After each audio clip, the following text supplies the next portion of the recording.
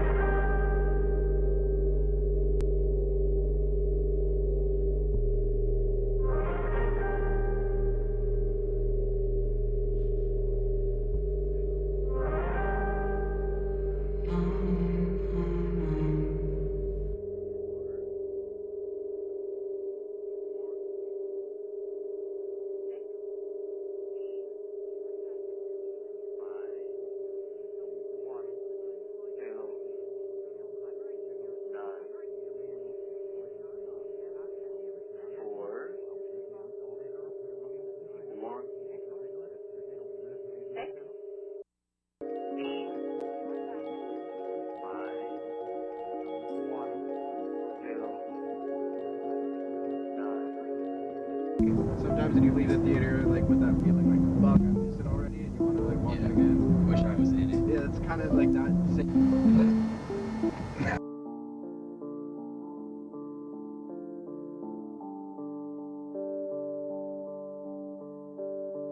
Wither away in that comfortable place where I stay.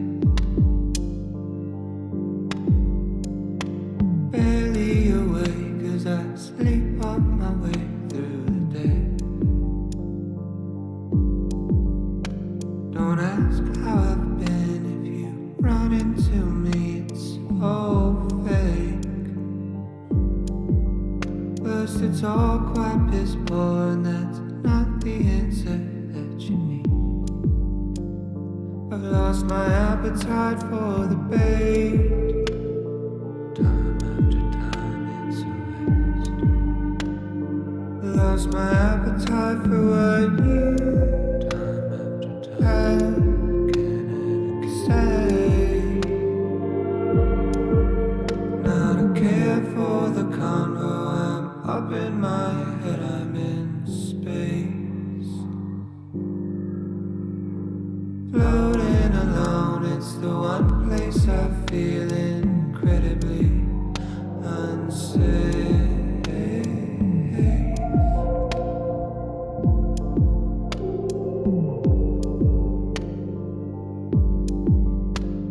This heavy heart that beats in me will weigh me down a full 6 feet.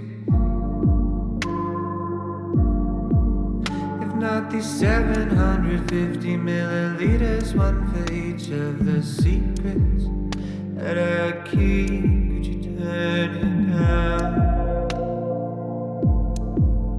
Turn it down. It's all too loud. Too loud. Oh. June turned me into a shell. Inhale, God. 6 year exhale. Left a residual self. Scraps of compassion. Missing in action. No care for the convo. I'm in space. Floating alone. Incredibly unsafe.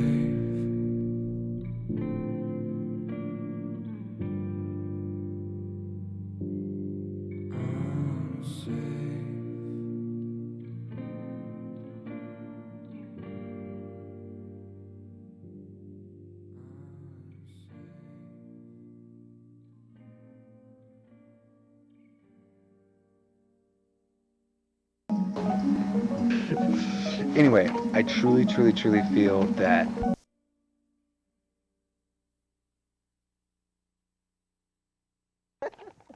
oh, keep going. Anyway.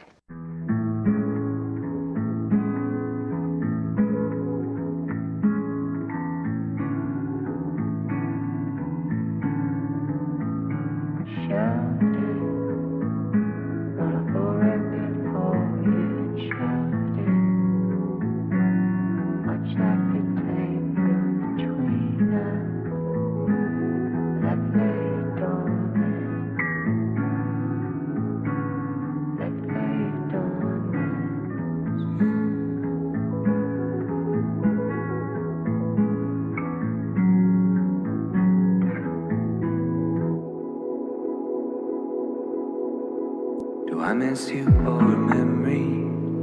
Someone or something I couldn't call it.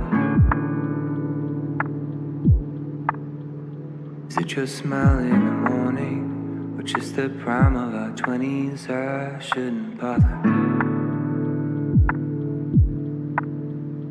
I'm just searching for a feeling, and maybe it's past and I can't grasp it. A moment set somewhere in between where we met and where we left it. Almost as if every passing bird flies directly through our shadow. I really shouldn't. Where you at now? Did you save the 10,000? passion, alleviate some pressure. Have you got any new friends? Did you find a new man yet? Does he treat you special? I hope he treats you better than I did.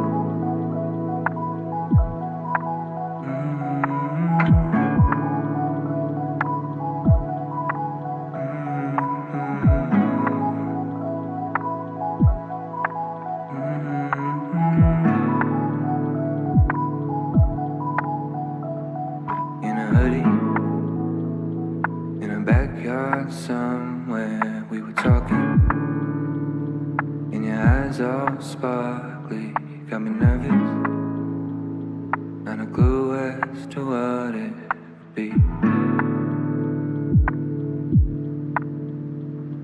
Now you're leaving, few years flew past you, and you worried. Didn't quite work out just like you wanted. Now packing your things in your car, and I'm still searching for that feeling. And maybe it's past and I can't grasp it. A moment set somewhere in between two moments I described it. And now that another bird has passed, I'm stuck thinking not of her but of you. I couldn't help it.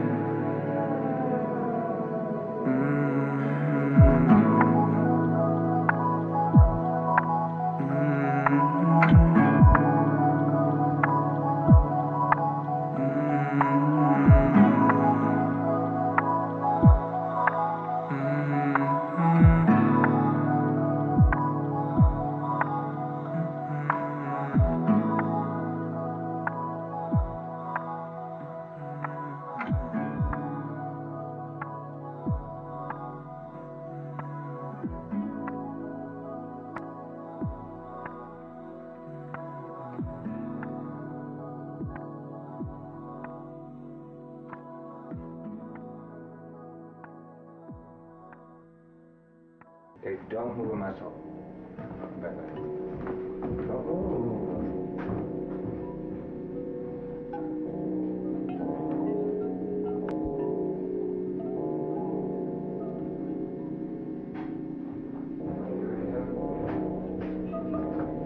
Still gonna buy it, or just have a glass of peanut butter? Oh, yeah, he said I could. Give me a glass, bitch. This looks so awesome. Oh my god. I love you, Grandma. Look, this is amazing.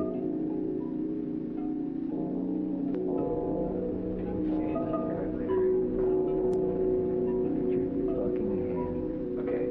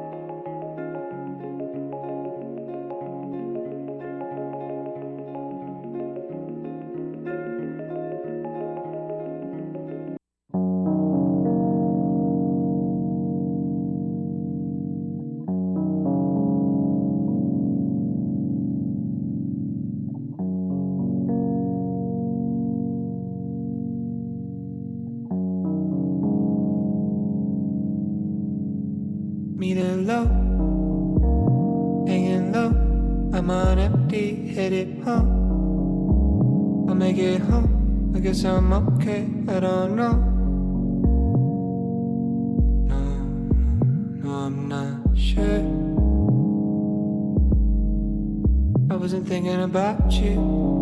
But the piano roll had me feeling cold with memories of you. Yeah, we were younger, I was struggling. We were good, standing still, right beside me. You were good to me. I couldn't say the same we laid the blame to waste. By the wayside you went away. Took the good times, took the bad times, let them breathe. Left in the wake, the space.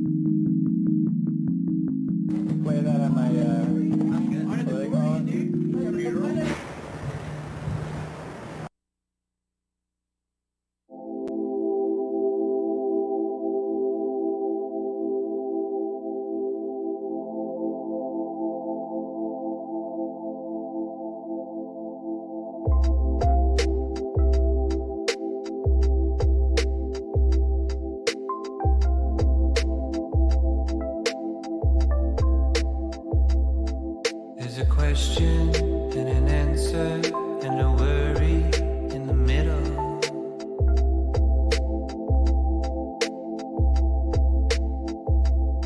There was a promise of forever and a wishful intention.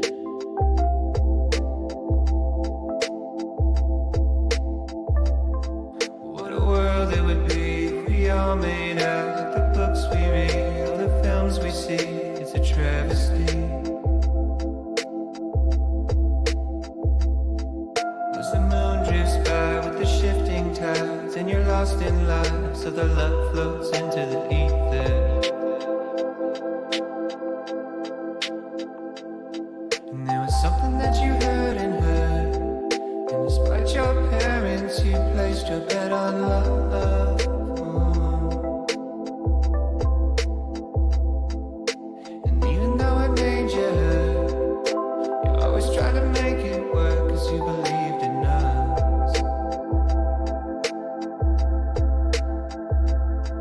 Said you're pretty, but you drink too much. You've got a head on your shoulders and it's good enough, but something broke you.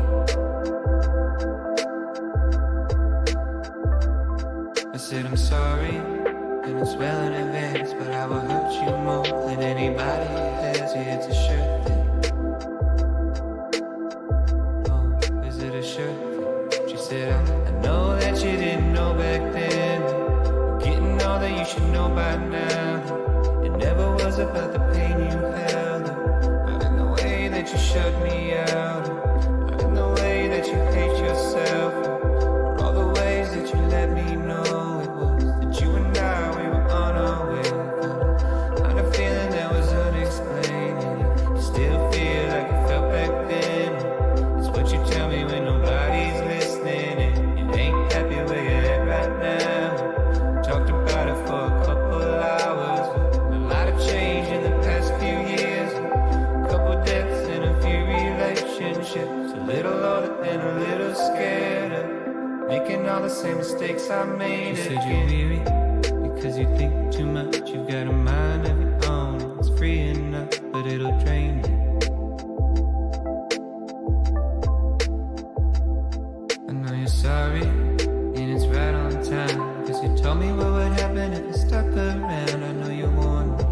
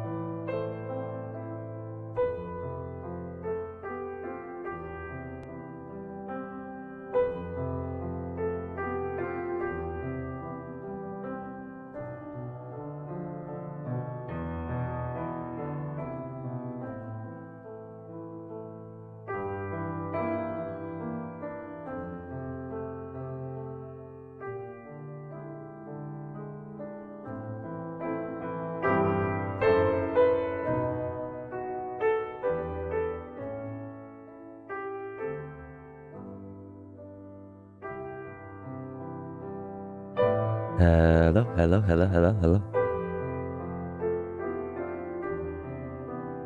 Hello.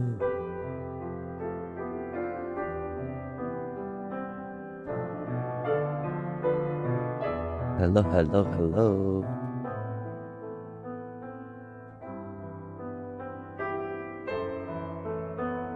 Hello, hello.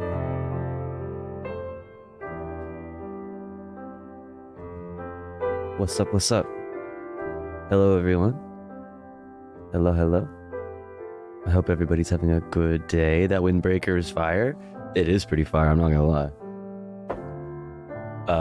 You can't really fucking see it. Hold on.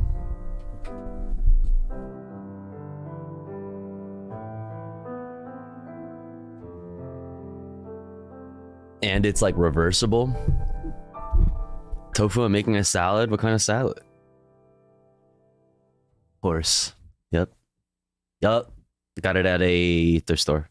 At the Goodwill. Tofu, not to be all gay coded right now, but that color blue is your color. Gay coded.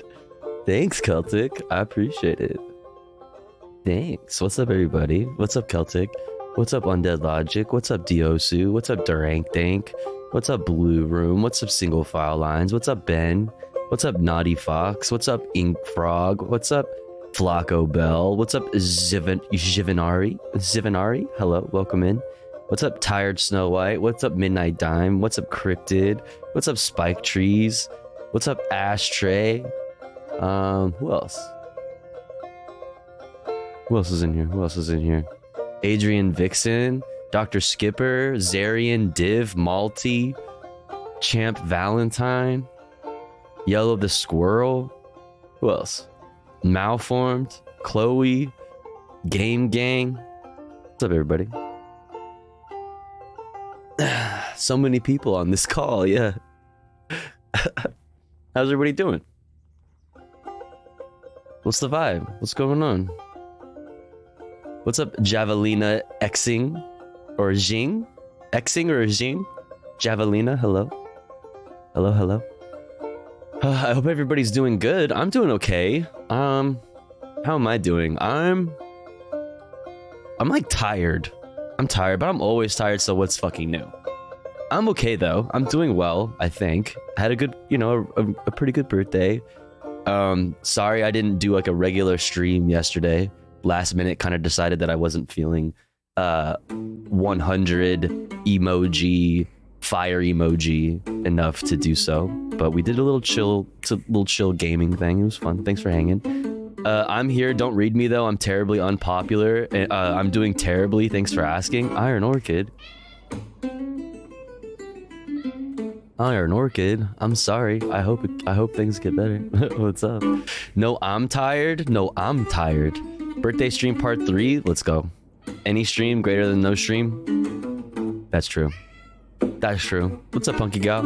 Just going from stream to stream and assessing the damage. Assessing the damage. Will we be doing porn reacts? Yeah. Yes. Yep. That's right. Right after the headlines. We took a horse-drawn sleigh ride to cut our solstice tree today. Wait, what? Like, actually? That's epic. Morgue Pie reacts. Let's go, dude. Let's go. Free Morgue Pie. Is Morgue Pie still in purgatory? Free Morgue Pie. What it do, Big Ghost? What's up, J Logic? Not gonna lie, I'm bottom coated. Love that for you. Love that for you. I love this cat. Me too. I would die for that cat and also the dog before that. It's called Horny Jail now. What's up? She doesn't love you. Yeah, free Morgue Pie. Finally, can you hit you with this what no theory does to a motherfucker. Oh, is this from yesterday, what we didn't watch? Yeah. Do you want to be a consumer or contributor? If you want to be a consumer within this capitalist economy, that's fine, but you're most likely to have a midlife crisis or like the early 20s identity loss, where you're just in existential fucking dread in early college. It's not entirely because of college, it's more so because of the societal pressure that college is putting on you to pick a career at a time where you haven't figured it the fuck out. For the midlife, that's isolation.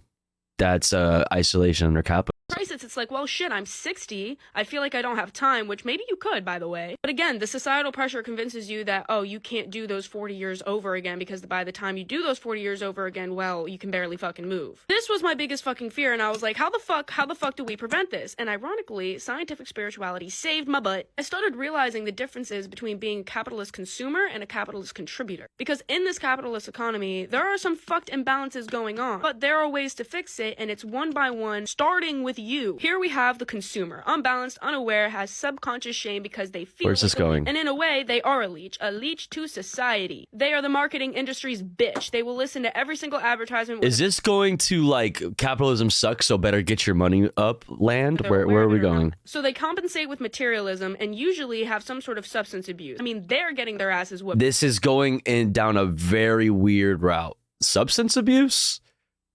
I know a lot of capitalist contributors that also struggle with substance abuse. How old is this person?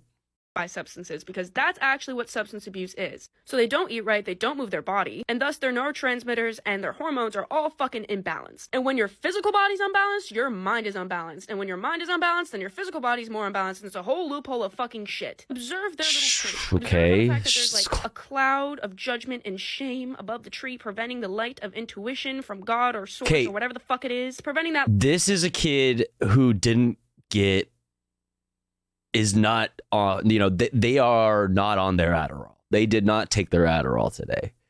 This kid needs to get back on Adderall. How old is this person? Helping this tree grow. Its roots are fucking barely rooted into the earth. It's a shitty little shrivelly shrub. Whereas we have this beautiful tree connected to the fucking source, connected to the light, constantly doing the whole photosynthesizing ordeal. It has a nice strong trunk. Ooh, look at that nice strong trunk.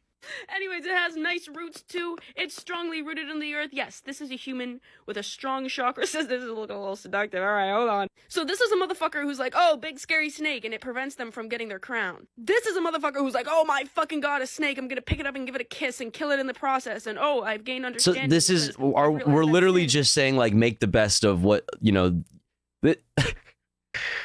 take, life gives you lemons, make lemonade. The lemons are capitalism. Like, what is within me, and I am a snake too, because that's what your spine is. You're literally a snake. You evolve. This is some weirdo Zoomer spiritualist what's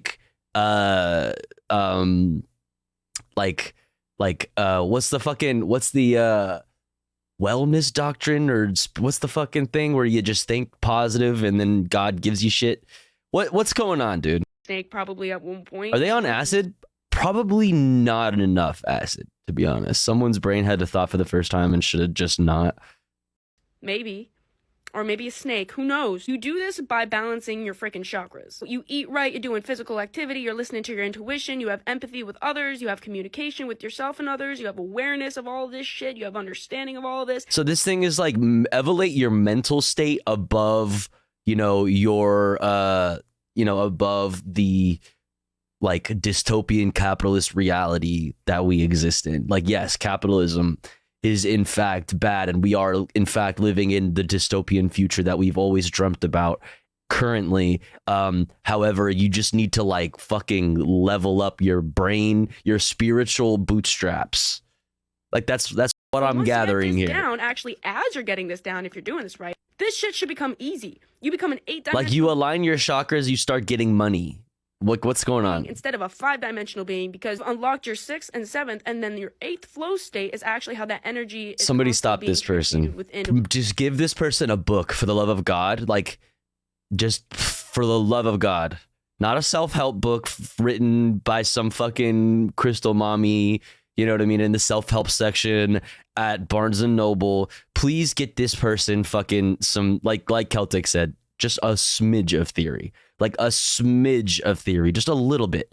Out of you, because as above, so below. So your 8th state is as like above. when your what are we brain doing? pathways make natural habits. This is giving me a headache. Shitty brain habits because again, they're unaware out of a subconscious shame because they're afraid of their sin. Whereas this person who faces their sin sees the value within it because they can learn from it and become stronger. A very important concept is balancing your masculine and feminine energy. This motherfucker maybe a dude, but thinks that it's a girlish gay thing to wear nail polish when that doesn't make any Dude, yeah, bro. Like you need, Right. You need to harness the power of gender and to elevate yourself mentally above the hyper-capitalist reality we live in. Like, that's totally so true, bestie. Sense. Since this video is getting long, I'm gonna make another video on the whole balancing feminine, masculine energies things, if you even want to fucking see that. But yeah, peace and love. Have a great, wonderful day. Okay, honestly, do you want to be a consumer or contributor? If you want to be a this person will probably be based in like 4 years.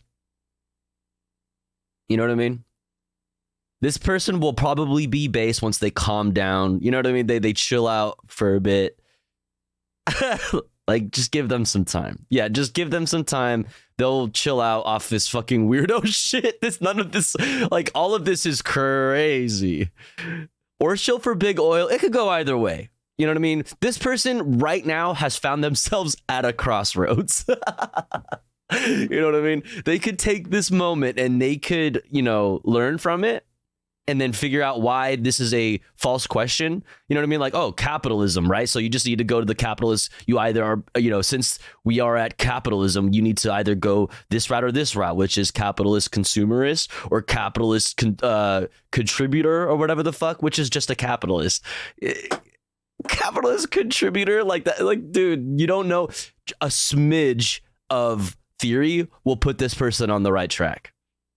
Why do HRT when you can just align chakras? Right. I would paint my nails, but I'm a maintenance guy and janitor. It will be ruined so fast. Well, the cool thing about that is you get to keep doing them. Keep updating, you know? What's up, Ray K? They're in the centrifuge going, yeah, literally. This person just needs some time and like 2 books and some time and they'll be fine. Or it could just be a shit post. Yeah, maybe, probably, honestly. Everything is so deep and so steeped in so many layers of irony at this point that my millennial brain can't even keep up. I just can't keep up. Anyway, I hope everybody's doing good. It's not a shit post, it's a whole channel. Bro, that person is like 19 years old. There's like no way. That person is just confused, okay? They talked about Israel-Palestine? Oh no. Do not stop someone's I'm not listen, that's what I'm telling it. That's why I said they just need like a couple books and a few years and they'll be fine. That's all I'm saying. There's, you know, they're getting there. It's just not this deep. It's not this deep. So would you rather be part of the people who prevent war from happening, or will... Oh, geez. Okay, so everything is as simple as these choices. Like, you just need to be the type of person who does A or B, right? Here we go. So would you rather be part of the people who prevent war from happening, or will you continue to ignore and allow it to happen until it affects you? Because what's going on in Israel and Palestine has happened before, and every time it's justified. Okay. So would you rather be part of the people who prevent war from happening, or will you continue to ignore and allow it to happen until it affects you? Because what's going on in Israel and Palestine has happened before, and every time it's justified by religion and the idea of this promised land. That's what Israel's been doing for a while now. So yes, even though Israeli people have been in Jerusalem for a while, they are still very much colonists because of their refusal to integrate. Just like in all of these examples up here. Especially with the New World, Manifest Destiny. We convinced ourselves that we could continue moving Native Americans to the West and eventually creating camps for them, which we called reservations, but that's bullshit. We were able to justify that by going, well, God wants us to explore all this land. That was bullshit. In the process, we lose all of this culture. Same thing happened here, same thing happened here, same thing happened pretty much here. And the same thing is and will happen here. Again, there's a difference here. In Israel, there's Jewish people and then there's Zionist Jewish people. These are the people who are doing the stuff to Palestinians. Jewish people don't even really know what the heck is going on. Being manipulated by the narcissist and they don't understand why. Same thing with Hamas. Muslim people are the innocent ones who are idly standing by as this group does some crazy wild shit, which creates a polar within each of these belief systems. And then these people can attack this person and associate it with them. And then likewise, these people can take this person and attack them because they're associated this is together. this is like there's literally a magnet associating these two, but they're still different, two sides of the same coin. This is why I talk about narcissism and borderline. Cycles of this that get left unchecked lead to war every single time. It's in terms of basic energy. Positive bonds with that you negative. lost And me at that if point. they are able to work in a cycle, they can neutralize. Jesus. Or they have to individually be neutralized by a third party, which is where a healthiostized human would come in. They don't need codependent relationships. They can actually... Okay, no. Yo, we took it straight. I was like, okay, they're cooking. Okay, no, we're right back to chakras. We went from, okay, they're cooking to chakras in 1 minute and 50 seconds.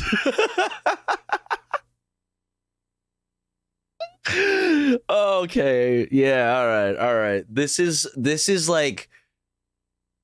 Oh man, this is like some strange offshoot of like an R atheist, but they're like they're like spiritual, you know? They're spiritual. See, this is what I'm saying. They are so close. They just need some time, and maybe some time like also like away from the MDMA, or either away from the MDMA or on Adderall, or both. Their mom was spiritual. Yeah, their mom definitely went down the granola to QAnon pipeline shit. And yeah. She was trying to communicate something she read. Neutralize is such a buzzword right now. What? It's just a wild mix of shit. Been the woo-woo ass bullshit and we can get cooking. That's what I'm saying. It's like you just gotta like, if we go back here, if you go back here and what she started off with, she's starting off with like the colonialist, settler colonialist project. You know, she started cooking there. If you stop right there and you also consider capitalist systems and what they incentivize, you could probably find yourself on the right track. You just need to stay on Earth. It's really hard sometimes for some people, and understandably so, for people to stay right here on Earth and remember that this reality is real and that we should really consider the material conditions that we exist in, and not like this unseen force that, you know, like stop like spending all this time trying to find this unseen force that is actually at play here. Have any of you tried to homeosize to see if maybe she's right? You know what? Can you add that finger pointer to Throne so I can get you one? And then you can, oh my God, I should, huh? And then I'll start doing like green screen shit where I like weather person it. You know?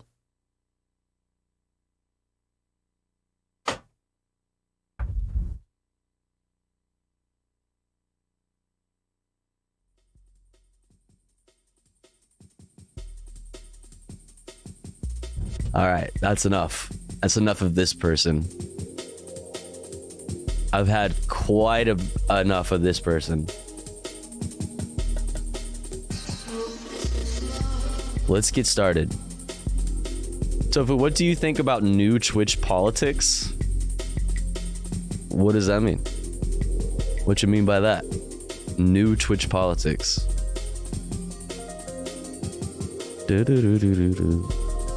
We have lots to look at today.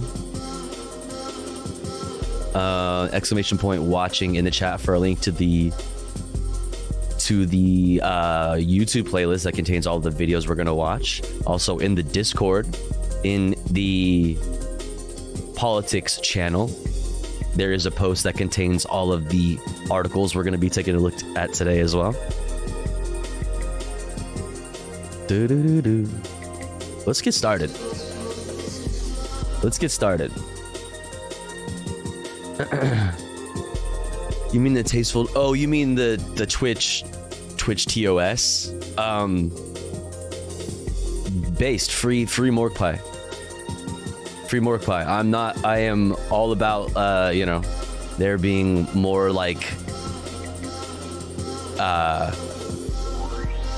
there being more, I guess, warnings or maybe ways to regulate minors on the app. You know what I mean? You know, in labeling things as 18 plus content. I label this stream as 18 plus. I would like for there not to be, you know, minors in this chat, to be honest. So I support that, but also I support Morgpie, and I don't think that Morgpie did anything wrong, and people need to just need to chill out and mind their business. I don't know. Like, we've been having this conversation since forever. Like, what is appropriate and what is inappropriate? It's such a tired conversation. You know what I mean? Like, we've been saying, like, we had this conversation about Grand Theft Auto 3 when it was like a brand new game. Like, I'm over it. I don't care. It's so stupid. It's so dumb. It's very silly. So tired of the Puritan bullshit. Exactly, dude. Exactly. It's a tired conversation. Free Morgpie.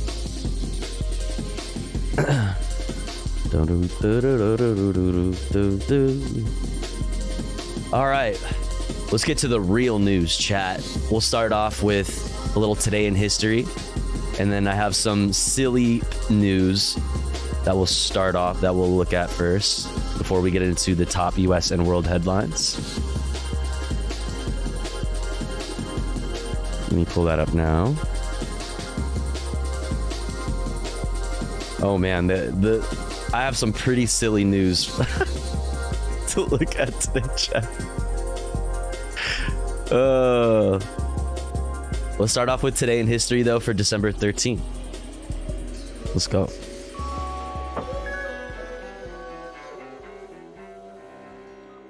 Hello? Turn it up, turn it up, turn it up.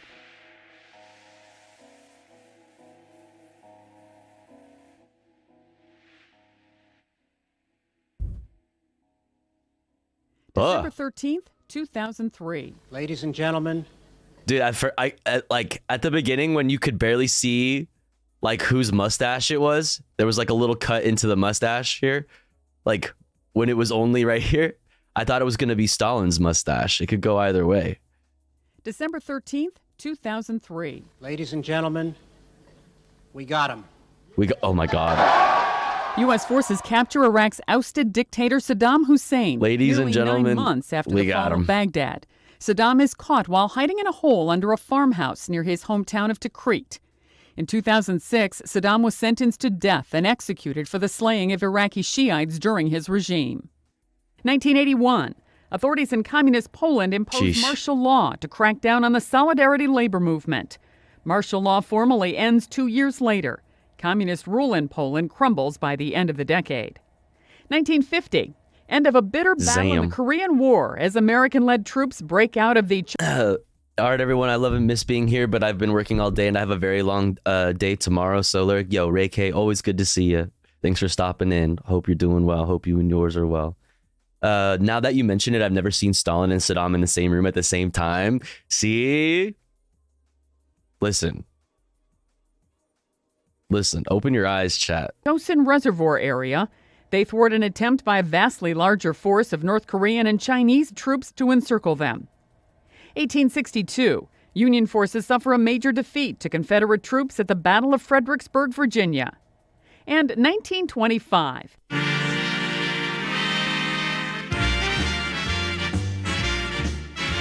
Who's this guy? Why is this kind of fucking hilarious? This music just set to this picture of this dude smiling. I don't know what's happening. Actor Dick Van Dyke, star of one of early TV's classic shows, is born in West Plains, Missouri. That's Today in Dick. History, All right. December 13th. Sandy Kozel, The Associated Press. That's Dick. What's up, Alex? What the? Wait, what? What is this thing? Oh, I thought it was floating. Look at this. Before we get into some silly news, let's look at something that caught my eye that is actually pretty interesting. The robotic arm that's controlled by breathing. Like, what the fuck?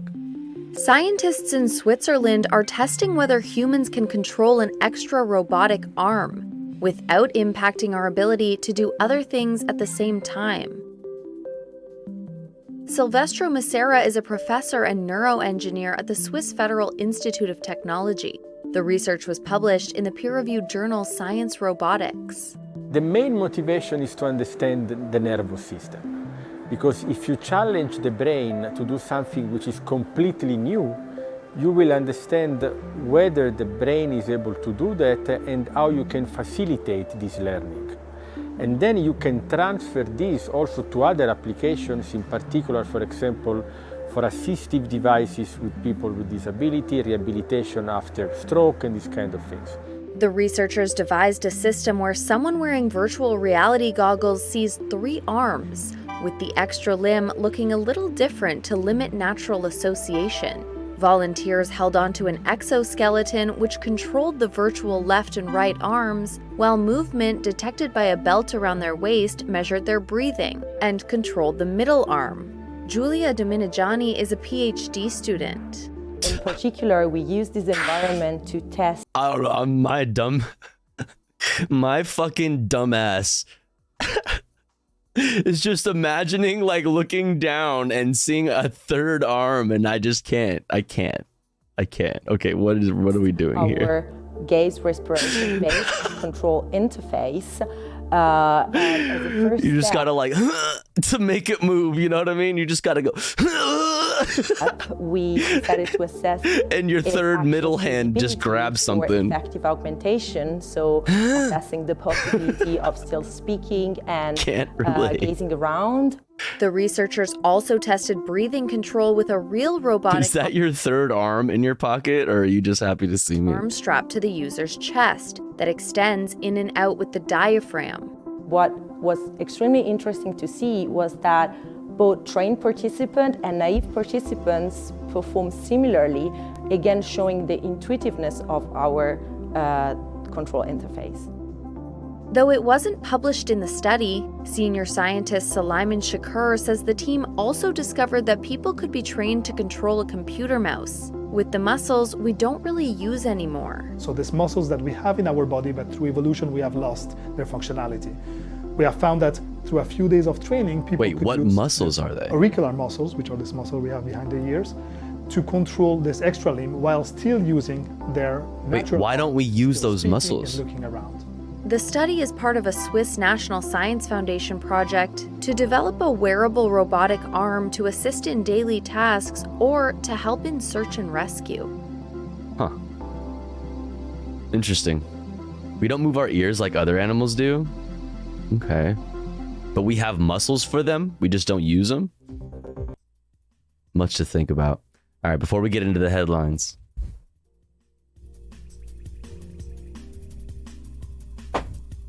Before we get into these headlines, I want to take a quick look at these funny...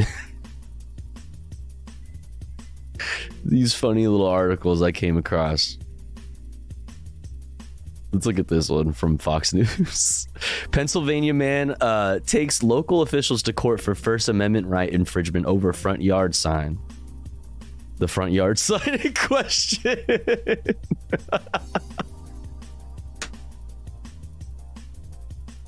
They said, listen,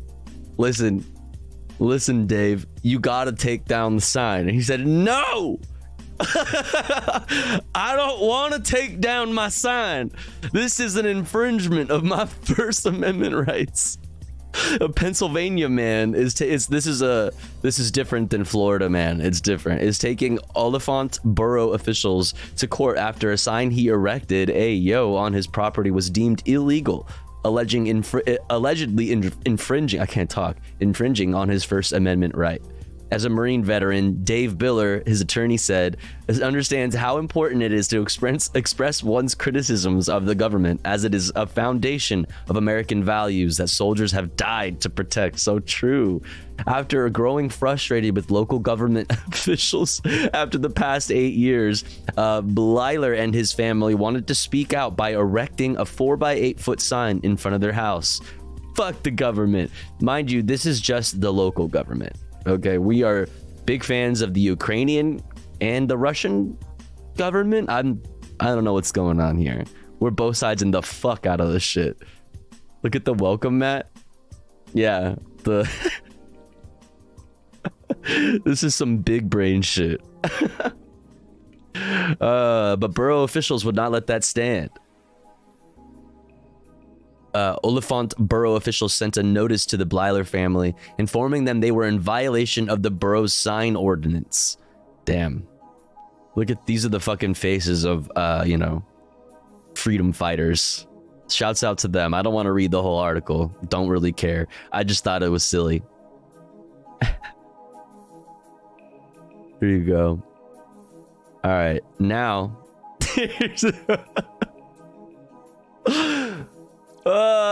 Come and take it, USDA. That's right. House Republicans passionately defend milk. I love the world, this timeline. It's the coolest timeline. Just kind of period. Hold on. How come it's not showing the picture? Look at this. Look at this shit. No communist Chinese milk. I hate communist milk. No. Why isn't this showing? I don't know why this is not loading. But Congress is running out of time to pass major legislative priorities before the winter holidays, including a government funding bill, billions in emergency aid to Ukraine and Israel, and possibly tougher immigration reforms. So naturally, House Republicans spent Wednesday passionately defending something else that they warned could decide the fate of Christmas itself. That's right. The fate of Christmas itself hangs in the balance. Milk.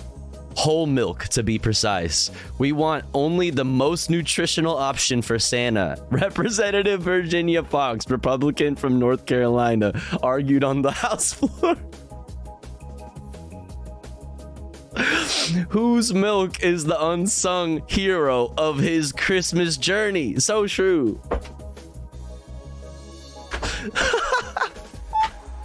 Santa Claus needs to drink whole milk.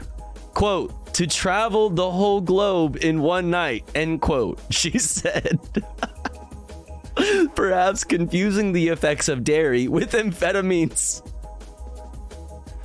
HuffPost wilding with this one, dude. I didn't know it was whole milk specifically. That's right. Well, listen, I'm here to inform you that it is whole milk specifically. Protein helps build and repair Santa's muscles. Yup. Hoisting heavy sacks of gifts up and down the chimney is no easy task. It's not. You see, it's not just the magic of the season that helps Santa deliver presents worldwide. It's also fortifying nutrients of whole milk, Fox continued. Reflecting on Christmas traditions this year begs the question, if whole milk is a good option to fuel Santa's extraordinary Christmas Eve journey, then why isn't it an option for American school children in their lunchrooms? God damn it! Finally, somebody is asking the fucking questions that need to be asked. Finally. Won't somebody think of the school children, the American school children, you know, when it comes to whole milk access? Santa is a baby cow? Yes. While her concerns about Santa's muscles may be real, Fox was actually making the case for passing a bill to allow whole milk back into school lunch programs. Yeah, well. This keeps getting better. The legislation by Representative Glenn Thompson, a Republican from Pennsylvania, would bypass a USDA and HHS advisory committee of child nutrition experts and the dietary guidelines they set to serve whole milk in schools, which have only offered low-fat and fat-free milk for the last decade or so. Damn, that's woke. That's extremely woke. Representative Bobby Scott, Democrat from Virginia, who led opposition to the bill, noted that virtually every major public health organization agrees that low-fat and fat-free milk are the healthiest options for children, as whole milk is higher in saturated fat. If we're talking about science, I'm pretty sure we're on that, like, you probably don't need to be drinking milk at all. Tip now, if we're gonna really get into the science, what the fuck are you doing drinking cow milk, you fucking weirdo? Like, if you're gonna have cow milk, yeah, for baked goods and, you know, your little treats and your desserts, obviously, fine, go off. But like just drinking a fat glass of milk is not really doing what we were told growing up, you know, for you. I drink hella milk, really? Yeah, dairy is really actually unnecessary though.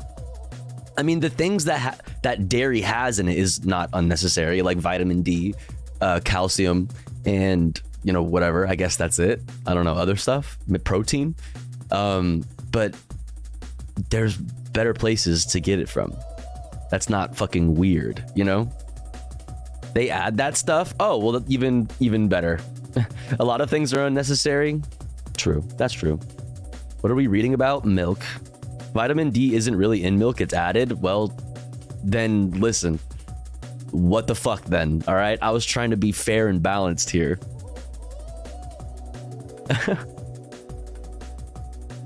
The American Heart Association, the American Public Health Association, and the American Academy of Pediatrics are among the groups opposing the bill. But invoking so-called, quote, experts wasn't enough to wave Republicans off of this fight. Fox offered a powerful counterpoint. I'd like to tell my colleagues something that I think will be easy to remember about why we're doing this, said the North Carolina Republican. Scientists/experts designed the Titanic. Huh? Where are we going? See, you see, milk is like the Titanic. Amateurs designed, scientists, experts. What is this wording here? Help me out. Experts built the Titanic and amateurs built the Ark. What are we talking about milk still? Did I read this right? I'd just like to tell my colleagues something that I think will be easy to remember about why we're doing this. Scientists/experts designed the Titanic. Amateurs designed, scientists, experts built the Titanic, and amateurs built the Ark. What are we talking about right now? When one Democrat suggested that soy milk would be a better, more easily digestible option in schools than whole milk, Fox scoffed. It is not milk. It is a plant-based food. No, it's not milk. No, it can't be milk. Don't call it milk. No, it's plant-based food. It isn't milk, so you can't call it soy milk. You can call it soy drink. Neither is almond milk, Representative Derek Van Orden, Republican from Wisconsin, later insisted. Milk comes from a mammal. That's right. That's right. A woman can't be a man, and milk comes from a mammal. We gotta stop this woke nonsense now. This has gone too far. Milk comes from a mammal. Okay? All right.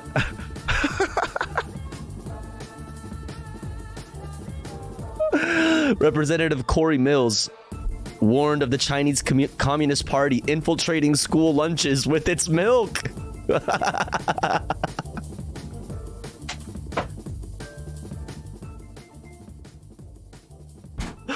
Dude, what a fucking cool article. You know, what a cool story this is. This is amazing. My milk. I kind of need this as an emote, just this square. I wish Corey would send me this, you know, as like a JPEG or something. That would be great. Listen, Tofu can't fuck with the milk lobby. Yeah, I mean, that's true. I get why a Pennsylvania guy introduced the bill. Dairy is a big industry in Pennsylvania. I Googled it, though, and it doesn't seem like North Carolina has as big of a dairy industry, so that rep is just doing it for the love of the game. You have to respect it. You have to respect it. Milk is a big part of American culture, right? And American culture is under attack every day. Representative Mary Miller said she supports the bill and pointed out that she raised her 7 children on whole fat milk, and they're all within normal weight. Like, they all turned out fine. Saturated fat in whole milk can increase your risk of heart disease and stroke, not necessarily your weight. Okay. I also have recognized that children with high-fat diets stay full longer, she said. It was clear even amid their jokes about this utterly ridiculous debate.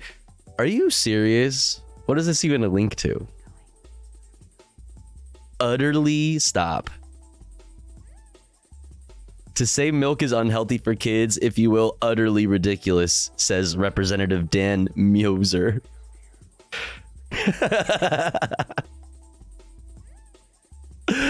Utterly ridiculous. These motherfuckers can't help themselves. That Republicans were determined to defend whole milk in this battle against, well, scientific evidence. Well, the thing is, it's specifically whole milk, not even just milk necessarily, like generally. It's specifically whole milk. I like soy milk. No, Christina, you can't call it milk. It's a plant-based food. You have to call it soy drink. No. Let's end the war on milk, Fox declared. That's right. There is a war on milk. It's a smaller offshoot of the war on Christmas, apparently. Representative Corey Mills warned of the Chinese Communist Party infiltrating school lunches if the U.S. doesn't produce enough of its own milk. He even bought a poster featuring a milk carton with President Xi's face on it against the backdrop of a Chinese flag. This is about safeguarding our national security. What, dude? Said Mills, offering an amendment to the bill to bar Chinese Communist Party entities from putting their milk into public schools. Ew. Why are Chinese communists putting their milk in our public schools, chat? We have to stop this. Congress is just an improv contest. It literally is just a fucking Mad Lib. Like, I don't know, milk. Milk, communists,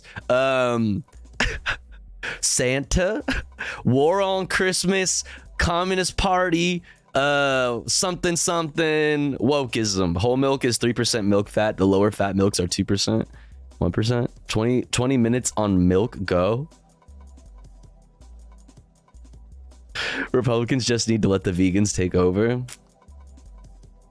But Scott pointed out that his amendment is, quote, unnecessary since school lunch programs are already required to buy domestic agricultural commodities, and there is plenty of milk to go around. Don't worry, chat.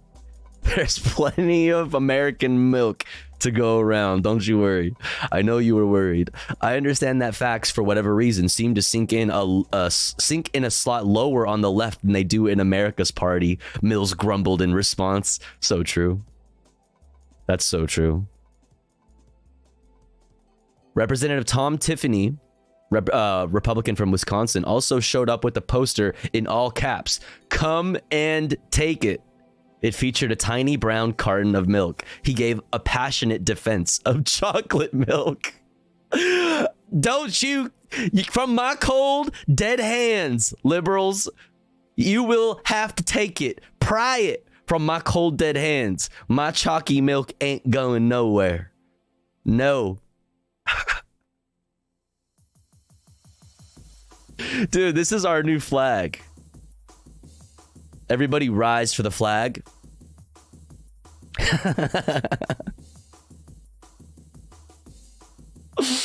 I need these signs, seriously.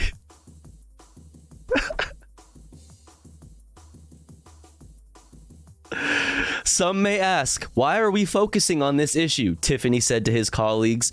The USDA has its sights on getting rid of chocolate milk in schools. It's now up to us to act.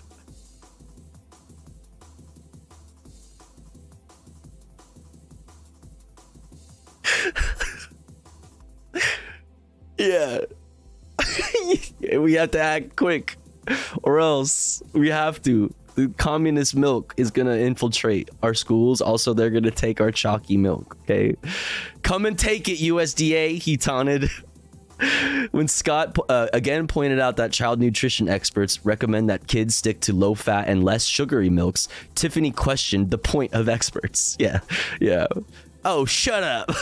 Oh, those experts. They've done us so well in the United States of America. Why are we $33 trillion in debt? It is literally, okay, it is literally Mad Libs. Oh, yeah? Spare me your expertise from your so-called chocolate milk experts, all right? Why are we $33 trillion in debt? It's because of these experts, these so-called experts in the chalky milk industry. You know what I mean? I can't believe this. AI generated reality. The number one, this is like the number one piece of evidence that I've seen so far for that supports simulation theory. I might be convinced that somebody just hit random in the simulation and we're just spiraling. you ever dip a cruise missile in chalky milk though? I have to try that. I'm gonna have to try that. Why are we $33 trillion in debt? Wondered the Wisconsin Republican, whose party in 2017 overwhelmingly voted for trillions of dollars in tax cuts for rich people and corporations.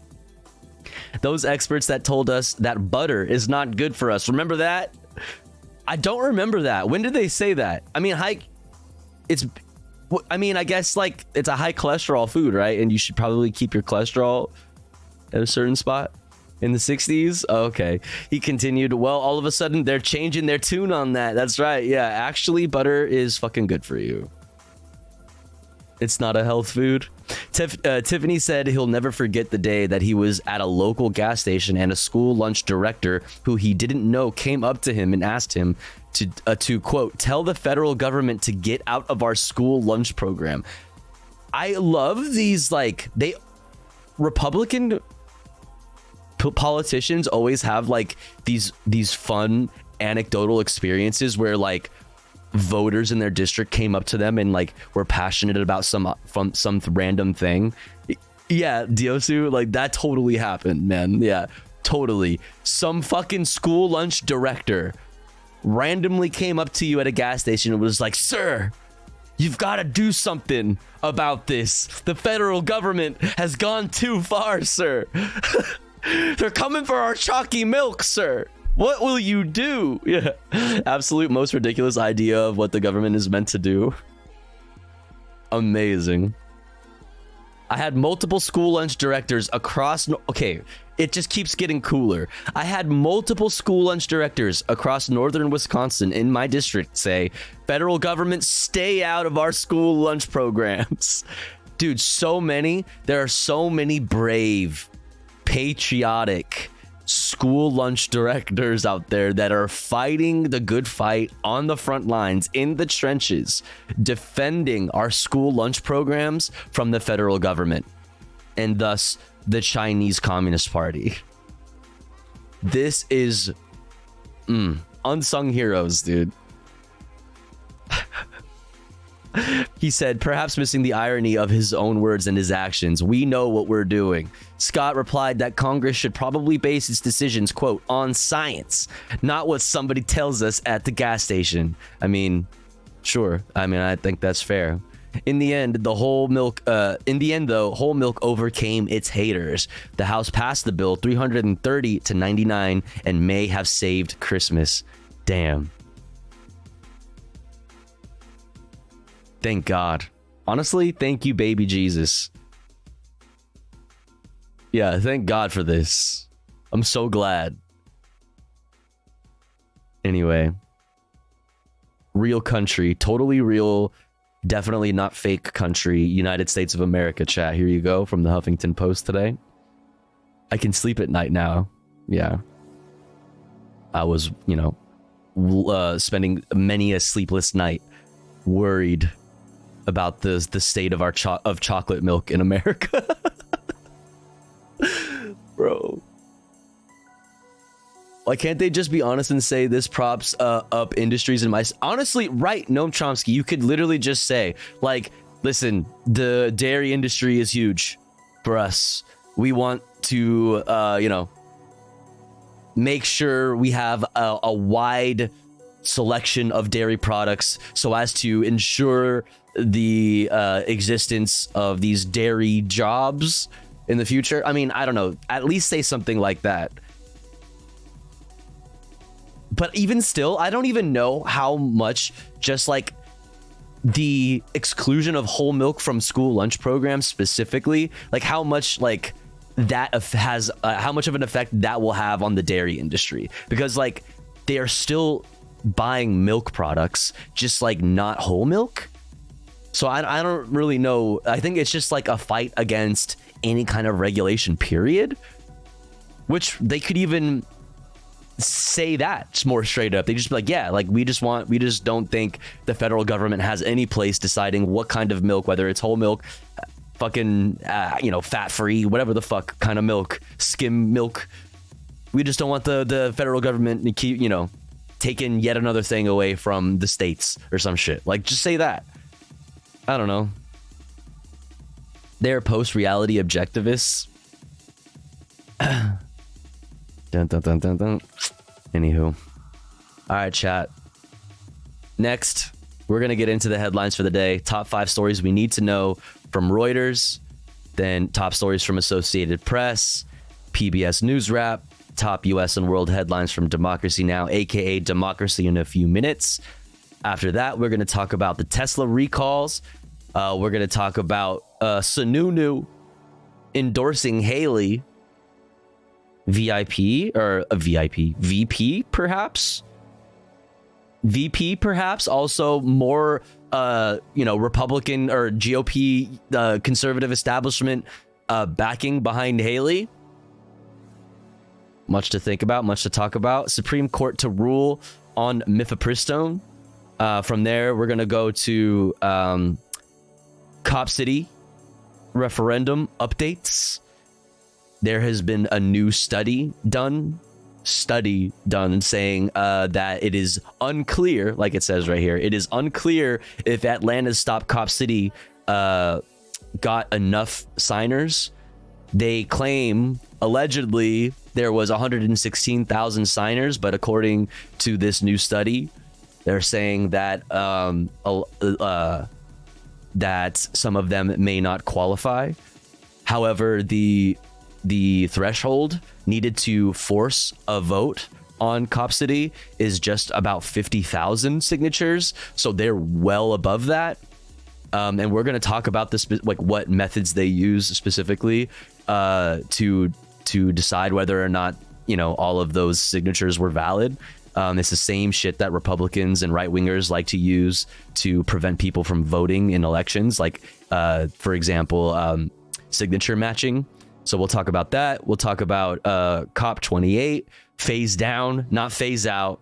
FaZe COP28 deal on fossil fuels disappoints. So they're phasing down, not phasing out fossil fuels. Check that out. And then we'll talk largely about all the Israel-Palestine updates. There are many. We're going to talk about how isolated the US and Israel is in the international community, how support is continuing to wane for Israel. We're going to look at what happened today in Los Angeles. Protesters shut down the 110. We're going to talk about other stuff. Exclamation point watching and exclamation point Discord for all of that. But here's the thing. Before we do that, we got to run an ad break because it's been a little bit more than an hour since we started the stream. And here at the Tofu Ghost broadcast, we run ads every hour or so, and we do so while I'm away from the stream. That way, even if you are unsubscribed to the channel, you don't miss out on any of the content.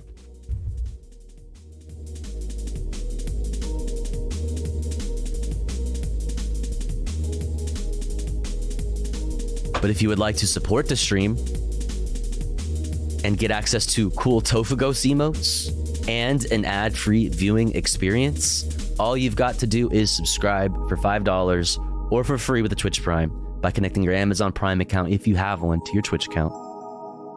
Or let's say you are already subscribed to the channel and you're feeling generous and you have the means to, maybe consider gifting a sub to one of our unsubbed friends in the chat, one of our unsubbed comrades in the community that may not be able to afford a sub this month. That way they may also be able to enjoy the Tofu Ghost emotes and an ad-free viewing experience with the rest of us. We're currently at 1 out of 25 for the daily sub goal.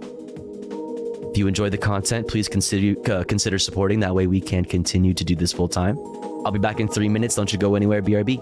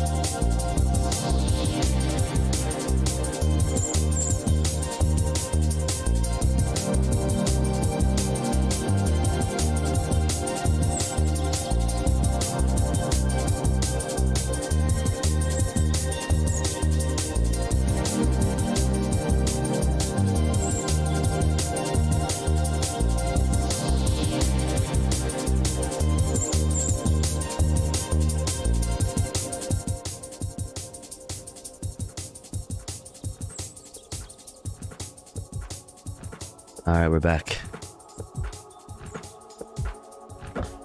Oi. We're back.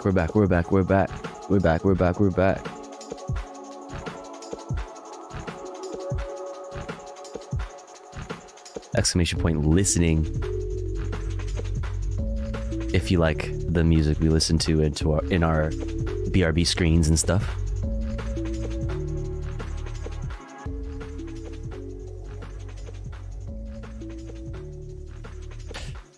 Let's get into the fucking stuff. Let's get into the headlines, huh? Let's start it off. Top 5 stories you need to know from Reuters.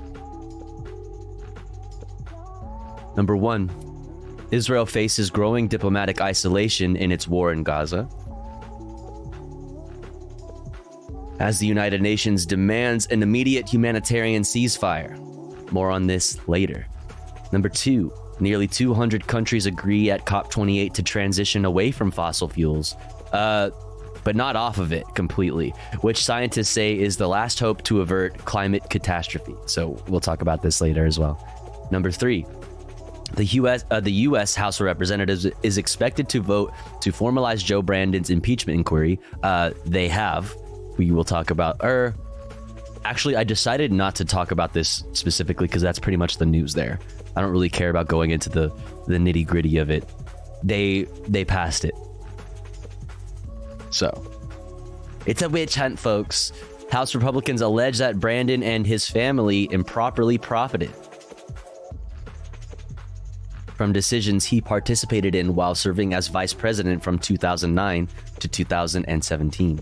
Number 4, Ukrainian officials say a second Russian missile assault hit Kyiv this week, as President Volodymyr Zelensky pleads in Washington for more help for his country. Congo's opposition candidate Moise Katumbi suspends part of his presidential campaign after violent clashes at one of his election rallies.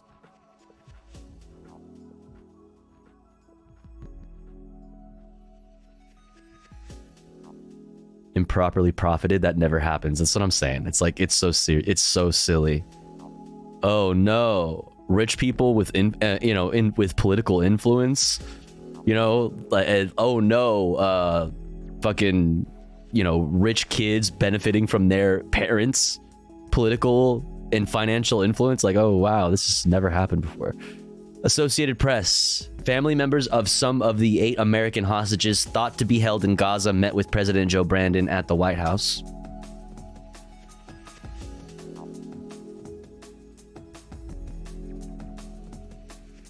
Brandon assured the families his administration will keep working to get hostages home despite weeks of captivity. Hunter Brandon defied a congressional subpoena to appear privately for a deposition before GOP investigators, saying he'd only testify in public.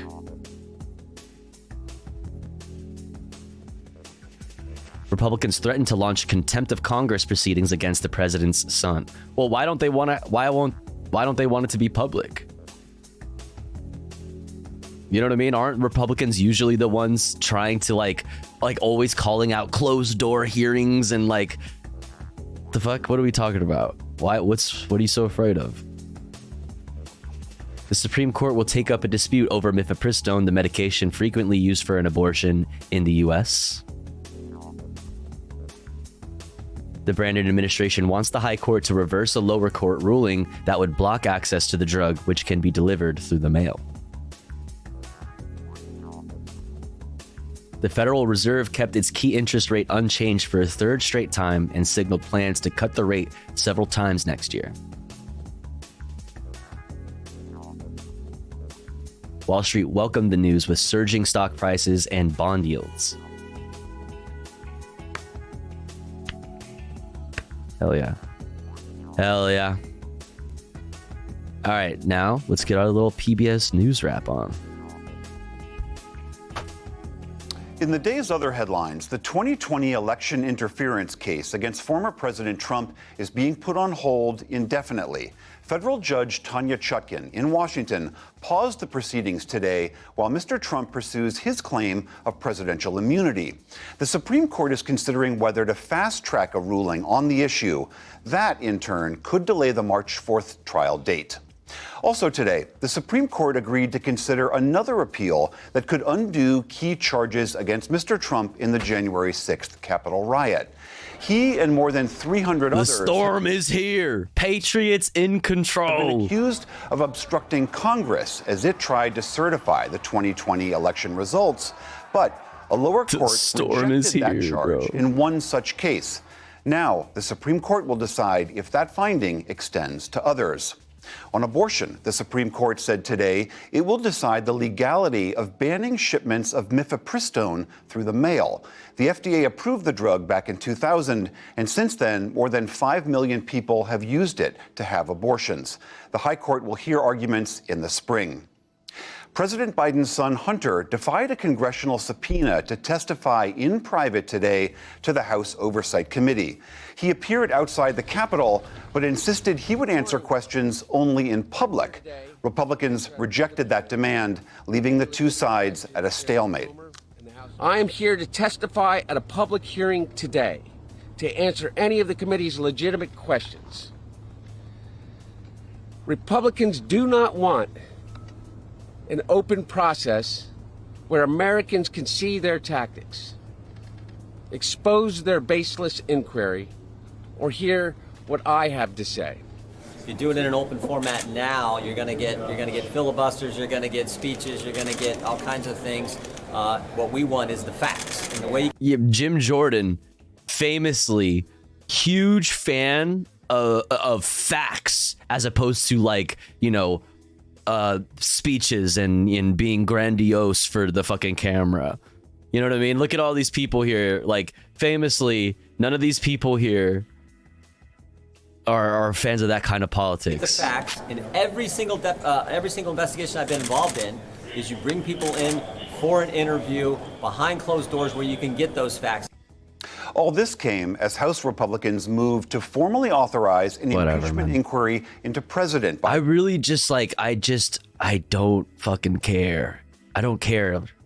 It's just annoying because it's like, yeah, dude, go for Brandon, you know, impeach him, go for it, dude, whatever. But at the same time, like, there's no legal bound. There's no legal means for this. Trump, there is plenty. You know what I mean? Trump, there's plenty. He broke so many laws. It's plain as fucking day. These are all, like, there are things that are, in my opinion, inappropriate. Absolutely. But they are, you know, things that everybody in positions of power and in positions of influence are all guilty of. Everybody is guilty of the things that the Brandon crime family is fucking guilty of. It's so goofy. We should just start throwing all capitalists and all politicians in fucking jail right now. All of them. They claim he's benefited from his son's business dealings, but so far there is no evidence directly implicating the president. On Wall Street, stocks surged after the Federal Reserve signaled it may cut. It's standard rich asshole nepo baby shit. Yeah, it's like, unless you want to put like an anti-nepotism like law on the books somehow, like, I don't know what to tell you. This is so fucking goofy. But Tofu, the institutions aren't functioning, so Trump could escape while Biden goes down because liberals aren't aware they are in a fash off. Let Hunter's hog be wild and free. Yeah, let us see Hunter's hog. You know? It goes nowhere, but it allows for a more plausible media smokescreen against the current admin's own media offensive.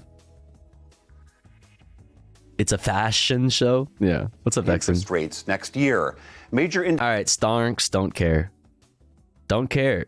Democracy Now! This news is funded by viewers like you. Please support our work at democracynow.org/give. Welcome. What's this? Me out of 10. 10. 10?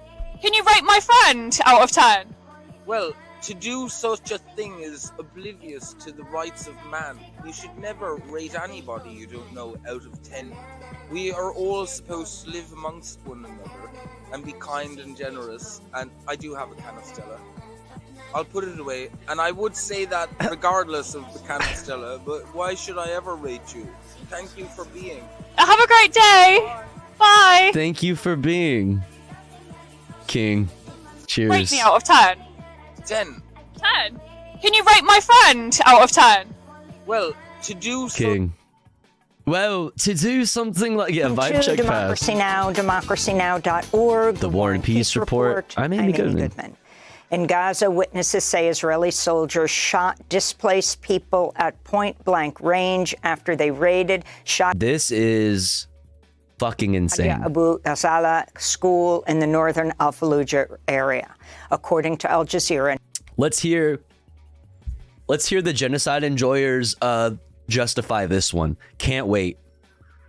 Can't wait. Newborn babies were reportedly among the victims. Heavy bombardment continues throughout the Gaza Strip, including in Rafah and Khan Yunis, where homes, businesses, and schools were leveled in Israeli attacks. In Rafah, resident Mohammed Obeid joined rescue efforts Tuesday, searching for the rubble of a destroyed building that was attacked by Israeli rocket fire, killing at least 4 children. Whoever is left will battle with hunger, a battle of thirst, a survival battle in every sense of the word. There's no electricity, no fuel, no water, no medicine. Even the hospitals are suffering in dire need. Even first aid kits are not present in the hospitals. The situation is disastrous in every sense of the word. We're not interested in what is said, a truce or no truce, because we're busy with the daily survival battle, with the water supply, either fit or unfit for drinking, electricity, medicine, fuel. The humanitarian situation is harder than the war with the rockets. At the Kamal Adwan Hospital in Gaza City, a doctor says over 70 medical staff were taken by Israeli forces during a raid of the hospital earlier this week. Meanwhile, Save the Children announced a Thank you, High Def. Staffer and his family were killed by an Israeli airstrike in Gaza. Sama Aweda was 39 years old and the father of 4 young children aged 2 to 12 years old. This comes as Israeli military raids continue in Jenin in the occupied West Bank, killing at least 6 people Tuesday. In East Jerusalem, Israeli forces bulldozed a Palestinian residential building that housed 30 people. Like, you can't even do the meme in the West Bank. You can't even do this is Hamas meme. Like, bro, this is the West Bank. Yeah, like, this is a Hamas right here. Like, no, dude. Like, it doesn't even work here. That doesn't even work here. You can't use that. Its report about a Telegram channel said to be... We're going to talk about more about it, later. ...managed by the Israeli Defense Forces has provoked horror and comparisons to the Abu Ghraib military prison in Iraq. The channel, launched shortly after the start of the Israeli assault, is called 72 Virgins Uncensored and posts graphic videos and photos showing the killing and torture of Palestinians. The images are usually accompanied by racist texts such as exterminating the roaches and joyful emojis. The UN General Assembly voted overwhelmingly to call for an immediate humanitarian... Most compassionate IDF soldier ceasefire running that account. In Gaza, 153 UN members approved the resolution, 23 abstained, just 10, including the United States, voted no. Though non-binding, the UN vote is another... The whole world is making it very clear and apparent that they are standing together against the United States and Israel. Indication of the mounting isolation of the U.S. as it continues to support Israel's assault, which has killed at least 18,000 Palestinians in a little over 2 months. Australia, which abstained from voting for the General Assembly ceasefire resolution in October, is one of the latest U.S. allies to split with the Biden administration. Oh, wait. Based Aussies. Position. This is Australia's Foreign Minister, Penny Wong. Australia, alongside 152 other countries, was among the countries which voted in favour. In doing so, we joined Canada, New Zealand, Japan, France, and India, and many other countries. And in doing so, we have said Israel must respect international humanitarian law. Separately, President Biden... Like, imagine voting to be like, nah, Israel shouldn't have to worry about humanitarian law. International law, don't care. No, we're voting against that. Delivered his sharpest criticism yet of Prime Minister Benjamin Netanyahu. Yeah, we're going to talk about all of this stuff more, in depth later. ! Watching and ! Discord if you're looking for all of the stuff we're going to be going over tonight. Saying at a donor event, the Israeli leader, quote, has to change and that Israel is losing international support, citing its indiscriminate bombing in Gaza. He said the word indiscriminate, so... Indiscriminate bombardment is a war crime. Biden's meeting at the White House today with families of U.S. hostages abducted by Hamas on October 7th. For the first time ever, the UN Climate Summit ended with a global agreement to transition away from fossil fuels. The deal was announced earlier today in Dubai as negotiations went into overtime and hailed as historic by the COP28 president, the head of the UAE oil company, Sultan Al Jaber. While the agreement was welcomed as a step forward, climate activists and nations worst hit by the climate catastrophe warned it doesn't go nearly far enough. And Rasmussen of the Alliance of Small Island States called out fellow delegates for passing the agreement, while representatives from the 39 states and her coalition were not in attendance, noted some of the deal's weaknesses. We have come to the conclusion that the course correction that is needed has not been secured. We have made an incremental advancements over business as usual, when what we really needed is an exponential step change in our actions and support. We'll go to Dubai for the latest on this new agreement that says phase down, not phase out fossil fuels. Which also means not very phase up. They're not phased up, okay? Fuels. Phase down. Wait, that's a soundbite right there. Phase down, not phase out. This new agreement that says phase down, not phase out fossil fuels. That's not very phase up of you, bro. Ukrainian President Volodymyr Zelensky ended his high-stakes day in Washington, D.C. Tuesday with little progress on securing additional war funding. President Biden vowed the U.S. would support Ukraine, quote, as long as we can, unquote, and urged Congress to pass his spending request of over $100 billion, which also includes funding for Israel, Taiwan, and further militarization of the U.S. border. Congress needs to pass a supplemental funding for Ukraine before they break for the holiday recess, before they give Putin the greatest Christmas gift they could possibly give him. House Speaker Mike Johnson has tied continued Ukraine aid to hardline border requests that have been rejected by Democrats. But reports... But don't worry, because Brandon is like, I'm open. Listen, Jack, I can be convinced to do your far-right policy on immigration, Jack. Just give us the money, Jack. Emerged, the Biden administration is considering yielding to Republican demands in exchange. We couldn't do anything. The Republicans, they forced us. Classic, man. We were powerless. But the Republicans. For the funding. These include expanded immigration detention and deportations and a new border authority to expel migrants without due process. Meanwhile, House Republicans are expected to vote today on a resolution to formalize an impeachment inquiry into President Biden. In Russia, prominent dissident and Marxist theorist Boris Kagarlitsky has been released from jail.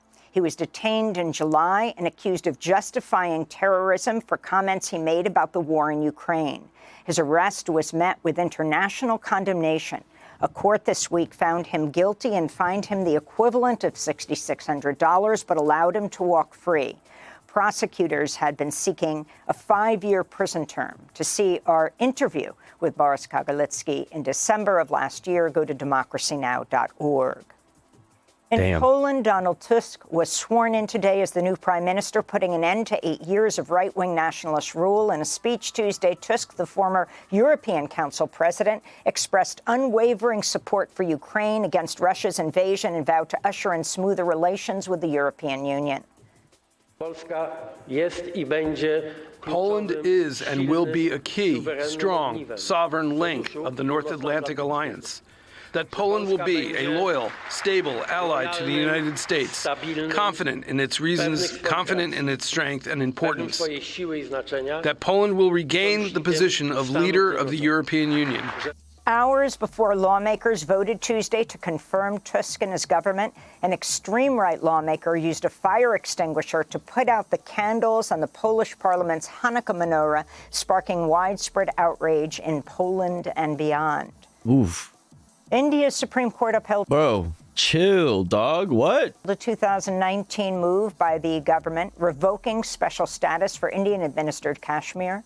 The disputed Muslim-majority region previously enjoyed a certain level of autonomy, but the government of Hindu nationalist Prime Minister Narendra Modi scrapped Article 370 4 years ago in order to bring Jammu and Kashmir further under the central government's control. Pakistan categorically rejected the ruling from India. This is the caretaker Pakistani Foreign Minister Jalil Abbas Jilani. The final disposition of Jammu and Kashmir is to be made in accordance with the relevant United Nations Security Council resolutions and in accordance with the aspirations of the Kashmiri people. India has no right to make unilateral decisions on the status of this disputed territory against the will of the Kashmiri people and Pakistan. And the Arizona Supreme Court heard arguments Tuesday over whether a Civil War-era near-total abortion ban should be reinstated, overriding the current 15-week abortion ban. This is Democratic Attorney General Chris Mays.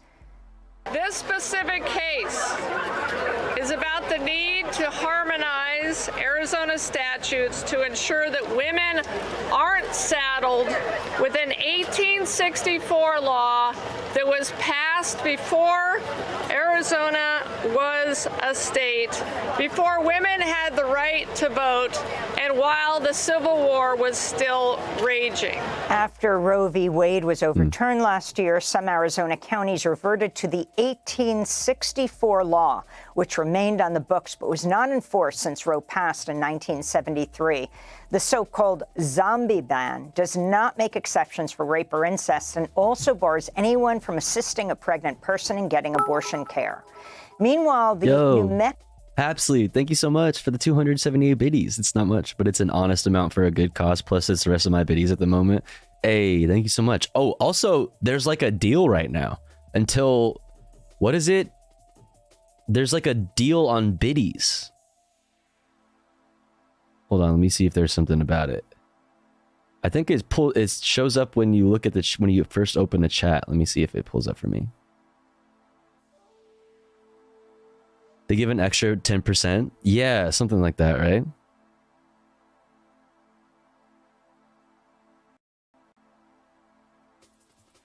Oh, it doesn't say. Yo, oh, there it goes. There's Twitch right there. Hey, Twitch. Midnight Dime, thank you. Thank you for the 500 biddies. I appreciate it. And thank you, Twitch, for adding 75. Let's go. Or we added 50 bits to, added 50 bits to Midnight Dime's cheer. Bonus bits unlocked. We added 25 more just for funskis. Let's go. W. Hell yeah. Shouts out Twitch. Thank you so much, Midnight Dime. Thank you so much, Hapsley. Thank you. Mexico's Supreme Court is hearing arguments today over whether local governments can impose their own abortion bans, even as the procedure remains legal in New Mexico. And those are some of the headlines. This is Democracy Now!, democracynow.org, The War and Peace Report. I'm Amy Goodman. Amy Goodman in New York. Yo, joined Forlorn, by Democracy thank you. Now! Co-host Juan Gonzalez in Chicago. Hi, Juan. Hi, Juan. Hi, Amy, and welcome to all of our listeners. Hey, Juan. Yo, Forlorn, thank you for the 300 titties. Let's go. And Twitch, thank you for the 45 titties. Let's go. All right. Here you go. All right, here you go. Let's see. Did we do this one? Let's do this one. Thanks for the hype train, chat. Let's fucking go. Any gifters? Any biddy throwers? Half the amount of half the money that I make off biddies, I will be using to make little care packages that I will be handing out to the less fortunate in Los Angeles. So help out with that. Also consider supporting in any way, subscribing, gifting subs. It all helps very much. Yo, Durang Dank, thank you for the 1,050. Thank you. Let's go. Twitch gave 158. W. Thank you so much. Thank you. Yo, Tech Tink, thank you for gifting to Hapsley. Pog. Thank you. I appreciate it. Pog chatter to Pog chatter. Yo, Brian, thank you for the 1,000 titties. Let's go. And Twitch just gave us 100. Let's go.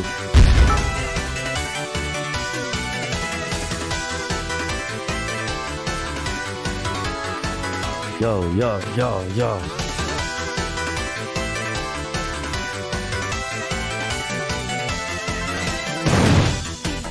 Hell yeah.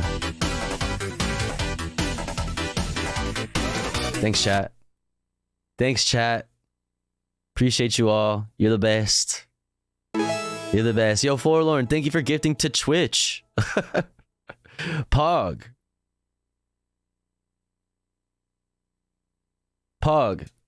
Here you go, chat.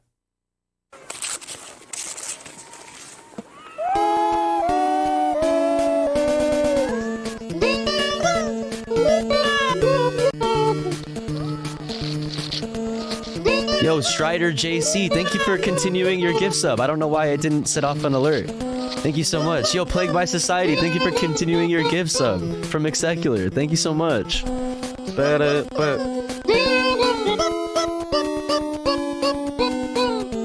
Wiggle it up, wiggle the bad vibes away. Hey, wiggle it up. You're hanging with Tofu Ghost today. Oh yeah. Thanks, chat. Appreciate you. Appreciate you all. You're the best. Let's get into it. Let's continue on. Let's look at this. Tesla recalls 2 million US vehicles over autopilot. Uh-oh. Tesla is recalling just over 2 million vehicles in the United States. It's to install new safeguards for vehicles carrying its autopilot advanced driver assistance system. The electric vehicle giant made the move after a safety regulator said the system was open to foreseeable misuse. The National Highway Traffic Safety Administration, or NHTSA. You just prepaid for 6 months? Why doesn't it tell me that? Forlorn, thank you for doing that, and thank you for continuing your gift stuff from Classic Banana Milk. Thank you so much. Thank you. Has investigated Tesla for more than 2 years. He wanted to know whether its vehicles adequately ensure drivers pay attention when using the driver assistance system. Tesla said in the recall filing that Autopilot's software system controls may not be sufficient to prevent driver misuse and could increase the risk of a crash. Tesla's Autopilot is intended to enable cars to steer, accelerate and brake automatically within their lane. Enhanced Autopilot can assist in changing lanes on highways but does not make them autonomous. Tesla said it did not agree with the regulator's analysis but added it would deploy an over-the-air software update. It said this will incorporate additional controls and alerts to those already existing on affected vehicles. The aim is to encourage the driver to stick to their continuous driving responsibility whenever auto steer is engaged. The company did not respond to a question on whether the recall would be performed outside the US. NHTSA opened a probe in 2021 into Autopilot after identifying more than a dozen crashes in which Tesla vehicles hit stationary emergency vehicles. Its investigation into Autopilot will remain open as it monitors Tesla's remedies. They disagree. Tesla disagrees with the idea that just because some people have these little anecdotal experiences, concerning like crashes and deaths, you know what I mean, doesn't mean that the product is bad. Okay, just because you have had a bad experience, just because there's a couple anecdotal experiences out there, doesn't mean anything. All right. It's a little anecdotal baby death. Exactly. All right. Looks like Sununu has endorsed Haley. Let's check it out. You can feel the energy around the state. You can feel it across the country. People are getting engaged. I always told the national media, don't worry. Everything picks up after Thanksgiving. That's when the action happens. It isn't just because I'm endorsing her. It's because people are getting involved. People are coming out of the woodwork to come to the town halls, to fill the rooms, to see what's really happening out there. And when you look at her poll numbers, when you look at the ground game that Nikki has laid, it's been absolutely unbelievable. And that's what these people say to me. They say, look, Governor, we're like you. We were with Trump in 16. We were laying that ground game. You know what I'm saying? 20. But things are too critical. So we're just going to say a polite thank you for your service, Mr. President. We're moving on. The question is, did they come for you or did they come for me? You're in charge. You're in charge.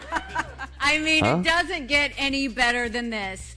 To go and get endorsed by the live free or die governor is about as rock solid of an endorsement as we could hope for.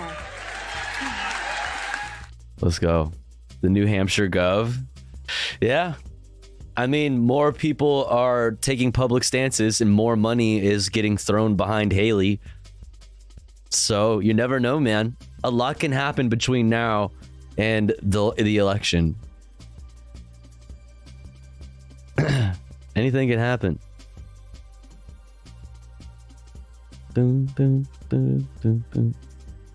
No shot, Trump has it? Or like no shot, Trump has it? Or like no shot, comma, Trump has it? Thanks for the hype train, chat. Appreciate you. You guys are the best. All right, let's look at this. Let's keep it moving. Supreme Court to rule on medication abortion, a case of how easy it will be to get that pill, mifepristone. Welcome back. The question of abortion access is now back with the Supreme Court, as the High Court announced this morning that it will be taking up the legal battle over the availability of a common medication abortion drug. It's the court's first big case on the issue of abortion since it ruled to overturn Roe v. Wade about a year and a half ago. The case centers around a challenge to the longstanding FDA approval of the drug mifepristone. Earlier this year, a federal judge in Texas sided with an anti-abortion group in its attempt to take the drug off the market by suspending FDA approval that had been in place for more than 20 years. The Supreme Court already stepped in to put a stay on that decision while weighing the case, as well as an appeals court reversal of more recent approvals made by the FDA, which included expanding the cutoff point for taking the drug and the ability to receive it through the mail. NBC News senior legal correspondent Laura Jarrett joins me now. So, Laura, is this a case about abortion, a case about medical regulations? Exactly how does what the court's considering here potentially affect abortion access? So, Gary, I think the best way to look at it is this is no longer a case about sort of a red light, green light, will the pill be on the market or not? This is now a case about how easy is it going to be to get that pill? Because of the way it's now come up, it's been it's five head to be honest. The issues are a lot more narrow, and that was part of why the Supreme Court said Shut up. to the lower courts. Why isn't my thing working? That's weird. Like if I wanted to get rid of abortion, but institutions were in the way, I do this. And you do this the proper way. And so it wound up now at the Supreme Court. And what it's looking at is whether the pill can come through the mail or whether you have to go to get it in a doctor's office, whether a doctor is the only one that can prescribe it, and how far into your pregnancy you can take it. So they're really discrete issues. But obviously, this is the most commonly used abortion pill in the country. So the stakes are pretty high for people. Maybe this is a dumb question, but I read Dobbs. I thought the whole point of that decision was to send anything related to abortion back to the states. Why is this a Supreme Court issue of federal issues? Because we're talking about sending things through the mail. Oh, maybe because it's never been about states' rights. It's always just been about getting their agenda done and then making whatever argument is necessary to fucking advance their, policies. They don't give a shit about federal overreach. They love federal overreach so long as it's fucking to take us back into the fucking, into the 1950s. Mail? It's a great issue, not a dumb question at all. So in Dobbs, the whole issue there was whether the states were able to criminalize abortion. Are they able to regulate it? In that way, the Supreme Court said, yes, we are handing this issue back to the states. States, you do whatever you want. You make up your own rules. However, at the same time, the FDA is the one who's in the driver's seat when it comes to giving the yay or nay to federally regulated drugs like mifepristone. And so this drug has been on the market for a long time. And in that respect, that's where the Justice Department has a role to play. Unironically, bipedal humanoid, that would be extremely based. Thing is, like, there are people out there that will see an opportunity to, like, do that, but also, like, profit off of it, which can make the issue even worse. But, you know, if you have ways of doing that and then like, you know, making it available to those that need it, that would be the most base thing that you could possibly do. Pro-life people have fucking blood on their hands, true. And has a role to play in defending drugs that are challenged. And so it is sort of this odd confluence. But the pill has been on the market and has stayed on the market and has been shipped through the mail regardless of what, you know, your individual state has decided to do on the ground. So big picture, this is going to be the first big abortion-related case that the court takes up post-Dobbs. How does the post-Dobbs landscape that we all live in now play into however they're going to look at this issue? Well, it's interesting. You know, since Dobbs has come down, the use of the abortion pill has actually sort of taken center stage because even for places that might be a red state and you can't get the procedure in person, for instance, that hasn't stopped blue states from shipping those pills all over the place. And so it really has sort of illuminated how the importance of the abortion pill for so many people. But remember, Garrett, you know this as well as I do, Supreme Court decisions come out the last week of June. And so if the Supreme Court decides to actually weigh in here, say they don't dismiss it on standing, but say they actually dig in here and issue a decision that takes this pill off, you know, at least some portion of the market or makes it harder to get in the middle of a campaign for presidential season, I think that is going to be a remarkable moment for the country. Yeah, I mean, they would just throw to any honest person, any honest observer, it would throw all of their credibility just straight out the fucking window. It would just straight out the fucking window. Decision a couple weeks before the party's political conventions really sets the tone for the fall there, no matter how you slice it. Laura Jarrett, thank you for your reporting on that. Thanks for watching. Stay updated. It isn't already. I mean, yeah, yeah, unless you're a fucking, you know, unless you are a conservative who is like a big fan, I suppose. Know what I'm saying? All right, now, what time is it? How much time do we have? We have 21 minutes. You know what? Actually, before we do Cop City, it would make more sense. Oh, fuck. I fucked up. It would make more sense to look at Democracy Now's coverage of the COP28 decision before we dive deeply into COP28 coverage. Or no, Stop Cop City coverage, excuse me. So many cops, so little time.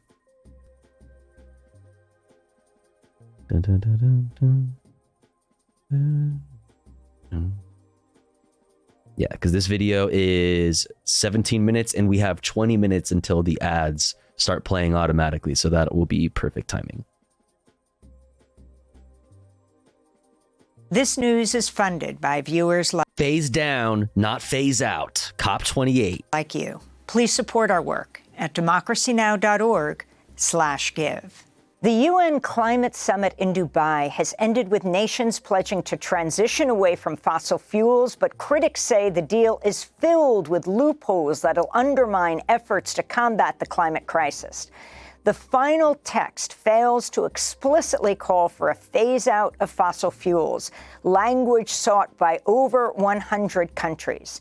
Instead, one key passage of the deal reads, quote, transitioning away from fossil fuels and energy systems in a just, orderly, and equitable manner, accelerating action in this critical decade so as to achieve net zero by 2050 in keeping with the science, unquote. The COP28 president, climate traders, yeah, who is the head of ADNOC, that's the Abu Dhabi National Oil Company, described the deal as historic. Yeah, Diosu. We have confronted realities and we have set the world in the right direction. We have given it a robust action plan to keep 1.5 within reach. It is a plan that is led by the science. Science. It is a balanced plan that tackles emissions, bridges the gap on adaptation, reimagines global finance, and delivers on loss and damage. COP28 President Sultan Al-Jaber declared delivers on loss and damage. Consensus on the final document early today, even though a grouping of this motherfucker said science, dude. Okay. 39 island nations known as Oasis. The science of the fucking free market. Got him. We're gonna be okay with a little bit of warming, right? Right. That's the alliance of small island states, was not even in the room. The Samoan negotiator, Ann Rasmussen, who is the chair of AOSIS, criticized the final text. It seems that you just gavelled the decisions and the small island developing states were not in the room. We were working hard to coordinate the 39 small island states, developing states that are disproportionately affected by climate change, and so we were delayed in arriving here. The questions we have considered as the Alliance of Small Island States is whether they are enough. Zoning in on paragraph 26 and 29 of this decision, we have come to the conclusion that the course correction that is needed has not been secured.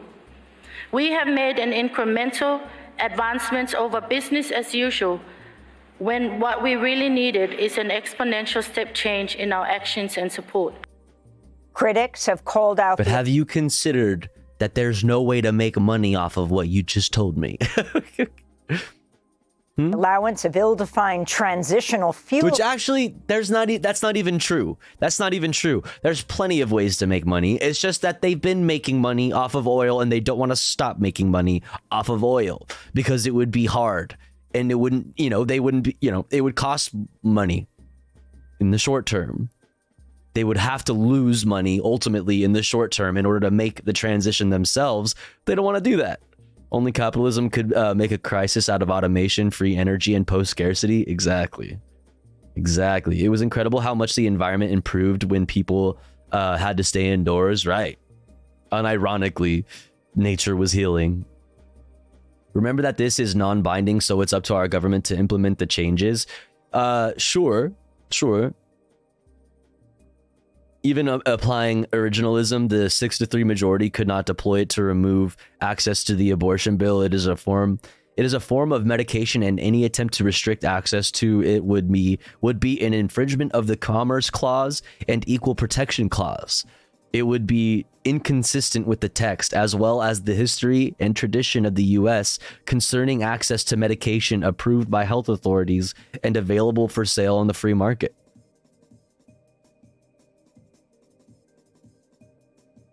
Word. Makes sense to me. What's up, Rock? As a major loophole of the deal, which also opens the door to false technological solutions, they say, to combat the climate crisis. I mean, I don't know the clause. Good thing they always follow their own made-up laws. Crisis. African activists said the deal does not provide sufficient mechanisms or funding from wealthy, high-polluting countries like the U.S. and European nations for poorer nations. That's my prediction. To shift away from fossil fuels.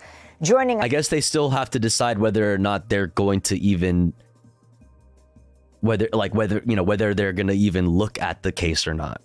So now from Dubai, where we just came from, at the site of the COP28, is Asad Rehman, the executive director of War on Want, lead spokesperson for the Climate Justice Coalition.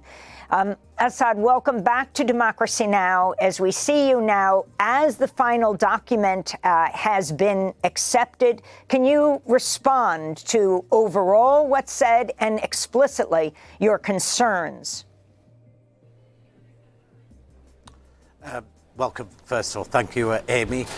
You're right, the document has been accepted, and there has been a lot of attention on the words around the fossil fuel and whether this would signal the end of the era of deadly fossil fuels. And unfortunately, whilst the word is there, the signal is clearly not. What we've seen is a lot of very weak text there, lots of loopholes. You mentioned the transition fuels. I mean, quite incredibly, they include one of the most polluting fossil fuels, gas, as a transition fuel. Oh, sick. None of the transition is funded, so the scale of the transition, particularly for developing countries, will be unable to be met. And there are loopholes in terms of so much in risky technologies, dangerous and unproven technologies, to suck carbon out of the atmosphere. I mean, if you're an oil and gas baron and CEO, you must be rubbing your hands with glee. This is continuing to be a license to pollute. And whilst the words on the text might be applauded, the reality is you can't fool science, and you can't fool the reality that we actually need to transition fairly and equitably and speedily away from fossil fuels, but also addressing the real challenges many developing countries have with poverty, and particularly with energy poverty as well. And Assad, I'm wondering if you could comment on the presence and influence of industry trade groups, think tanks, and public relations agencies with a track record of climate denialism participating in this summit. So, I can hear Juan's. Who comes to these climate negotiations would be surprised. I can hear Juan's like headphones or something. How big a trade fair sits alongside the actual negotiations, where companies and CEOs and lobbyists peddle their influence both on governments and negotiators, but also striking deals with each other. But the reality is, of course, it's not just here in Dubai that those lobbyists are at work. They're also at work in the capitals in Washington, in London, and Brussels. And that's why many negotiators, particularly from developing countries and climate justice groups, looked aghast at the fact that the European Union, the United States and the United Kingdom were all making speeches saying the 1.5 degrees is the North Star, their commitment to tackle fossil fuels, whilst of course being responsible for over half of all new fossil fuel expansion all around the world. People know the reality that what's being said here is empty words, and reality on the back home is that an expansion of those fossil fuels. So there's a lack of trust. I mean, yeah, no shit. Fucking, what did we get from every Democrat on the stage during the 2020 primaries? No fracking. You know, we're gonna move away from fossil fuels. We're gonna invest in green energy. Da da da da da da da da da da. The Willow Project comes to fruition, more fracking. It's a... People have realized that over decades there's been plenty of broken promises, whether it's on finance, whether it's on the United States saying we don't want to even discuss the fact that we have not met our previous pledge to cut our emissions. What's happening here in these negotiations is really a ripping out and gutting out of the responsibility of rich countries who've caused most of this problem and shifting the responsibility to developing countries. And that's both in the interests of these big private companies, because the few mentions that there are about climate finance are all around private capital, and private capital is about making profit. And what they're proposing is that governments who are deeply in debt, who have got a small public fiscal space, commit their money, public money, to basically underwrite private corporations' ability to be able to make profit. And where they want to make profit, of course, is not in actually helping poorer people be able to adapt to the realities of climate violence, or adapt to the fact that we're facing huge economic, social and cultural losses from killer floods, fires and famines. What they want to do is take control of what little remains of these countries' energy systems and other public systems. And what about this whole issue of the most polluting nations assisting the developing world and the global south in dealing with the climate catastrophe? Well, that's been I suppose, the big fissure that's been running through all of these climate negotiations for the last 28 years. It's whether rich countries, still overwhelmingly are responsible for the majority of the emissions that are in the atmosphere, and per capita, i.e. how much each of us can emit as citizens, that's overwhelmingly still, 11% of the population is in the global north. They're overwhelmingly responsible for the majority of emissions in the atmosphere. Would those countries not only cut their own emissions, but provide support in the form of finance and technology?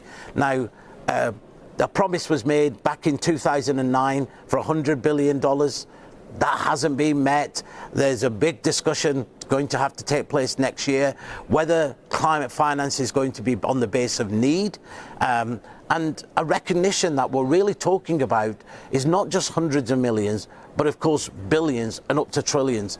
And what was really striking at the beginning... Yeah, I mean, yeah, a lot. But like, it's not like the money isn't there. Dog, I'm so tired. Ireland got a hurricane. Y'all changed my climate. Do not change it further, or I'm finna gonna. The beginning of these negotiations was that the United States pledged merely a few million into the loss and damage fund, while of course it didn't escape people that it was happy to make requests to Congress for hundreds of billions for bombs and bullets for wars all around the world. So there's a disconnect. No between notes. the My guy reality is of what's hitting all the happening on points. The crisis developing countries face, not just from climate, but from being trapped in unjust debt repayments, from a broken and rigged economic system, from having their resources being exploited, but also the reality that rich countries who've grown wealthiest are simply turning their back. Now, this requires everybody to take action, but developing countries can only act if they're given the support. This is U.S. Climate Envoy John Kerry speaking earlier today at the closing session of the UN Climate Summit. The fact is that this document sends very strong messages to the world. First, the document highlights that we have to adhere to keeping 1.5 degrees within reach. That is the North Star. And we, therefore, must do those things necessary to keep the 1.5. Everything we can to achieve this goal. Damn, he's looking old. That's John Kerry. Asad Rehman, if you can respond and also talk about, I think Gore said on the draft final text, this is an agreement by and for petrostates. Next year, it's going to be in Baku, in another petrostate in Azerbaijan. Oh my goodness. And yet, can you talk about what? Like, there's no conflicts of interest here. You know what I mean? These are fucking oils. Like, oil is a huge part of these economies in these states. Like, what? Be right back, chat. Jesus. This particular UN climate summit in the UAE was so important. Some are more important than others. Well, the reason why this summit was very, very important was back when the Paris Agreement was signed by every country in the world, everybody recognized that the promises that were being made, particularly by developed countries, were so low that they were not going to keep us below the 1.5 degree, the threshold and the guardrail, which we know, and the climate scientists have told us, we begin to face runaway climate catastrophe. And no matter what we do, the impacts get deeper, faster, more violent, and affect more people. Now, after 5 years, we're meant to assess how much progress countries have made, how much have they cut their emissions, how much finance have they provided, how much support have they given to countries to be able to adapt to the fact that climate change is now happening much faster than we thought, with much more severity than we thought. And that conversation is the global stocktake. And what we've seen here actually is a document with the fingerprints of the United States, the UK and the European Union, because what it talks about is only about cutting emissions, but not about responsibility. So the idea of fairness is going. If we start talking about responsibility, then that would require us to look into who's responsible for what. You know, right? If we're talking about responsibility and accountability, that would require us to identify the problems and the source of those problems. And we don't want that. The idea of providing climate finance, public climate finance that is really desperately needed, is being frittered away. Instead, the only mentions of finance are about private capital and a push to make developing countries have what they call an enabling environment. Now, we have seen in real life what that enabling environment looks like. In real life? We've seen it in Sri Lanka, we've seen it in Pakistan, other countries which have faced these crises of both debt and climate. And what it means is you're lowering your environmental standards, you lower your workers' rights standards, you make your economy much more attractive to private capital. That private capital needs to make profit, and what private capital wants is guarantees that it will make that profit. Yeah, not gambles on something based on what you think is good for humanity or something boring like that. How are they going to reach an effective agreement? No one agrees to policies that conflict with profit interests. I think oil companies representatives should have been left at the bar drinking tequila, but made subject to the agreement reached. Agreed. Thus, you know, we come to the conclusion, the real issue here. Why is it that so many world governments, all of the world governments, are beholden to the interests of capital? Why is that? Why is that the case? Why is there like 2,500 oil company lobbyists, oil industry lobbyists present at the World Climate Forum or whatever the fuck, the climate conference? Why? Seems weird. Yeah, conclusion, capitalism is failing. I really don't think there is a peaceful way to deal with this problem. I mean, there is a way theoretically is a way to seize back power over governments from corporate entities. Theoretically, it is possible to peacefully and through, existing systems to legislate in a way that forces private interests out of government and separates the private from the public more strictly. I mean, I would disagree. In theory, yeah, but I mean, I say in theory because it's not like it's an easy task. Obviously, you're basically talking about, you're getting into abolish capitalism territory, right? It's not just like that simple, right? But it is possible. It is possible. And so now the responsibility is falling on developing countries. It makes economic sense to switch to green energy when you zoom out, sure, but on the when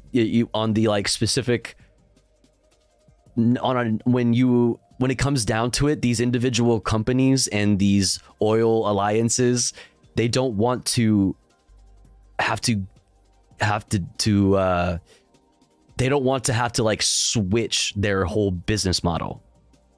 They don't want to have to switch their whole fucking game up. They have a good system going and they want that same system to continue making money. If they have to, transition away from oil, that means they have to lose money for a little bit.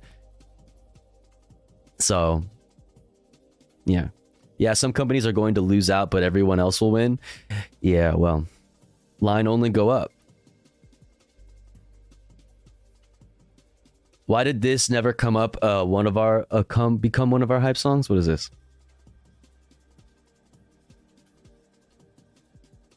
Bo Burnham, How the World Works? Because it's 4.5 and it's a fucking a simple narrative taught in every history class is demonstrably false and pedagogically classist. Don't you know the world is built with blood and genocide and exploitation. The global network of capital essentially functions to separate the worker from the means of production, and the FBI killed Martin Luther King. Private property's inherently theft. True. Liberal fascists are destroying the land. Wait, Every true. politician, every cop on the street protects the interests of the pedophilic corporate elite. That is how the world works. Really? That is how the world works. Genocide, the natives say you got to it first. That's how it works. That's pretty intense. No shit. True. To guarantee that profit, it's utter madness. And so this is just one part of actually what was being negotiated here. We're meant to also negotiate a goal on adaptation. Again, how will countries, particularly in the global south, or on the forefront of climate impacts, how will they be able to adapt? Will they be provided with technology and support?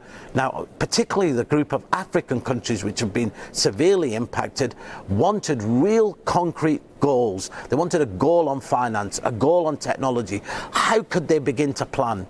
And developed countries have all said, we don't want any of that discussion. There will be no discussion about actual concrete action.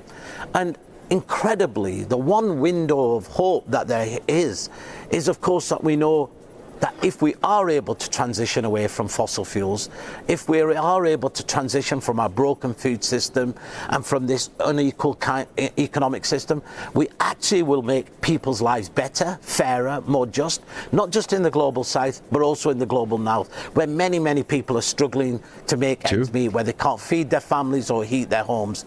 And that is called the just transition pathway. But again, the United States doesn't want any concrete conversation, just wants talk shops. Saad Rahman, we just have a minute, and I wanted to end by asking you about what you're wearing. You've got a lanyard on that's the colors of the Palestinian flag, and It's like, Amy, you're live, girl. You've got a pin that is a pin of a watermelon, the colors of the Palestinian flag. We last saw you on Friday when you were holding a news conference saying you were not allowed to protest about Gaza or have signs that said ceasefire now. Yet on Saturday, there was major demonstrations there that you were a part of. Explain the issue that you tried to raise, the historic nature of what you did during this UN climate summit, from Israel's bombardment of Gaza to the mentioning of prisoners, political prisoners in the UAE itself. Well, the climate justice movements have always recognised that the climate struggle is not simply about carbon. It is about these interwoven issues of justice, and we are fundamentally a justice movement.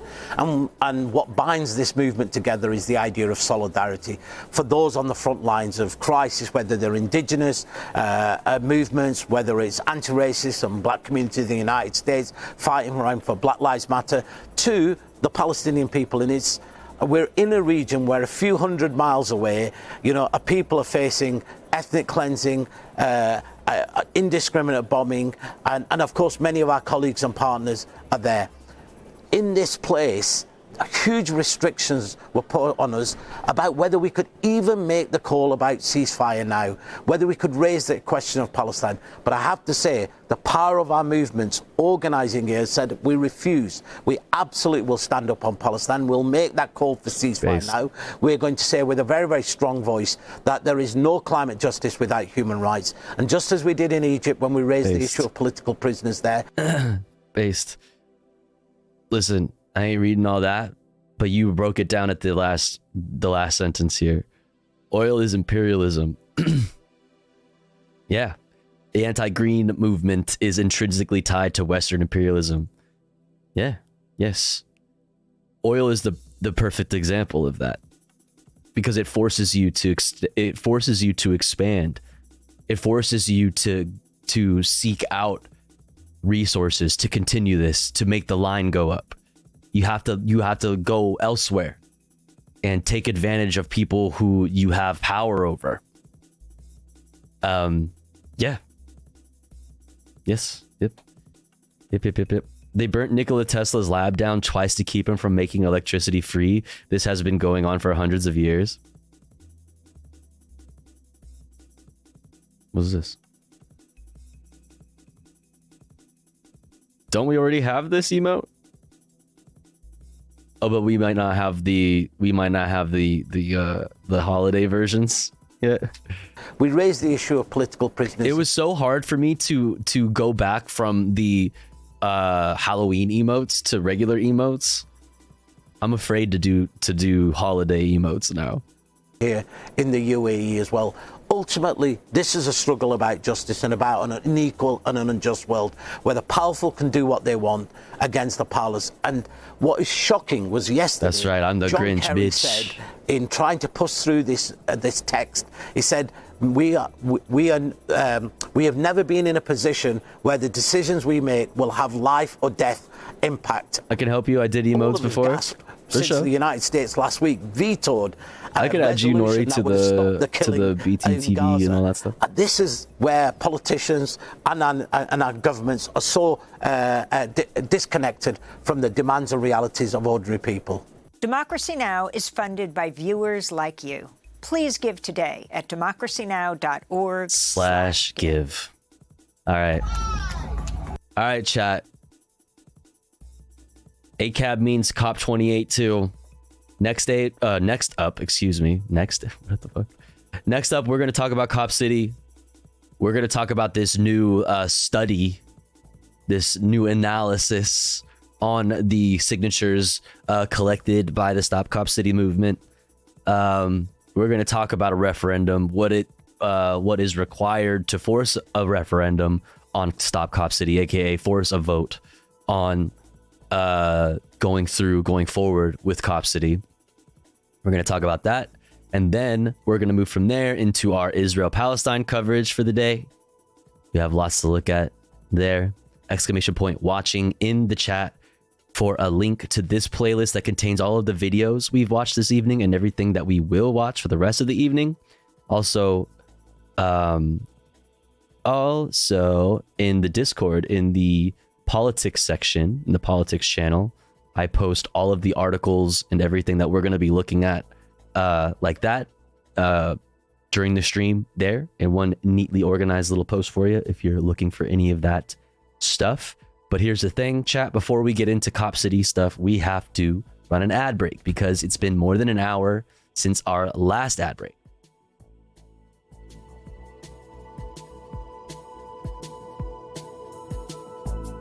Thanks for hanging in, Zivinari.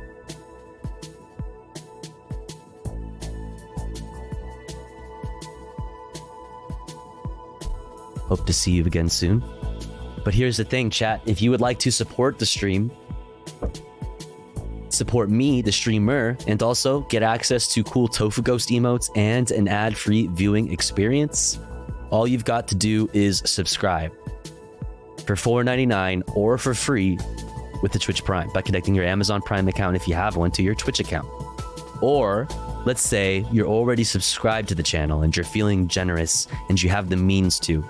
Maybe consider gifting a sub to one of our unsubbed friends in the chat, one of our unsubbed comrades in the community that may not be able to afford a sub this month. That way they may also be able to enjoy the Tofu Ghost emotes and an ad-free viewing experience with the rest of the community. We are currently at 3 out of 25 for the daily sub goal.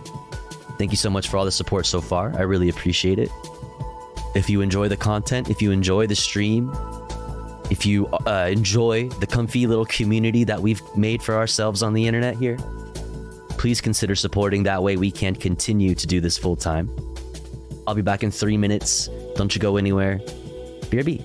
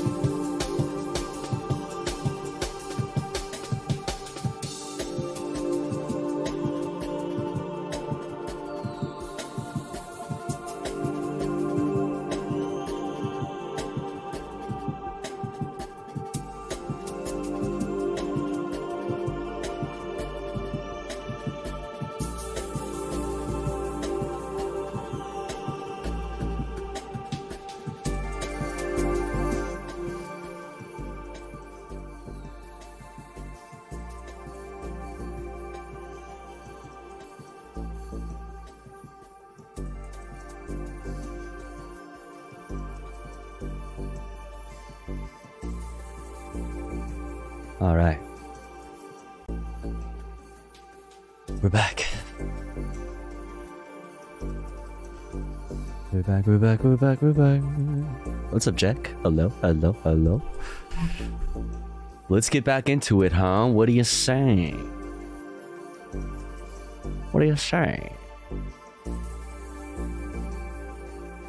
Boom, boom, boom, boom. Let me pull up some articles, some articles.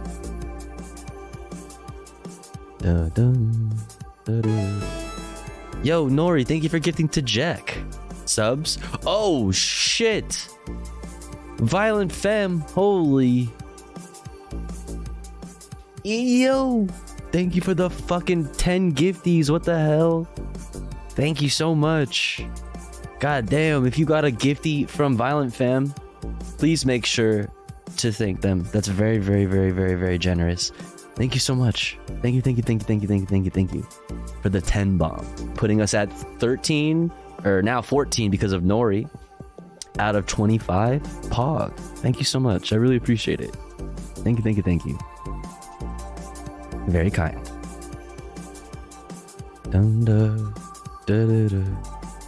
Alright, let's look at this Cop City shit, huh? Let's start with the new analysis, and then we'll get into an article from The Guardian. Closed door meeting thwarts bid to let Atlanta residents vote on Cop City. And then this is an older article from The Intercept. From, when was this from? August 21st, 2023. But this article is good because it kind of breaks down the beginning and like the bare bones of what we're seeing with the fight for the referendum to force a vote on Cop City. But let's look at this from Associated Press first.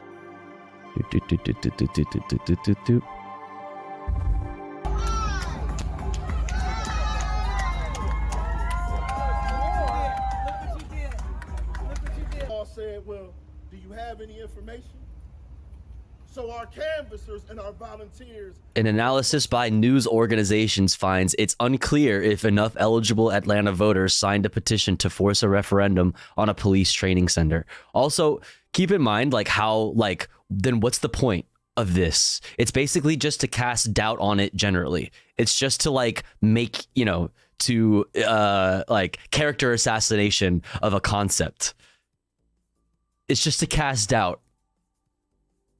That's it. An analysis by a news organization finds it's unclear if enough eligible Atlanta voters signed a petition to force a referendum on a police training center, aka Cop City.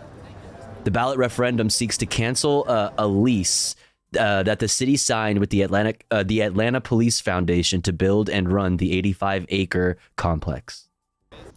When you use public resources to build let's be honest, this is not something that is a fringe, small group of people who are saying we want to see this on the ballot. This is tens and thousands of people. The people who sign those papers, they're real. They exist. They want to see it on the ballot. They're not going away. We have enough signatures to transform politics in Atlanta. Supporters say the city must replace outdated facilities and better train officers to avoid improper use of force. No. Giving them we're worried about the improper use of force that is disproportionately used on people of color and things like this. So what we need to fix that is a gigantic Cop City training facility so that the IDF can train our Atlanta cops and cops around the country on how to do it properly. What are we doing? Feel that they're adjacent to something that is going to affect their immediate life. Of course, they're going to be concerned about it. But everybody has to be concerned about the city's public safety. Everybody is concerned about crime. Everybody is concerned. And this does nothing for that. About emergency services. Organizers of the Stop Cop City effort say they have 116,000 signatures. The Associated Press, Georgia Public Broadcasting, WABE, and the Atlanta Journal-Constitution count about 108,500. See, what's funny about this too is, let's say it is 108,500.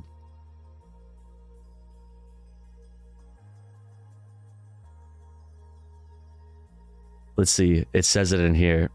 They only need, accordingly, organizers set a goal. Oh wait, no. Where is it?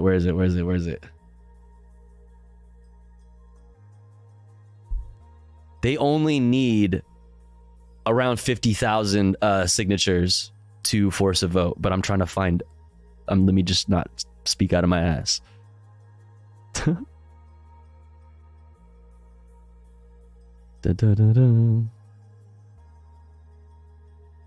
Where is it?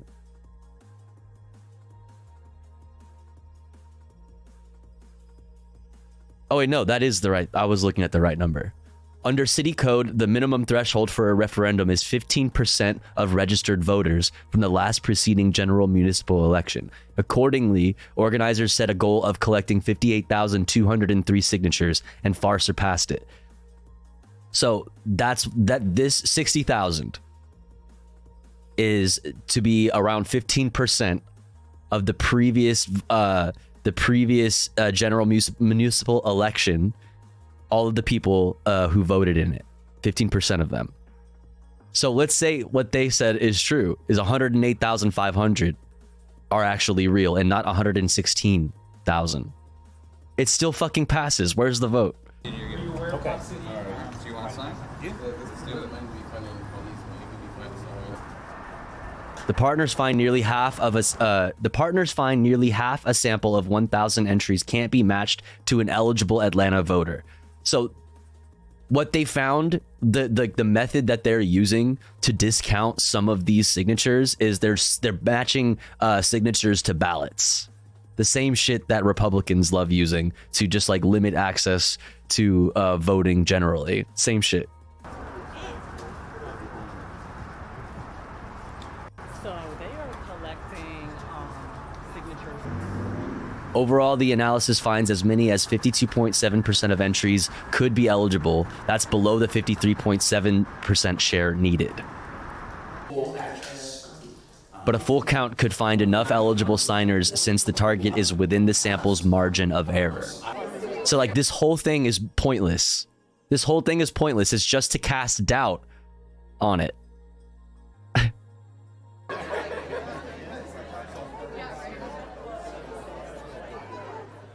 Insane. If they win the referendum ballot, the basis for the RICO indictment falls away, and they might be able to seek compensation from the city council due to infringement on their right to political speech and free assembly. Yeah. That's why this is important. That's why this is important for sure. All right, let's look at this from the majority report. What's happening with Block Cop City? So Block Cop City came out of some meetings that we had during the last... Actually, let's read this before we get into that.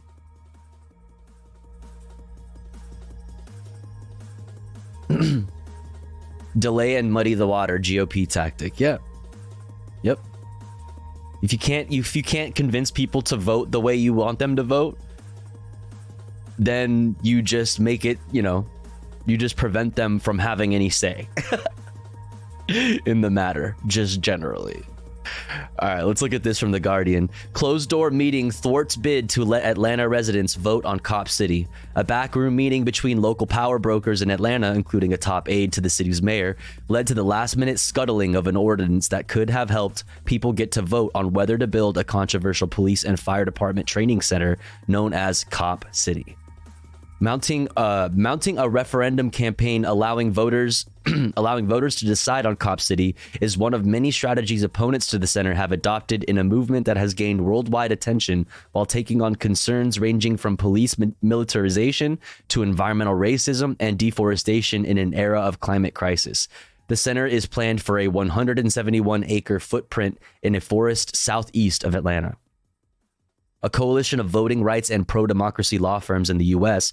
drew up the ordinance to codify how the city would verify and count voter signatures on petitions to place questions on ballots in general, since the Training Center campaign is the first such local democracy effort in the capital of Georgia's 176-year history, and no such process exists.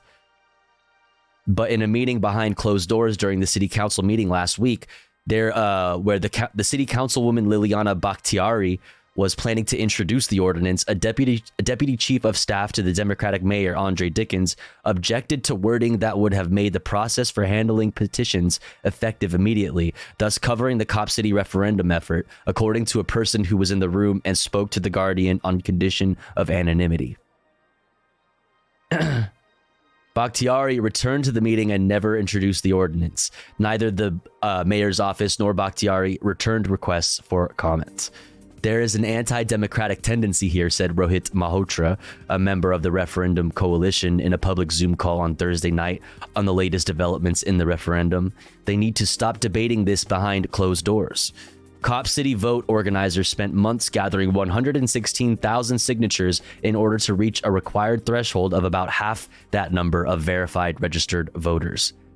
Referendum efforts in other parts of the country often have about half of petition signers disqualified for technical reasons, such as being registered to vote in a neighboring municipality.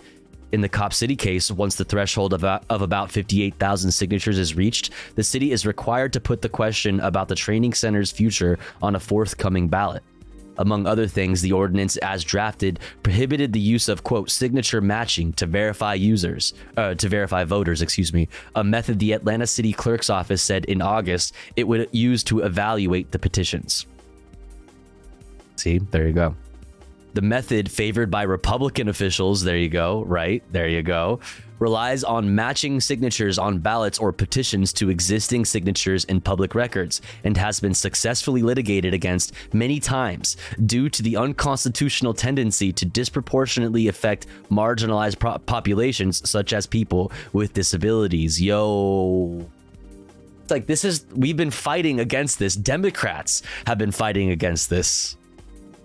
Right? Because they know it helps them in general elections, in federal, national elections, things like this. Because it is a tactic used by the fucking GOP for fucking ever. Just limit people's ability to vote. Just like make it harder in any way possible. Make it harder for people to vote. And then it'll be easier or more likely for a Republican to win whatever election. It's a classic fucking situation. The ordinance effort came as the referendum had been stalled for 3 months, with boxes of petitions sitting uncounted in City Hall. Atlanta appealed a judge's decision about who was eligible to collect those signatures and said in September it would not start counting and verifying them until after the 14th of December, when a federal appeals court hears oral arguments in the case. Experts have told The Guardian the whole process leading up to the effort to break the logjam via the ordinance has been anti-democratic and fraught with moves by the city that threaten referendums as a tool for expressing the wishes of voters, particularly in the South, where such campaigns are much less common historically than other parts of the U.S. This includes the issue at the heart of the case now with the 11th Circuit Court of Appeals. Initially, the referendum campaign sued to allow residents of neighboring DeKalb County to help gather signatures on the petitions to put the Cop City question on the ballot, even though only Atlanta voters could sign. The rationale: the Atlanta-owned site for the training center is actually in DeKalb, surrounded by mostly black neighborhoods, and residents should be able to participate in the canvassing effort. Yeah, exactly. The people who are going to be affected by the policy should be able to have a say on the policy. They don't want, this is classic shit.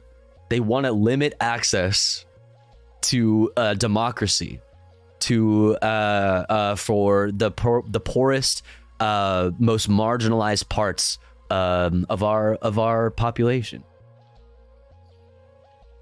It's in DeKalb.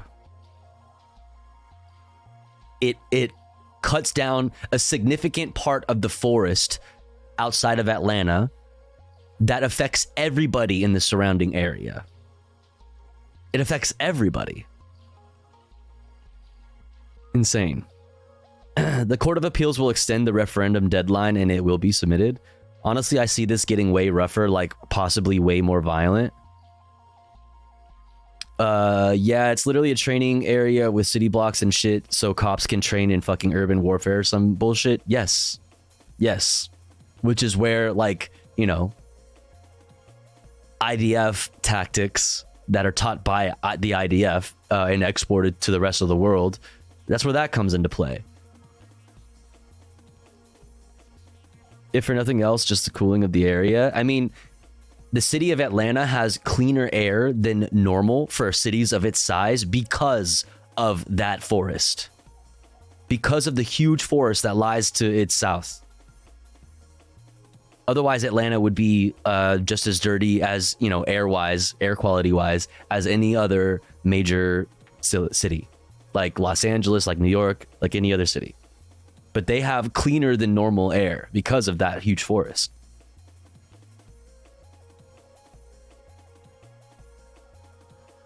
A federal judge agreed and in late July extended the deadline for organizers to turn in petitions. Then in August, as the city announced its intention to use, quote, signature matching, it also appealed the judge's decision. An 11th Circuit judge ruled in the city's favor, granting a temporary stay on the earlier decision and throwing the whole process into limbo. Shortly afterward, in early September, the Cop City Vote Coalition turned in the petitions with 116,000 signatures, and the city cited the court case as the basis for not evaluating them. The issue has come up elsewhere, and courts have favored expansive interpretations of who can gather signatures. With signature gathering trying to restrict people from outside the jurisdiction of the referendum, many of the cases have been struck down by federal courts as restricting free speech, said Ryan Byrne, managing editor for ballot measures at Ballotpedia, a nonprofit organization. Sarah Walker, director of policy and legal advocacy at the Ballot Initiative Strategy Center, said who can gather signatures was one of the issues increasingly used in the last decade to make it more difficult for civic and other groups to succeed in getting questions on ballots through referendums. At the same time, she added, the Cop City case, quote, is the first time I'm seeing this sort of thing with democratic municipalities. Another stunning development took place several weeks after organizers turned the petitions in, when the city clerk posted them online with no redactions. Yep. This meant anyone could see the addresses and phone numbers of 116,000 people who supported voting on Cop City. Just a little doxing. Just a little bit of doxing, you know what I mean? Nothing to see here. Nothing anti-democratic to see here, chat. The move has been roundly criticized by experts. They don't have a legitimate reason to post at all, said Walker. It's hard not to conclude this is an effort to undermine or create mistrust. I mean, it's pretty blatant. Like from this to the rating of bail fund organizations for protesters, like the Atlanta, what is it called? The Atlanta, I always forget. Atlanta Solidarity Fund, I think. Yeah. Rating the Atlanta Solidarity Fund headquarters and arresting them, saying that they're supporting, they're financing terrorism. It's all part of it. Unbelievable, man. Oh wait, this is the article. So here's that. And here's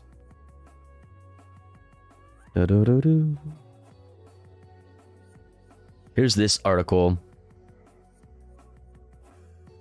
Basically, I mean, we kind of already covered it. You kind of already get the idea. This just goes into depth, like on the specifics behind the process of like the signature matching and all of that. And this is older, from August So there's that if you're looking for that information there. Let's look at this. The state has overplayed their hand from the Majority Report with Sam Cedar and Emma Vigilant and friends. Action in June. What's happening with Block Cop City? So Block Cop City came out of some meetings that we had during the last week of action in June. It was a less eventful week of action than the one in March, and we saw certain tactics becoming exhausted, at least, for the present moment. We needed a way out of this, this sort of... Is this a new interview? I mean, this video came out 16 hours ago. I assume it is.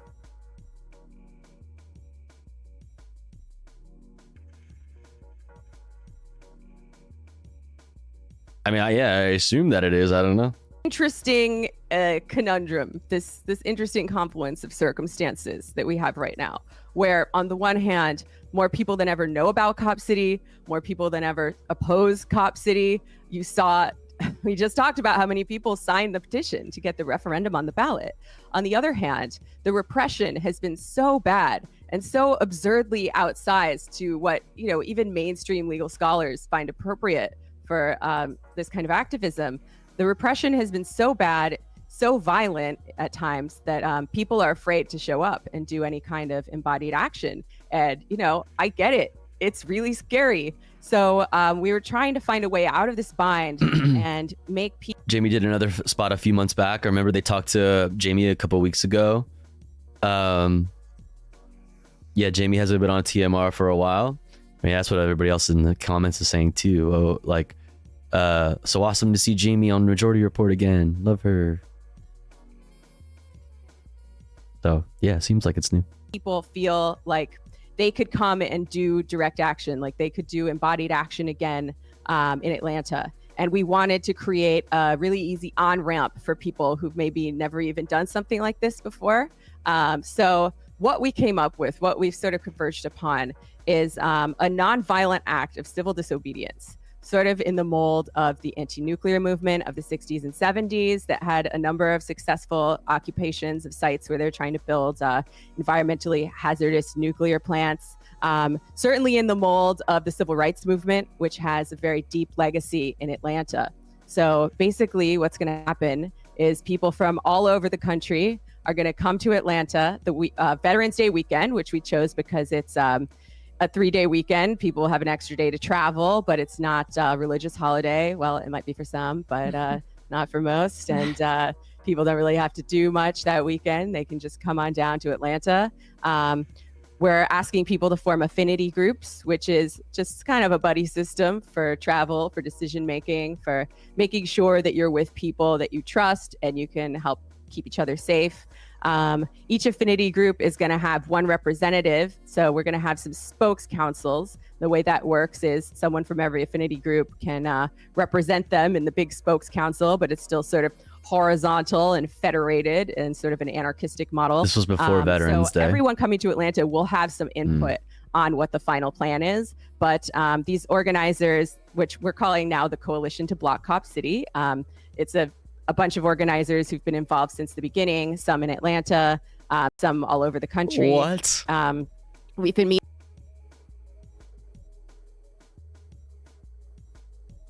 What?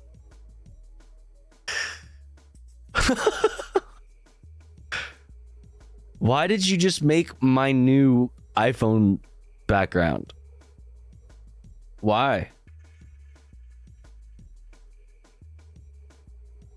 Why did you just make this for me? I mean, thank you, but like, why? Why did you do that? Come, Lord Jesus. Come, Lord. Every week we have a number of different working groups for various different parts of it: national outreach, housing. Is the Lord's cream vegan? Strategy. With consent, anything is vegan.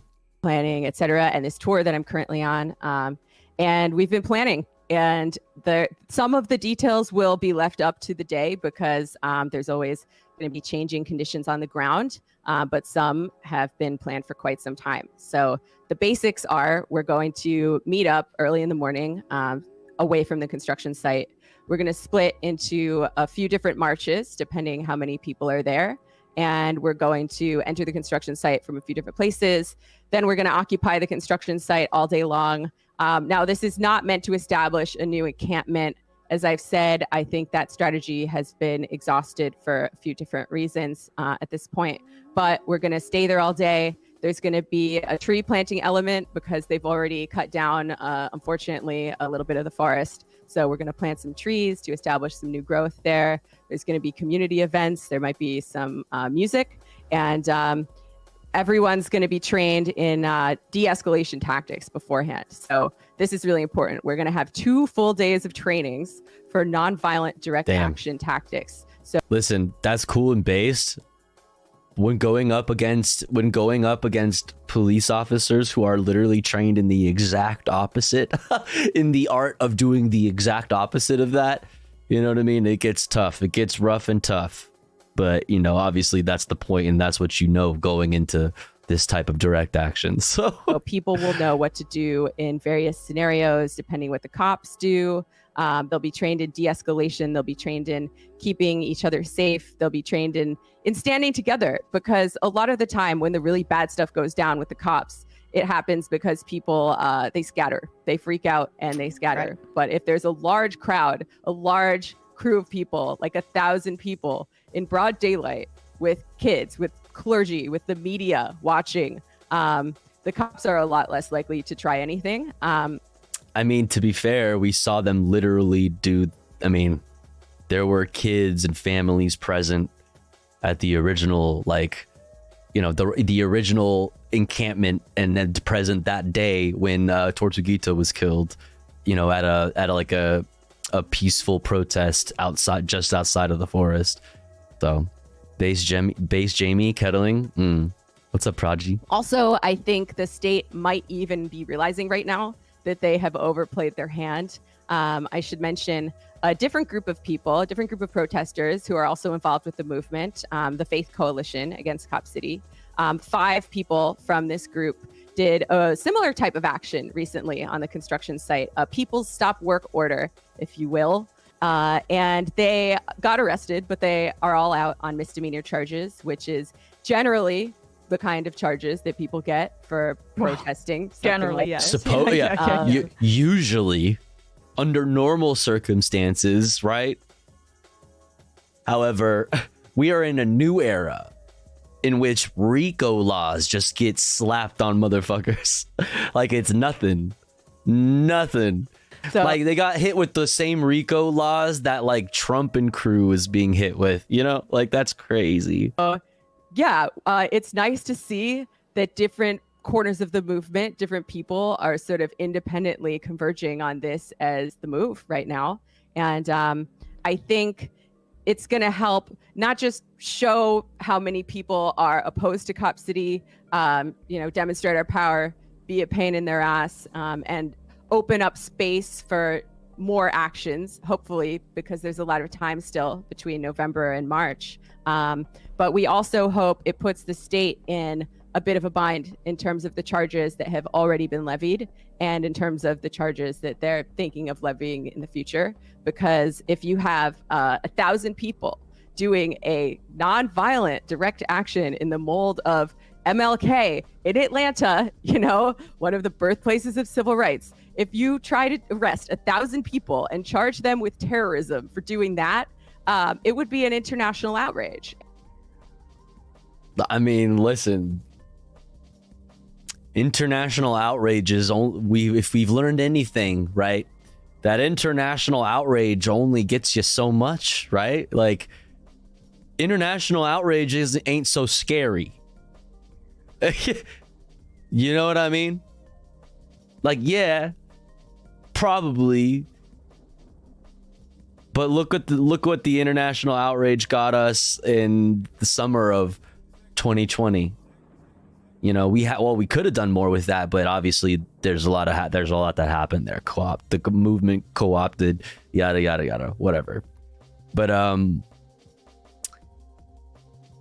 don't know, man. I don't think that especially in Atlanta that you're looking at people who are like afraid to do exactly that.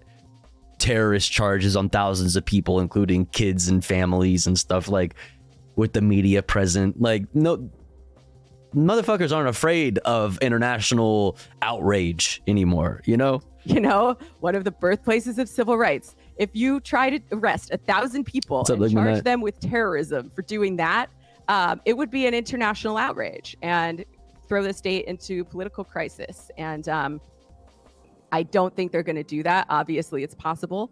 But if they say charge people... When are we going to stop spreading awareness and do something? I mean, to be fair, Jamie is talking about doing something. Right? To be fair, this is, you know, this is based. This kind of organizing is based. People like this are based and needed.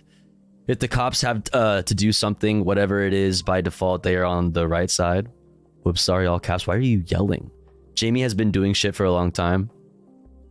But I am mad. Less if they charge people with misdemeanors for the exact same thing that people have already been charged with terrorism for doing. That would also serve to delegitimize those charges for the people already facing them and anybody facing them now. So yeah, Rain Beastie. It's like getting hit with the RICO, getting hit with fucking terrorism charges is not a fucking joke, dude. That means like you can't fly places. That means, yeah, it's gonna be hard to get a job. You know, it's gonna be difficult. If I have problems still to this day with my because of well, I haven't, to be fair, I haven't like looked for a real job in a long while. Exclamation point tip, you know, exclamation point links, you know, saying subscribe today. But I have had trouble in the past even getting a job as something as simple and small as a Postmates driver, a Postmates delivery person, because of my criminal record. From back in when I was a wilder, crazier little tofu. If I can only imagine what that would be like to have terrorism on your record because you know were present at Stop Cop City protests. You know what I mean? Because you lit fireworks that like went in the general direction of police lines or something crazy. Like that's insane, you know? That's insane. Yeah, that's the hope. 100%. And that's the strategy. Postmates, yeah. The moral of the story here is Postmates needs to hire base terrorists. It's ridiculous. Yeah, I mean, that's awesome to hear, and everyone can learn more about that element at blockcopcity.org. Again, just plugging that if you want to help out or if you want to join. The information is there. Jamie, before we let you go, how can people like attend your speaking tour and listen to you? What do people need to know about that? Okay, one more point. Is that allowed? Yeah, okay. of course. I just want to emphasize, we are not doing this. We're not choosing a nonviolent direct action right now in order to make the distinction between good protesters and bad protesters, right? This is a narrative that the state is trying to set forth. We do not denounce any tactics in this fight. The movement's strength has been its diversity of tactics so far. We're doing it because it feels strategic in this moment. And that will feed into me answering your question. Yeah, Jamie, sorry, but just to jump in there, I just want to say, like, RICO was instituted the year after Fred Hampton died, but like these sorts of legal attacks on protest. Ice Cube's bones. Thank you for the 5 bomb. Thank you so much. Thank you. If you got a gifty from Ice Cube's bones, please make sure to thank them. Very generous. Thank you so much. Thank you. This is how the state works. Right? Like this is how it knows how to deal with these sorts of movements that are getting in the way of its initiative. So yeah, I mean, I think all respect to everybody you know, involved in these sorts of actions you're talking about. Because what's up, Kate? This is the sort of thing that we're going to be reading about 50 years from now too. Thank you so much, and I really hope so. Yeah, what you said just reminded me, actually, the date of the start of this conspiracy named in the RICO indictments was the date that George Floyd was murdered. That's right. We've talked about this before. But when that is, oh my God. it's literally used as part of the reason why the RICO charges were used. It's unbelievable. As like that's the date that the beginning of this like radical movement started. Insane. I love this community so much, but I'm normally a big time lurker. Yo, thanks for being a part of this community. Lurkers are obviously part of the community too. The backbone of the community. Shouts out to our lurkers, even though you don't say anything in the chat or very rarely do. You know, we see you and we appreciate you. You know, most people that use Twitch don't actually type. Lurkers, right? See, there they are. What's up, photos printed? Thanks for hanging with us. Look at this. See, 2 times you, 2x_you. Shouts out to you all. No, I'm the big time lurker. Listen, we can all be big time lurkers together. Shouts out to you all. We love our lurkers. Right. Now, the plans for Cop City had not yet been announced then. So they are connecting it very explicitly to the movement against police and prisons that we saw come to the forefront in 2020. Right. Yeah, good point there in connecting those things. Yeah, but so your speaking tour, Yeah. Jamie. Yeah. So this is very exciting right now. I mean, one reason why we chose this kind of act that can be openly planned and promoted is so that we can go and talk to the maximum Don't number look of at my people recap. possible. I think, you know, there have been efforts in the past to engage people in the movement, but I think it seemed a little scary at times, especially when, you know, the mainstream media was trying to portray us as a bunch of, you know, eco-terrorists or whatever. But yeah, now I'm able to go out. We're able to go out all over the country and talk to groups of people, some of whom have been involved in organizing before, some of whom are undergrads in college who maybe this is the first thing they've ever done. And we're giving people some history of the land they're trying to build Cop City on, some history of the movement and what's been done to oppose it. And then we're sort of outlining this new phase of the movement, this new direct action that we're planning. Then we're having little affinity group workshops where we have some breakout discussions, we have Q&As, and we invite everybody to, you know, at the end of the meeting, give us your information and we'll be in touch and help you with whatever you need to form an affinity group and come to Atlanta November 10th to 13th. So we're hitting, we're hitting 70 cities across the country, as well as one. How much did George Soros pay you to do this? Where's George Soros? They're just off camera. I know it. In Mexico and one in Canada. So it's a North American tour. And I'm doing the whole Northeast pretty much. Other people are doing other places. So yeah, it's been really exciting so far. And if you want to come out to an event, you can go to blockcopcity.org/tour. And that is a really good place to, you know, meet your friendly representative from Block Cop City and get plugged in.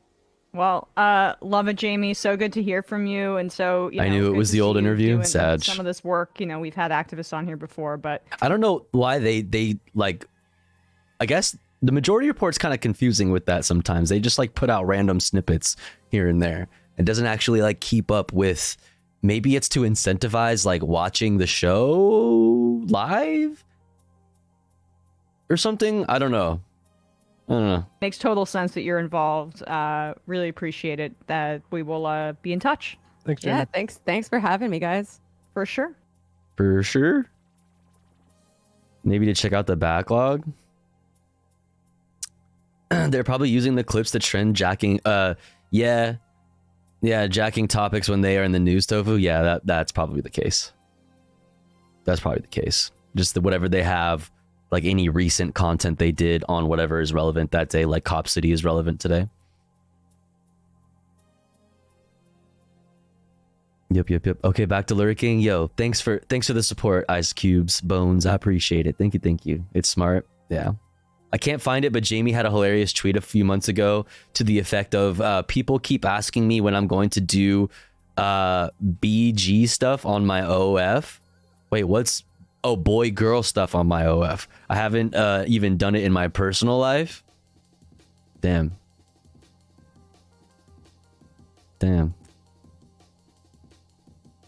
I was like, what's BG?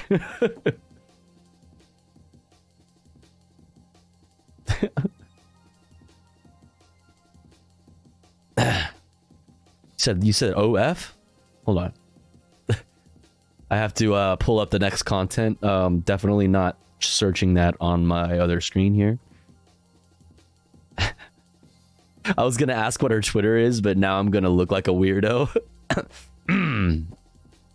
Twitter, Jamie Peck. Backgammon content, Boing Garage, Boing Garage. Backgammon content is crazy, dude.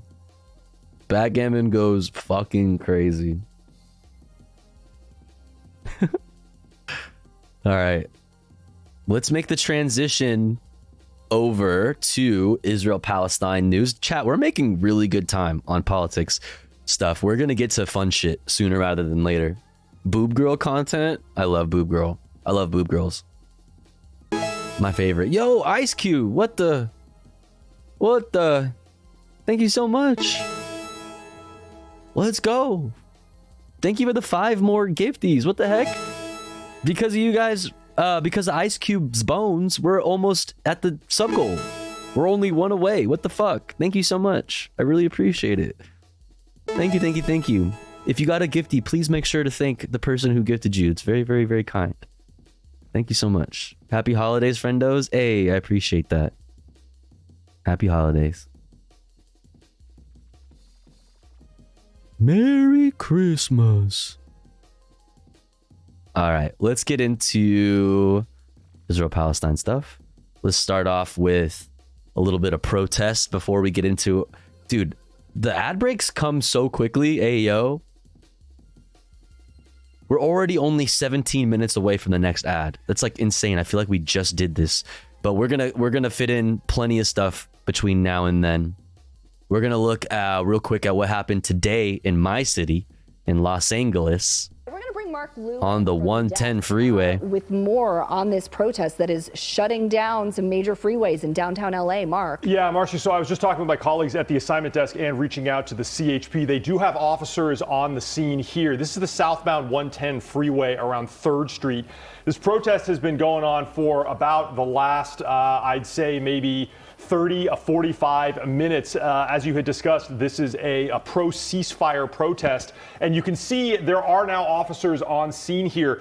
This has not yet been declared, as far as we can tell, as an unlawful assembly, but I cannot imagine that it is going to last very much longer. Okay, so it's just right after downtown on the 110 North. Downtown is like, technically this is part of downtown, but like the main part of downtown with all the big tall buildings that everybody thinks of is right on the other side of this overpass. Because you can see an enormous backup on the 110 freeway as it enters the downtown area.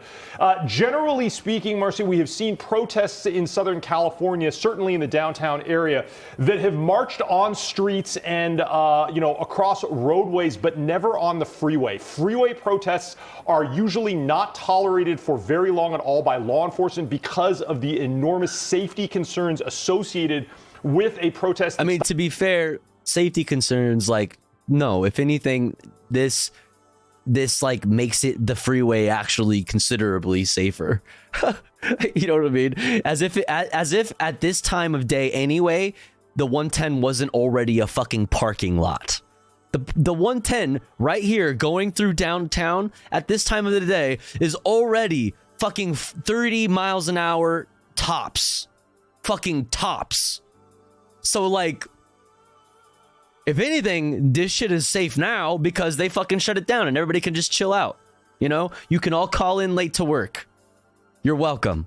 Stops traffic on a freeway. Now, what's making matters worse is we can see what appears to be drivers who have exited their vehicles, who have gotten into confrontation with the protesters that are sitting on the ground. Just a few moments before we went live here, we saw a motorcyclist who attempted to basically push his way through this line of protesters and was able to do it, but not after exchanging some heated words with those protesters. Somebody did get in a fight, apparently. There was like a little scuffle. And then we saw just a few moments ago also what looked like a scuffle between drivers and some of the protesters that are down there. Now, again, this type of an operation, closing a freeway, extremely rare for law enforcement to tolerate this protest for very long. And as we can see, which is scary, because you know we saw that dude who pulled up to the like climate protesters like blocking a road in, what was it, Brazil? It was in Brazil, I think, right? Someone correct me if I'm wrong. I think it was Brazil. Dude walked up to the front of the fucking line of cars with the fucking pistol and fucking shot somebody. And then all of the Panama, wasn't it? Let me pull it up on the side. Let me look it up. Either way, you have fucking Matt Walsh and all of the goofies like posting it on Twitter being like, oh, Giga Chad.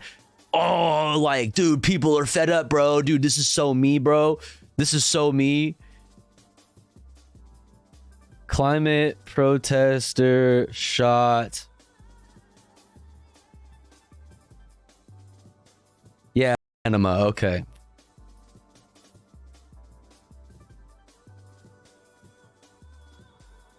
This fucking guy.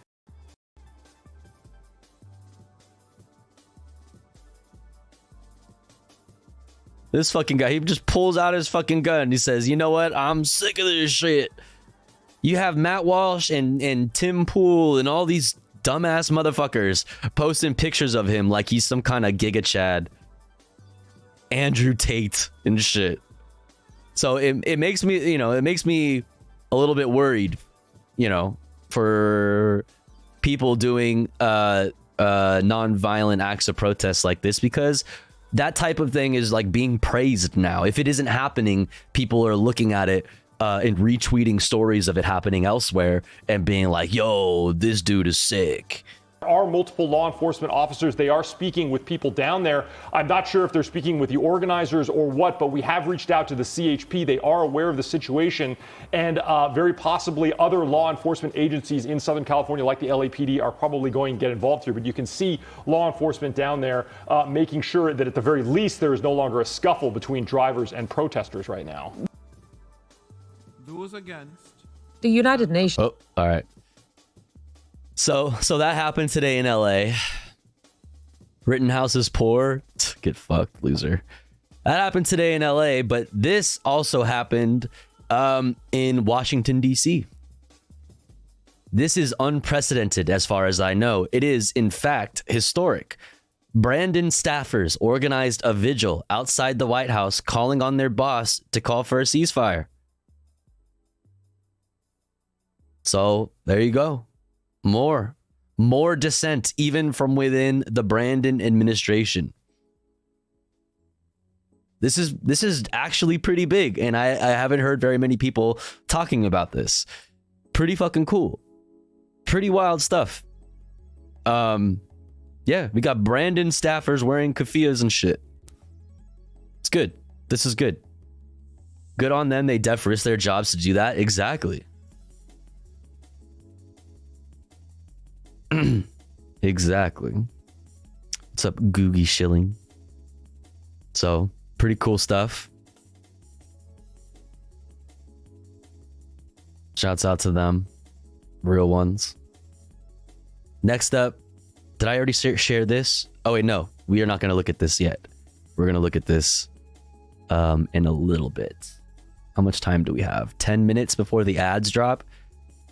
All right, you know what? We're going to do the ads now, before we hop deeper into Israel-Palestine stuff. Much more news to come, chat. But here's the thing. Before we get into more Israel-Palestine updates, we have to run an ad break. Unfortunately, because whether we like it or not, in 10 minutes and 3 seconds exactly, an ad will run automatically. But don't worry, because here at the Tofu Ghost broadcast, when we run ads, we run them while I'm away from the stream. That way, even if you are unsubscribed, you don't miss out on any of the content.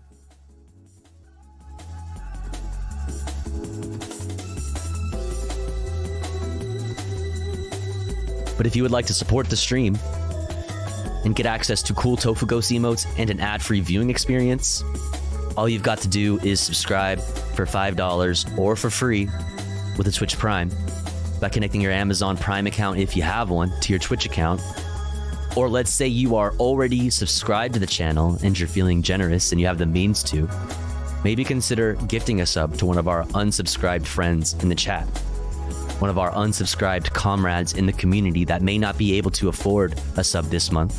That way they may also be able to enjoy the Tofu Ghosty emotes and an ad-free viewing experience with the rest of the community. We are currently just one sub away from the daily sub goal. Thank you so much for all the support so far. I really appreciate it.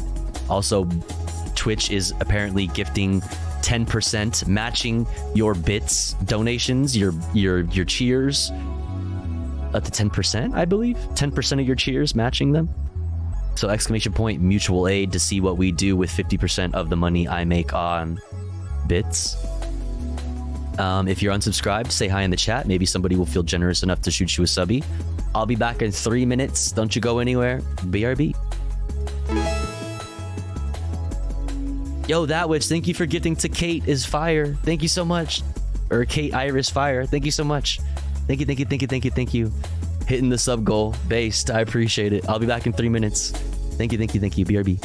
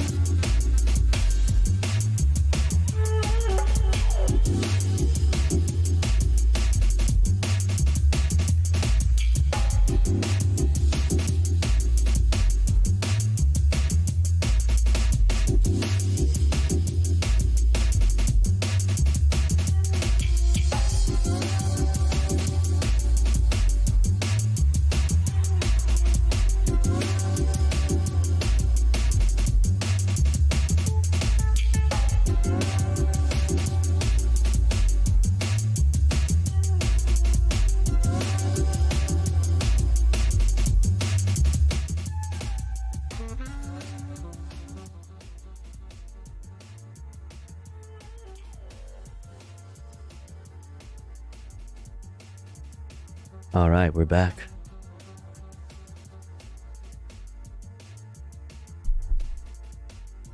We're back. Did you see the last sub? No. Wait. Did I thank That Witch earlier? Thank you, That Witch, again. If I didn't thank you, I'm not sure if I did. Did I thank you before? Thank you, That Witch, for gifting to Kate. And Ice Cube, thank you so much for getting another subby to Reclaw Codes. Thank you so much. Thank you. Welcome back. Thanks.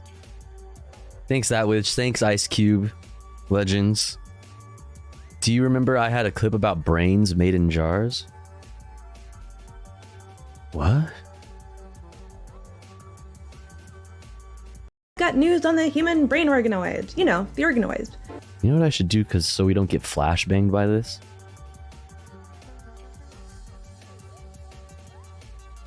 Go like this.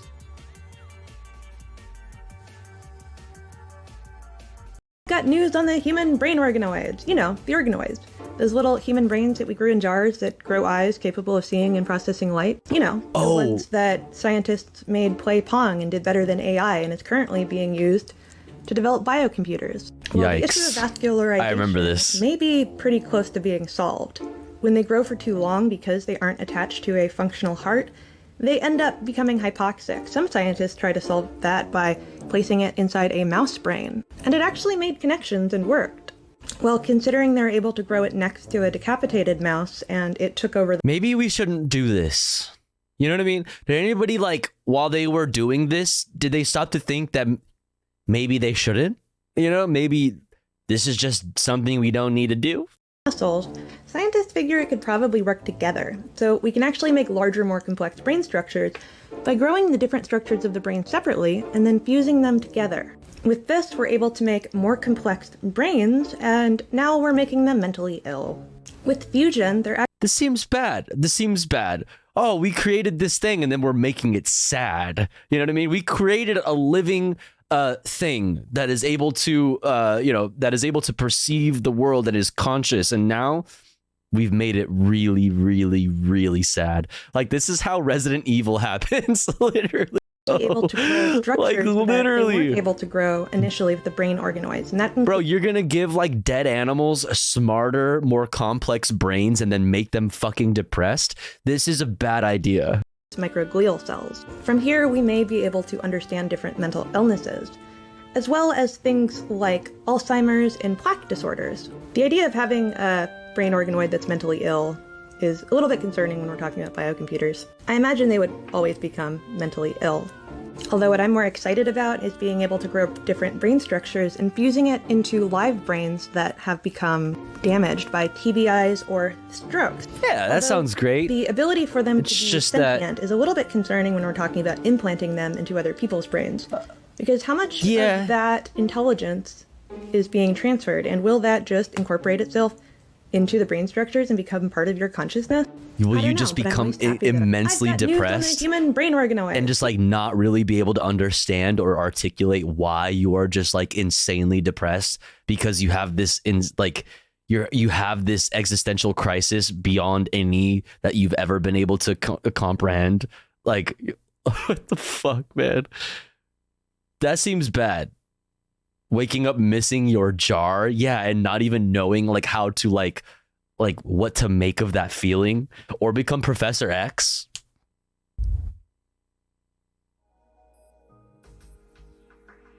True, or we could become fucking, like super beings, and it could be sick.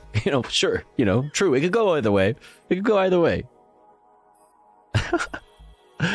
Oh man. All right, let's keep it moving. It's time to dive deeper into Israel-Palestine updates. Let's start with this piece from Reuters.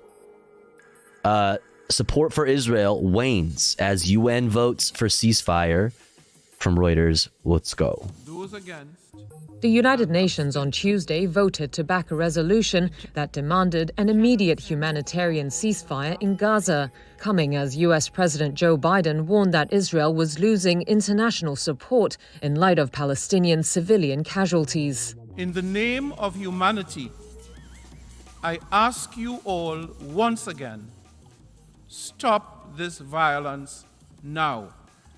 After dire warnings by UN officials about a growing humanitarian crisis in Gaza, more than 3/4 of the 193-member UN General Assembly backed the resolution. The US and Israel voted against the measure, along with 8 other countries. Ceasefire means one thing and one thing only: ensuring the survival of Hamas.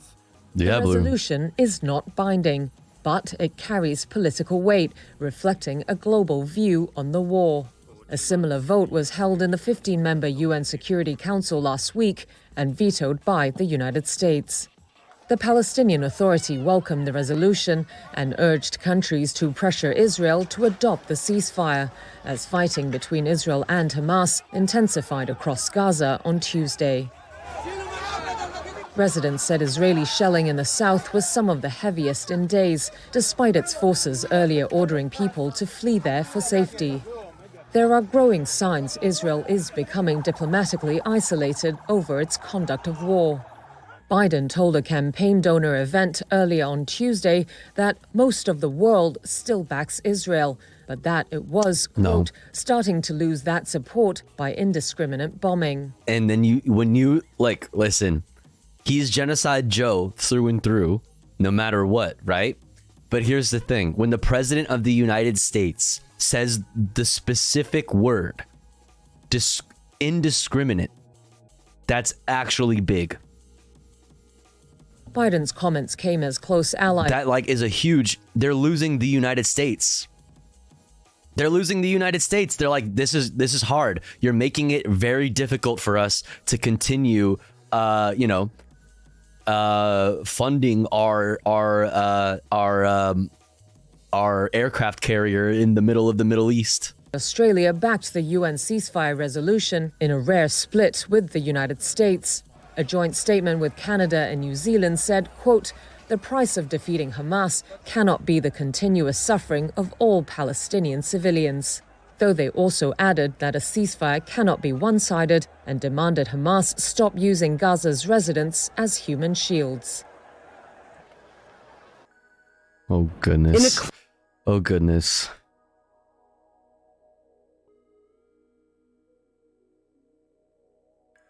All right.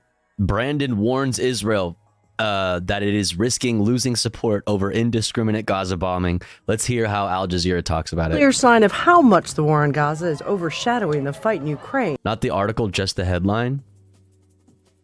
Lucid Dream startup says people can work in their sleep. I hate everything. I hate everything. It's not even worth it. I'm ending stream. It's over. All right, never mind. I'm giving up. I'm a capitalist now. It's not even worth it. All right, guys. No sleep is mine. Bro, yeah, pack it up, folks. It's over. This leftism shit it's not doing it's Bro, you're gonna make me work in my dreams, man. Lucid Dream Startup says people can work in their sleep. Let's go, dude. Let's fucking go, dude. That's awesome. I'm actually really interested in that and to see what I want to know more about that, but maybe after our Israel-Palestine coverage. On the day U.S. Good night, y'all. Good night, y'all. Going to lucid work, yo. have a good night, at work, I guess. Joe Biden was to meet with Ukrainian President Volodymyr Zelensky. The biggest news came before the meeting from remarks Biden made off camera at a fundraiser, criticizing the Israeli war cabinet, saying some don't just not want a two-state solution, they don't want anything to do with the Palestinians. And yeah, wait, hold on. UK ambassador, Israel. Yeah. Check this out. This is the Israeli ambassador to the United Kingdom talking to Sky News. Okay. It could take many more weeks, possibly months of war to wipe out Hamas. That's the stark warning from Israel's ambassador to the United Kingdom. She says after weeks of war, there's still no prospect of a resolution. Watch this. And outright dismissed a two-state solution Watch for this. the Israelis and Palestinians. You need to do what you did. Still a chance for a two-state solution. I think it's about time for the world to realize the Oslo paradigm failed on the 7th of October, and we need to build a new one. And in order The to build Oslo paradigm failed. The Oslo Accords failed on October the 7th. Okay, dude. That new one include the Palestinians living in a state of their own. I think the biggest question is what type of Palestinians are on the other side. This is What type of Palestinians? What kind of Palestinians are we talking about? Dude. They're like, no, I do not support a two-state solution. Oh, okay, then do you support giving, if you don't support a two-state solution, that would mean you support a one-state solution. Then does that mean you support giving Palestinians rights? Equal representation under the law? No? Oh, wait, then what does that mean then? You want them to die or to leave? Oh. Israel realized the 7th of October. The answer is absolutely no, and I'll tell you why. Because at the moment, I'll answer to you. The reason there is no peace is because the Palestinians... Without offering Mark. a state to Palestine. Do you see that the reason there is no peace because the Palestinians, like any fucking sentence that starts like that? Mark, Israel knows today, and the world should know now, the reason the Oslo Accords failed is because the Palestinians never wanted to have a state next to Israel. They want to have a state from the river to the sea. Motherfuckers.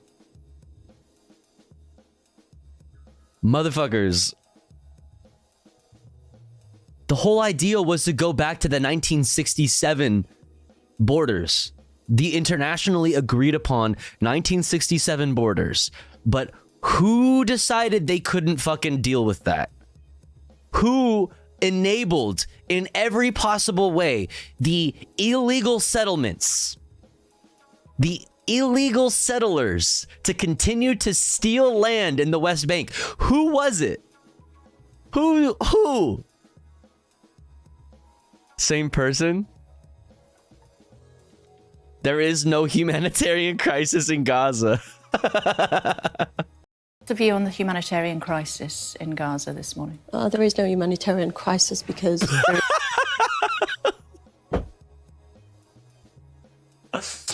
What humanitarian crisis? Easy. Well, what about the humanitarian crisis? There is no humanitarian crisis. Next question. Yeah, me when I lie.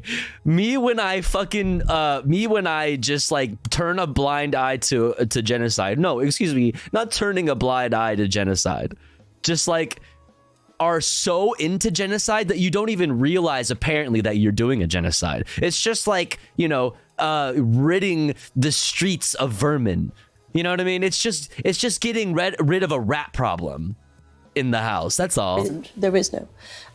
Israel is in charge of the safety of the Israelis. Hamas is in charge of the safety of the Palestinians. Oh, really? Hamas is okay. Who controls the flow of water, food, electricity?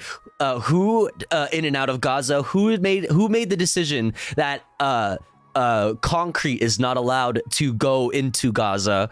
Who made the decision? Like who? Is it Hamas? Who propped Hamas up? Who sabotaged any other like secular movement and propped up Hamas? Who did that? We've been showing pictures this morning that would illustrate that there is a humanitarian Hamas propped up Hamas? True. Can I ask you something? Iran did. Yes. True. What would you think if your children would have been executed in front of your eyes? Would you? Well, here's the thing.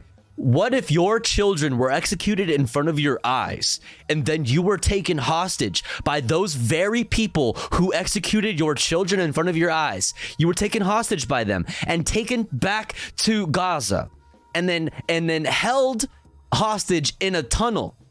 And then your own country started bombing the fuck out of the area where you're being held hostage. making it impossible for you to go to the surface because you could be fucking obliterated up there. But then, not only that, they started to pump seawater into the tunnels in which you are being held in. Now imagine all of that. Imagine all of that. Now imagine that the people that did those atrocities initially to you are there because of the policies that Israel put in place and the backing of the United States. Like, what the fuck, man? Literally, yeah, literally salting the land in the same, while doing so, in the same process. Expect your government to think about those Nazis committing those crimes and to say, Nazis, dude. Wait a second. First of all, we need to protect the enemy, and then to protect my children. Your children come as priority to your prime minister. So we do you know that? We have been. But here's the thing: you've proven to us that isn't the case. You've proven that those people that experienced atrocities, that are victims of war crimes, are they are worth more to your prime minister as an idea than as a living person in the hands of their loved ones and in the arms of their loved ones and family. Insane. Yeah, won't somebody please think of the children? Because Israel certainly is not. Showing images this morning. Won't somebody think of the victims of October 7th? Because Israel certainly is not doing that. That illustrate there is a humanitarian crisis in Gaza. So blame Hamas and ask Hamas why they started those atrocities, walking around. So you acknowledge that there is a humanitarian crisis? I'm saying there is no. Israel. There is no humanitarian crisis. In the same way, I bet you, this is the same type of person. I bet you she has said that there is no such thing as Palestinians because no such state of Palestine exists. That's a very common sentiment among Zionists. There is no Palestinians. What Palestinians? Working. So what do you think is happening? What is happening? There is a war in Gaza, a war that Hamas started by committing a horrible massacre. Everything began on October 7th. Don't look into that. Don't look into anything that might have happened before October 7th, because I'm telling you right now, everything started on October 7th. No other context is needed. Just, you're going to have to take my word on this. Innocent Israelis. The world have seen that. Wait a second. That are innocent civilians. Just I want to say and give a little bit of a context. Those people created crimes that are worse than ISIS. When the Americans started this fight of ISIS, together with the coalition forces, over 100,000 civilians got caught in a crossfire. Like, they're objectively, they're for many, many, many reasons that we could sit here and list off. Like, they are completely different than ISIS. ISIS is not like a nationalist like, ISIS isn't defending like any kind of homeland. Like, this is like a completely different situation.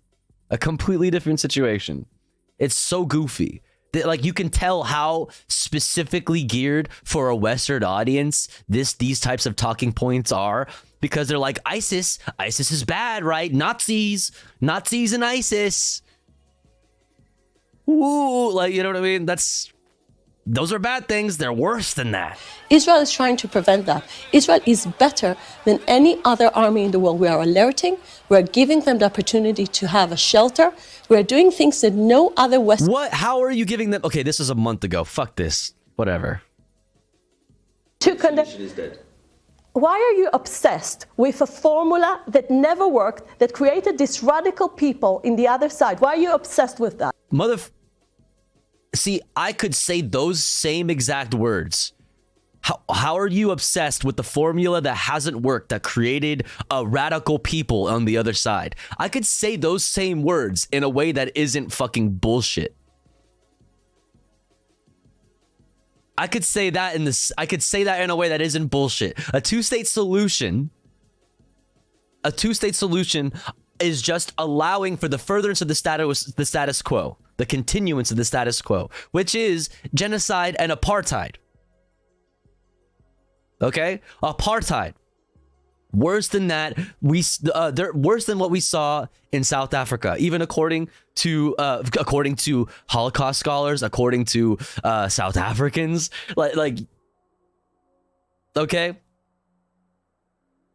A two-state solution allows for the continuance of the status quo, which allows for apartheid, which will inevitably radicalize people under the oppression of that apartheid system. It's like she's taking words that I could use, exact same words that I could use in a way that would not be lying. And she's just completely fucking perverting them, flipping it on its ass. I paused it at the very end of the video once again. Holy crap.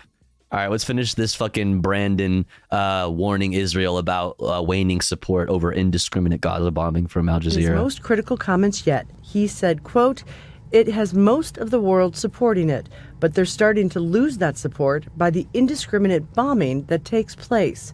But later, when on camera, given a chance to repeat his criticisms, Hapsley. Thank you. Hapsley donated $3. This Israeli ambassador looks like the type of person to think that Drake's poetry book is peak creative writing. Yeah, she thought she was cooking. She thought she was spitting. Crazy. Insane. Thank you, Hapsley. I appreciate it. Thank you. Hope you're doing good. I think that we have made it clear to the Israelis, and they're aware. See, how clear do you think you've made it? Because words only really do so much, right? As far as convincing somebody of a thing. Maybe if you were to use all that leverage that we all know that you have, that we as the United States have, maybe then there would actually be like some kind of message sent. Careful now, that's Tofu's #1 artist you're talking about? Yeah. Most listened to artists of 2023, dude. Quit talking shit. Hi, Tofu goes, hi, chat. I see we're combating liberalism today. Same thing we do every day, Pinky. What's up, Potate? How are you? Speaking of poetry in Palestine, did we watch the Brian Cox clip? Who? I need to start opening it over here and then doing this. If I Must Die by Rifat Alaria. November 1st, I mean, we know the 2023. Poem. If I must die, you must live. Rest in peace, Rifat. To tell my story, to sell my things, to buy a piece of cloth and some strings. Make it white with a long tail, so that a child somewhere in Gaza, while looking heaven in the eye, awaiting his dad who left in a blaze and bid no one farewell, not even to his flesh, not even to himself, sees the kite, my kite you made, flying up above, and thinks for a moment an angel is there, bringing back love. If I must die, let it bring hope. Let it be a tale. If I must die, rest in peace, Rafat. That the safety of innocent Palestinians is still of great concern. And so the actions they're taking must be consistent with attempting to do everything possible to prevent innocent Palestinian civilians from being hurt, murdered, killed. And in his earlier off-camera remarks, the president had a lot to say about Hamas as well, repeatedly calling them animals. He said they're brutal, ugly, inhumane people, and they have to be eliminated. Jesus. Clearly sending the message that when it comes to what Israel's stated end goal is, they have the president's full support. Yeah. Patty Culhane, Al Jazeera, at the White House. Yeah, well. Make sure to subscribe to our channel. All right. Now, let's go to NBC and see what they're talking about. Around the same subject, U.S. and Israel increasingly isolated amid growing calls for a ceasefire. But we're going to get started with NBC News correspondent Hala Garani in Tel Aviv. Yeah, let's start with Israel's military offensive in Gaza. Israel says it is making progress, so what's the latest? Right, Joe and Savannah. Well, you mentioned there that the Israeli military is going deeper into Gaza. It is continuing to expand its operations. And that really is despite these reports that Joe Biden, the U.S. president, is behind closed doors, but also more and more openly pressing the government of the Israeli Prime Minister Benjamin Netanyahu to perhaps wrap things up. There is limited time, according to many of the sources we're speaking to keep this operation going at its current levels of intensity, certainly. Now, you spoke of the military operation. The Israeli Defense Forces are announcing the deaths of 10 soldiers overnight, 9 in a single ambush in the Shajia neighborhood in the northern part of the Gaza Strip that is outside of Gaza City. So what you're seeing here is really an intensification of the military operation. And when the Israeli Defense Minister says that Hamas is on its last legs, it is certainly able to still cause a lot of damage and a lot of pain to the Israeli military. So, and in the last few days has continued to send rockets. So this is the messaging that is being sent to the Israeli people in this country, but it is not on the ground, it seems, what is being felt by the military in the Strip as it continues its offensive. Let's talk more about these calls for a ceasefire that are growing this morning. That vote, we referenced it in the UN. It's the second like it in a matter of days. Also, the second time that the U.S. has voted against it. Yeah, Diosu, asking the real questions. All right. But how is the cum doing? Is it okay? What's up, Vox? Talk, though, about this growing international pressure for a ceasefire. Is it possible that that could actually happen? Well, we're not hearing that the Israeli government is heeding those calls. They are continuing. They're at least publicly saying that they will continue until they reach and complete their military aims, which is the complete dismantling of Hamas. But don't forget, Hamas is not just a military group. It is also a government. It is also at every level of the civilian infrastructure inside of the Gaza Strip. So defeating it militarily doesn't mean defeating it as an ideology and as a group with the aims that it has. So militarily, it is Are you sure a long shot about but that? certainly in terms of completely dismantling the. I don't know, man. I think Israel has made it pretty fucking clear. They want to completely wipe Hamas off the face of the fucking planet. That, like, they want there to be no Hamas entity by the name of Hamas anymore, right? That includes the civilian, you know, the civilian entity of Hamas, like the civilian part of Hamas as well. It's ridiculous. A merry TOS-mas to you, Tofu in chat. May this bold new era of Twitch carry us forth into a brave new world. Boobas everywhere. Let's fucking go. Based. What's up, Jaina? How you doing? They're not gonna stop until the last civilian child is dead. Yeah. Did she just say that Hamas is everything in Gaza? I mean, yeah, and she's saying the truth. It is true. Hamas is like the fucking, you know, whether you like it or not, Hamas is like the governing body in Gaza. Stop taking words out of their mouths. They said it. Group. There are many observers that would tell you that it is practically an impossibility. And so these stated military aims, are they even achievable? That is going to be the big question going forward. And Hala, those growing concerns for a ceasefire have been fueled by the humanitarian situation that continues to unfold in Gaza. On Tuesday, the Palestinian foreign minister accused Israel of starving Gazans. It is a charge Israel calls obscene. Take us through what is happening on the ground.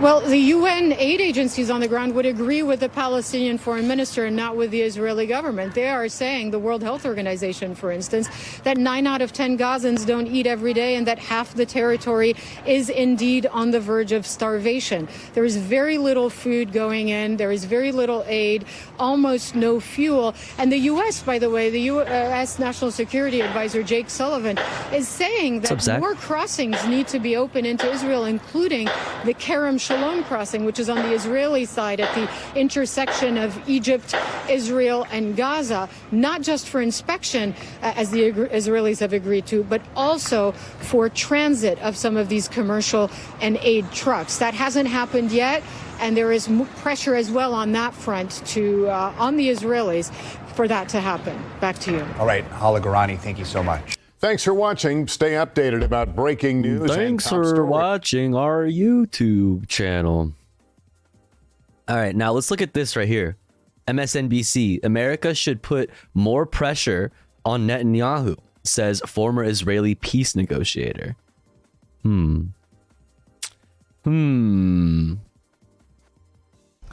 us now, former Israeli peace negotiator and the president of the U.S. Middle East Project, Daniel Levy. Daniel, it has been hard to see those images. It gets harder every single day when you just look at the sheer magnitude of the destruction and all of the suffering in Gaza. The weather is now a problem. I understand the need to... I mean, the weather has been a problem, like rainy weather on top of this, on top of lack of medical supplies, lack of medical facilities, all of the wounds that are festering, all of the people who are getting sick and then left out in the cold and the rain. This can only get worse. Root out Hamas. Fully understand that. I think most people do. I think it's getting harder to understand what comes along with it. The images we're seeing out of Gaza. And the president of the United States is saying much of the same, telling donors that it's indiscriminate bombing. Prime Minister Benjamin Netanyahu was basically ignoring that. What does Israel do to maintain international support here? They've always from the very beginning knew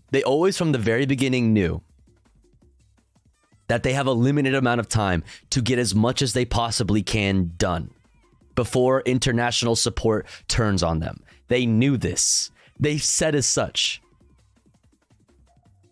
They know. They're like, it's just, from the very beginning, they knew it was, they're just buying their time. They're just stalling and getting all of the fucking genociding in that they possibly can before international support inevitably turns on them. They knew from the very beginning. First of all, Katie, you're right. It is so difficult to see these images. It's more than 7,500 children killed by the Israeli strikes in Gaza. Daniel, hold on. Can I ask you a question? This has been bothering me. I know the Israelis say that they are trying to... I'm sorry to interrupt you. They're trying to get all of... No. They're telling people to leave, to go to safe places.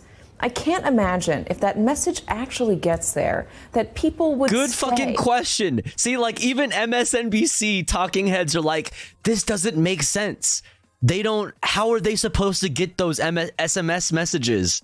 How are they supposed to scan those QR codes? How are they supposed to know whether or not the fucking single block that they're on is the right district to be in at that hour of the day? Because how are they supposed to know, or how do we know that they're getting it in time, you know, getting word in time to be able to move to the next block over so that they can avoid a strike? Like, how do they know? Dude, even MSNBC's like, I don't know how to report on this.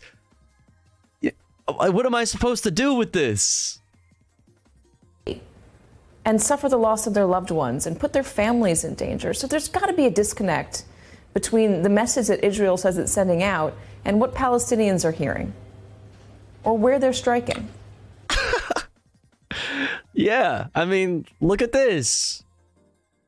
Look at these fucking numbers.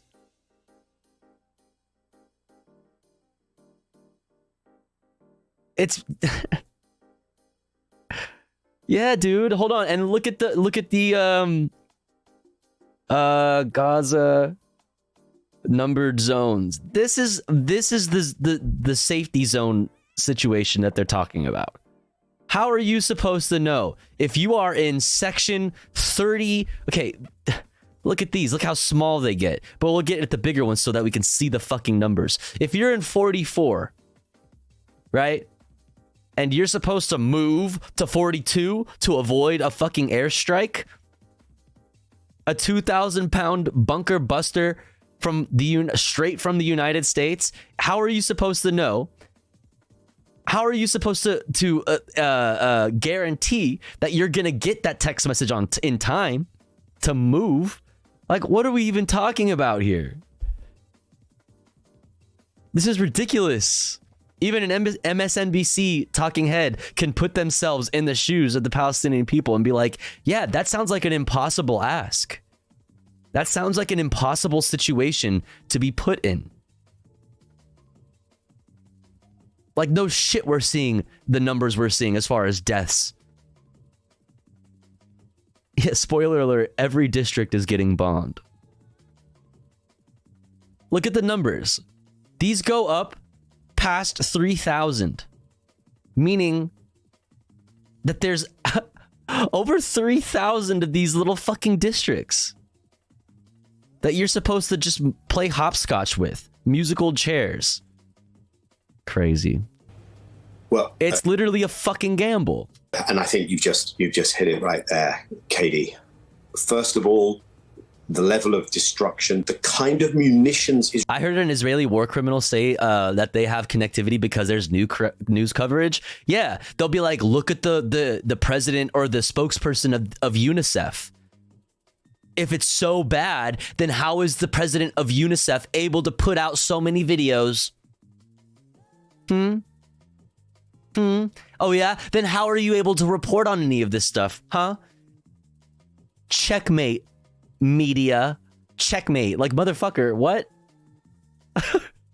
Which, on top of that, which is a perfect example, those QR codes that are scannable to tell you when to move, or, you know, that you're in danger or whatever the fuck, or where to move for safety that day or that hour, those things are only really getting to people like journalists,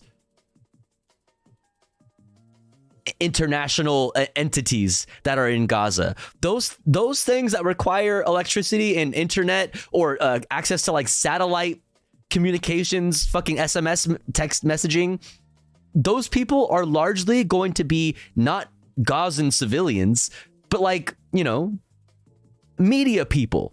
So of course that's the fucking case. It's so fucking stupid. It's insane. Something that really brought this shit into focus was going to the truesize.com and dragging Gaza over where I live and seeing how small it is. The true size? Oh, search and drag to compare size. Oh, I see. Yeah. Oh God, how do I not zoom like this? Hello?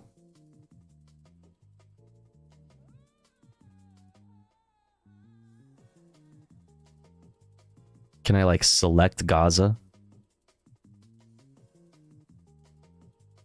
I don't know how this shit works. It's very hard to navigate.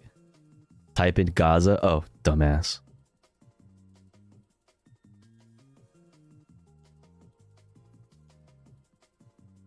Hello? Gaza Strip? That's not Gaza Strip. That's Ghana. Whatever. I don't know. Shut up. You do it. You fucking screenshot it and you send it in, okay? There's been a lot of coverage of this. This is unprecedented since the Second World War.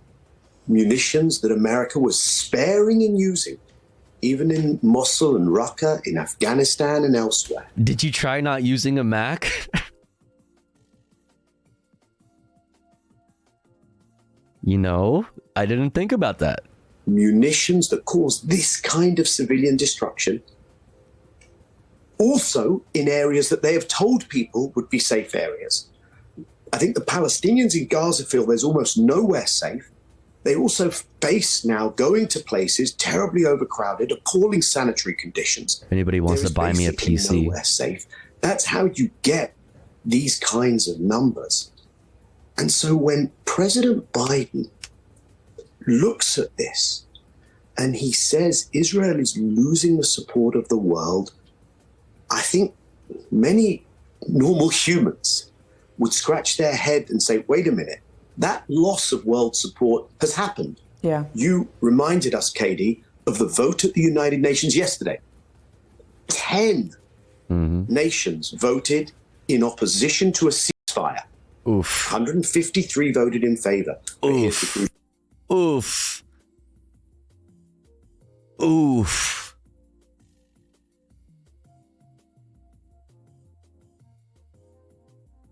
God damn.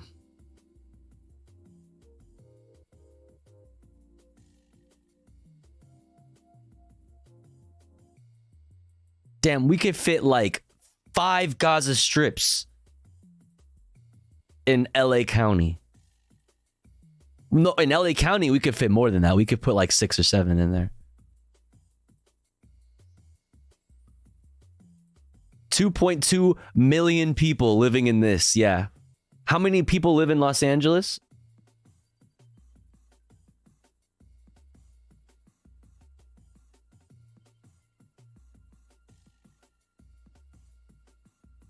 $9.83 million. And Los Angeles County is very large. And that's as of 2021.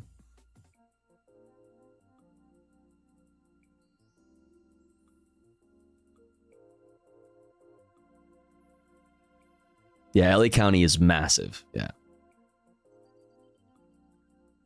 That's actually bonkers, dude. This actually blew my mind. I knew it was going to, you know, like I already know this, but like just seeing it, it really does fuck you up. Especially for me, because I know how long it takes to drive from these points to, you know, from one point to another.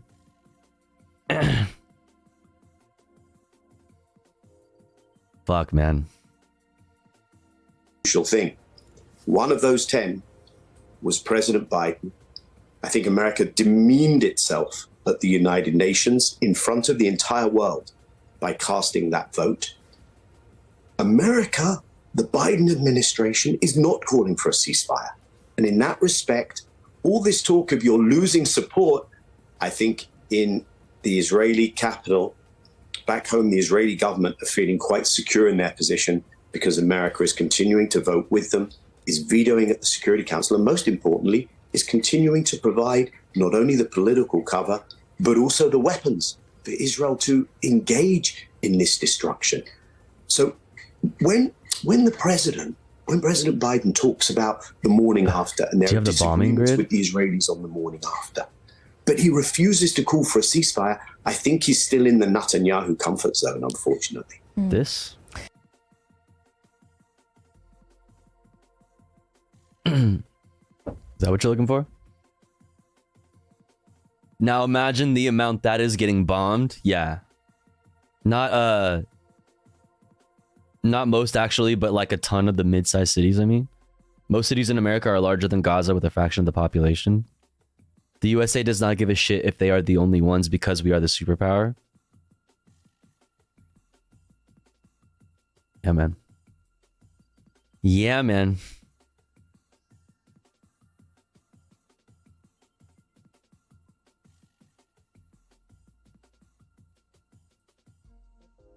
Let's look at this. Brandon meets with the families of American hostages being held by Hamas in Gaza. Also tonight, with Hamas refusing to release more hostages, President Biden... Because why, Lester? Lester,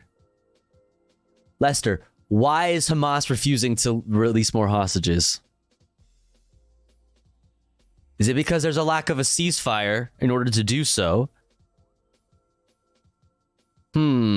Lester, come on. Come on, man. Meeting with families of Americans still being held in Gaza today, and those families are now speaking out. Richard Engel now with late details. Families of American hostages met President Biden behind closed doors in the White House in person for the first time. It was a terrific meeting and conversation. At least 8 Americans are still held in Gaza. 4-year-old Abigail Idan is one of the few to have been released. Both of her parents were executed by Hamas. Her great aunt tonight. They are just not numbers and they're just not faces. They are sons. They are sons. They are grandparents. They are mothers. And that is what the president and his team understand. In a statement, the group saying they asked the president to do everything in his power to negotiate a swift and total release of the remaining hostages. 24 hours after President Biden's rebuke of what he called Israel's indiscriminate bombing. Wait, what? Lester the molester? Are you just writing that because it rhymes, or am I unaware of some shit? What the fuck, Adventure Fabs? Gaza, and an overwhelming UN vote calling for a ceasefire. Prime Minister Benjamin Netanyahu saying Israel will press on with its campaign against Hamas, telling Israeli soldiers, in the face of international pressure, nothing will stop us. In Gaza now, conditions are beyond miserable. Okay, case in fucking point. Bodies, okay.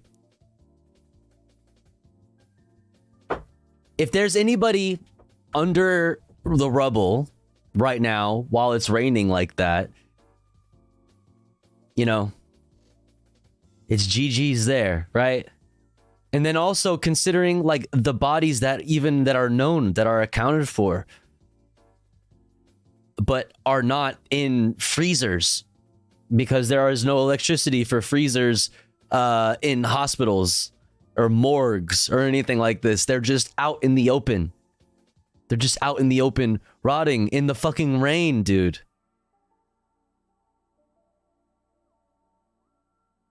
Will stop us. In Gaza now, conditions are beyond miserable. Heavy rains and shattered infrastructure today led to floods. 50 miles away in the Palestinian city of Bethlehem, the mood is sour. In the town where Christians believe Jesus was born, there are no tourists or pilgrims. No tree in Manger Square. Christmas celebrations have been canceled in solidarity with Gaza. Inside the Church of the Nativity, we met Reverend Mitri Rahib. When you bring your gifts, think of the people in Gaza who are starving today. Starving not only for food, but starving for justice. In the grotto under the altar, where the faithful believe the manger once lay, we were the only ones to witness the rituals that have continued here for centuries. Where it began, no one is in the mood to celebrate Christmas. And Richard, President Biden's national security advisor will be in Israel tomorrow. Yes, he's expected to meet with Prime Minister Netanyahu and his war cabinet. And a main focus of this meeting is expected to be speeding up the delivery of humanitarian aid into Gaza by opening a second border crossing. Thanks for watching. Stay updated about breaking news and top stories on the NBC News app or follow us on social media. Social media. Turning back now to the conflict in the Middle East. Social media. All right, chat. Next up, we're going to look at this from CBS. Israel's bombardment of Gaza continues. Civilians running out of places to hide. Then we're going to look at this from Al Jazeera. Displaced people, quote, killed point blank in Gaza school. Killed execution style in the Gaza school. Before we get into that, we're actually going to look at this from CNN.com. Nearly half of the Israeli munitions dropped on Gaza are imprecise dumb bombs, U.S. intelligence assessment finds. And much more, but we're almost done with politics for the day, and we're going to get into comfy shit much sooner rather than later. But here's the thing, chat. Before we continue on with the Israel-Palestine coverage, we have to run an ad break because it's been about an hour since our last ad. And here at the Tofu Ghost broadcast, when we run ads, we run them while I'm away from the stream. That way, even if you are unsubscribed to the channel, you don't miss out on any of the content.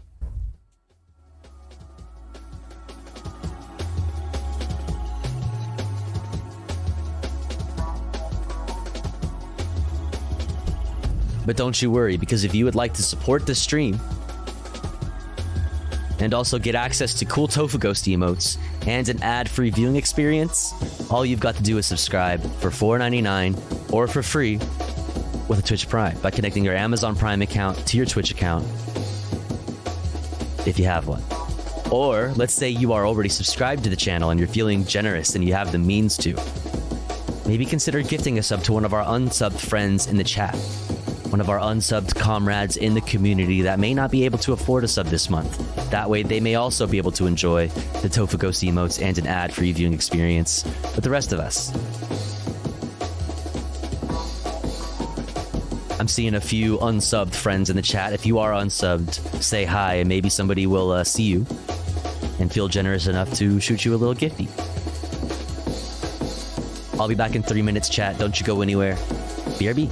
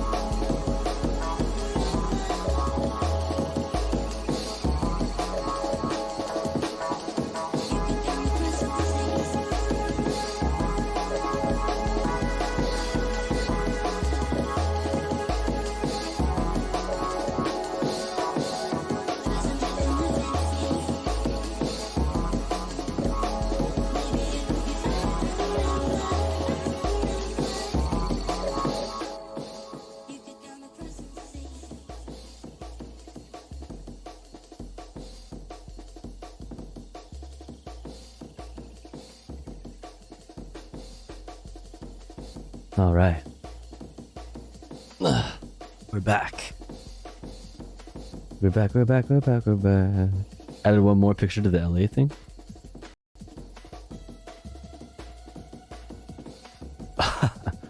Oh, just to make it fucked up. Oh, that's why you asked for this. Jesus. This is actually useful. I'll save this. That's actually useful. To put it into perspective. Yeah, so now you can play the game in your head. Oh, Jesus, man.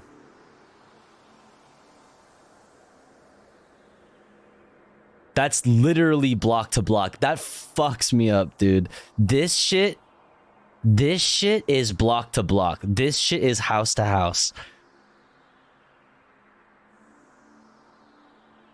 Oh my god, dude.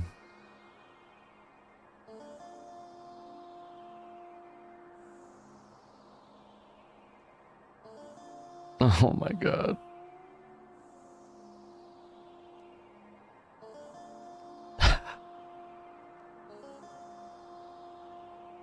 Oh, well, LA heads, here you go. New f***ing horror beyond your comprehension just dropped. What are we seeing here? So this is the size of the Gaza Strip, and this is Los Angeles.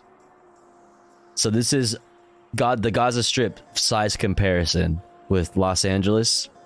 And now this right here is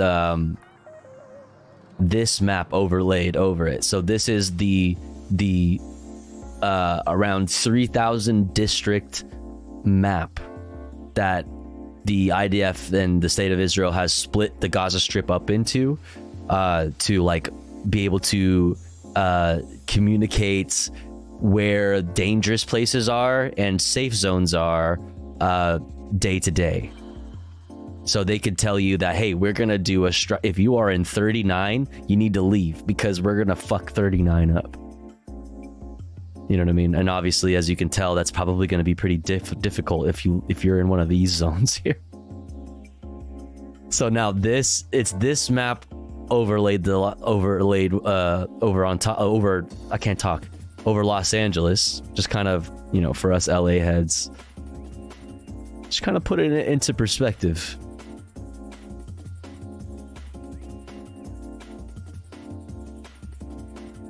It's a little scary.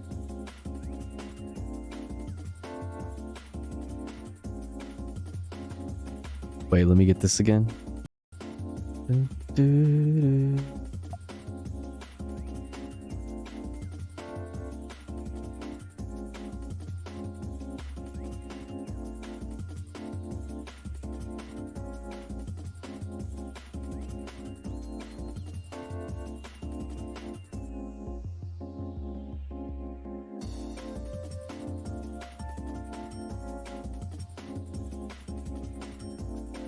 I'll save that for later. Okay. Now, speaking of bombing,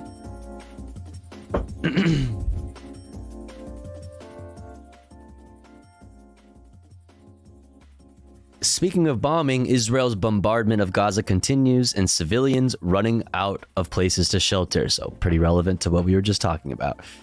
Yeah, if you're in zone fucking, yeah, get the fuck out. All while flooding tunnels with seawater so you can't hide in a hole and hope you don't get killed either, right? You know, with a QR code, while you have no cell phone tablet with internet, who knows if you will have time to actually get out of the area? Exactly. Amazing how even after this, quote, humanitarian plan, Israel still kills hundreds a day. Amazing. So we'll look at this from CBS about exactly that, and then we'll look at this to add to this context. Nearly half of the Israeli munitions dropped on Gaza are imprecise dumb bombs. U.S. intelligence assessment finds. Oh, wow. That's crazy. Turning back now to the conflict in the Middle East, the UN is warning that Gaza faces a, quote, public health disaster amid the collapse of its healthcare system. This as clashes rage overnight across the Gaza Strip, with Israel's bombardment of southern Gaza continuing despite the losses of civilian life and the uncertainty over the fate of the hostages still being held. Our Ramian Asensio has more. Another night and another bloody stream of the injured in Khan Yunis, stunned from Israeli strikes, burned from the babies. I'm not showing you this. Last night, Sorry, an chat. Israeli strike hit just a few hundred yards from our CBS News producer, Marwan Al-Ghul, in what Israel's military says are so-called safe zones in the south. They are not safe, says UNICEF spokesman James Elder, who just left Gaza. See, this is what they'll point to. This is what the IDF points to and be like, well, look, the UNICEF spokesperson is able to get these videos out and do pro-Hamas propaganda, anti-Semitic pro-Hamas propaganda with all that internet access and all that electricity. So what the fuck are you guys talking about? It's insane. What's up, James? Good morning, Doom Nukem. What's up, Sweet They are Agony? under attack from the air and very much now from the threat of disease on the ground. And Israel is now pushing Gazans to the undeveloped southwest coast, Al-Mawasi, the size of Los Angeles Airport, but for several 100,000. Wait, the fucking relevance there. The size of Los Angeles Airport? Listen, LAX is...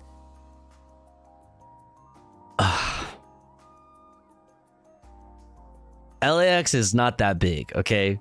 And it's also like... Run it back. And Israel is now pushing Gazans to the undeveloped southwest coast, Al-Mawasi, the size of Los Angeles Airport. Like, how crazy is it that this is fucking relevant?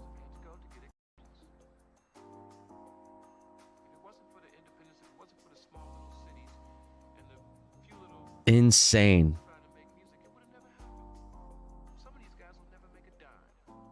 Yeah, the fact that we were just comparing it to LA is crazy. Like, that's this section here, which is section 88 and 89. This area here, which is funny because this is literally where the LAX airport is right here. Like, the coincidence is crazy. Like, it's very close to where the LAX airport actually is. It's like right here. Oh my God. But for several 100,000 people. Is the Al-Mawasi humanitarian... Yeah, several 100,000. Okay, anybody who's been to LAX. Now, you know the clusterfuck that LAX is. If you have ever been to LAX, if you're an Angelino, if you live in Los Angeles, you know the dread. The feeling of dread that overcomes your entire body when you have to go pick up a friend or a family member from the fucking airport. Or drop somebody off even. Pick somebody up is the worst. Or even go there yourself for a fucking flight. It sucks there. It's a clusterfuck. Now imagine hundreds of thousands of people there. Hundreds of thousands of people, families, crammed into that fucking airport. That's what we're talking about here. Area actually humane? No, a safe zone requires two things. One, not to be bombed. The second one, it must have life's essentials: water, sanitation, food, protection. And on Gaza's northern coast, Israel's military has reportedly started to pump seawater into Hamas's tunnel network. Like, every major outlet is covering this now, that they are pumping seawater into the tunnels. While at the same time, talking about how much they care about the safe return of hostages still held by Hamas in Gaza. They are bombing the fuck out of the surface, and then those that are safe from the bombing on the surface in the tunnels are now in danger of being drowned with seawater. And this is even before we even start talking about the effect of seawater on the land over time. But this is insane. Try to destroy them. President Biden says there are assertions there are no hostages inside. And overnight, more tragedy, but in the West Bank. Like, how do you know that there are no hostages inside? How would you know that unless you had the hostages in your custody? You know what I mean? How would you know that? unless you went in there. You went into the tunnels and confirmed that there were no hostages being held inside those tunnels before you flooded them with fucking seawater. How would you know that? You don't know that. So the assertions that there are no hostages being held in those tunnels, they're just that, assertions. Palestinian officials say that Israel's military killed several people, 5 of them in a drone strike. And this, again, rising death toll is adding to that very public crack between President Biden and Prime Minister Netanyahu. Henry. Speaking of that, Ramey.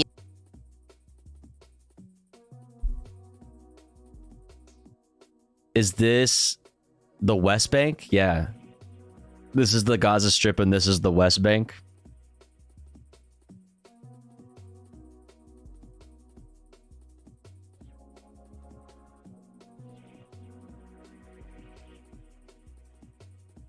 You can zoom on LAX now.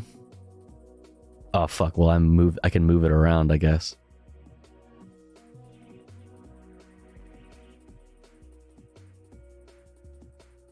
This is LAX. Or wait, is that LAX? This is all LAX here. If I'm not mistaken. Am I mistaken? Okay, you post a link for this? Oh no, you're good, Doom Nukem.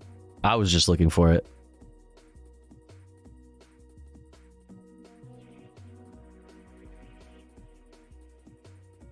Oh, duh, here it is, fucking idiot.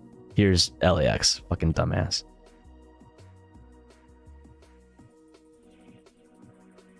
God damn, holy link. That is a fucking link. Look at me. You know it's safe though because you saw me copy and paste it.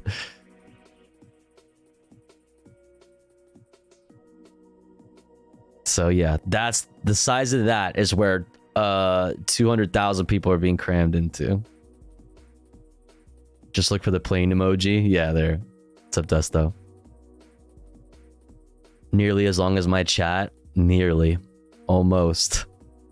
That collapse of the medical system is intentional. The real long-term play is for Gaza to become a place where they can't be expected to reason with. Yeah. The military has a term, sweat MSO, for sewer, water, electricity, academics, trash, medical, safety, and other, and establishing sweat MSO fights, counterinsurgency. Failure to implement this leads to violence and instability. Yeah, like you're asking for an uprising, but that's the point.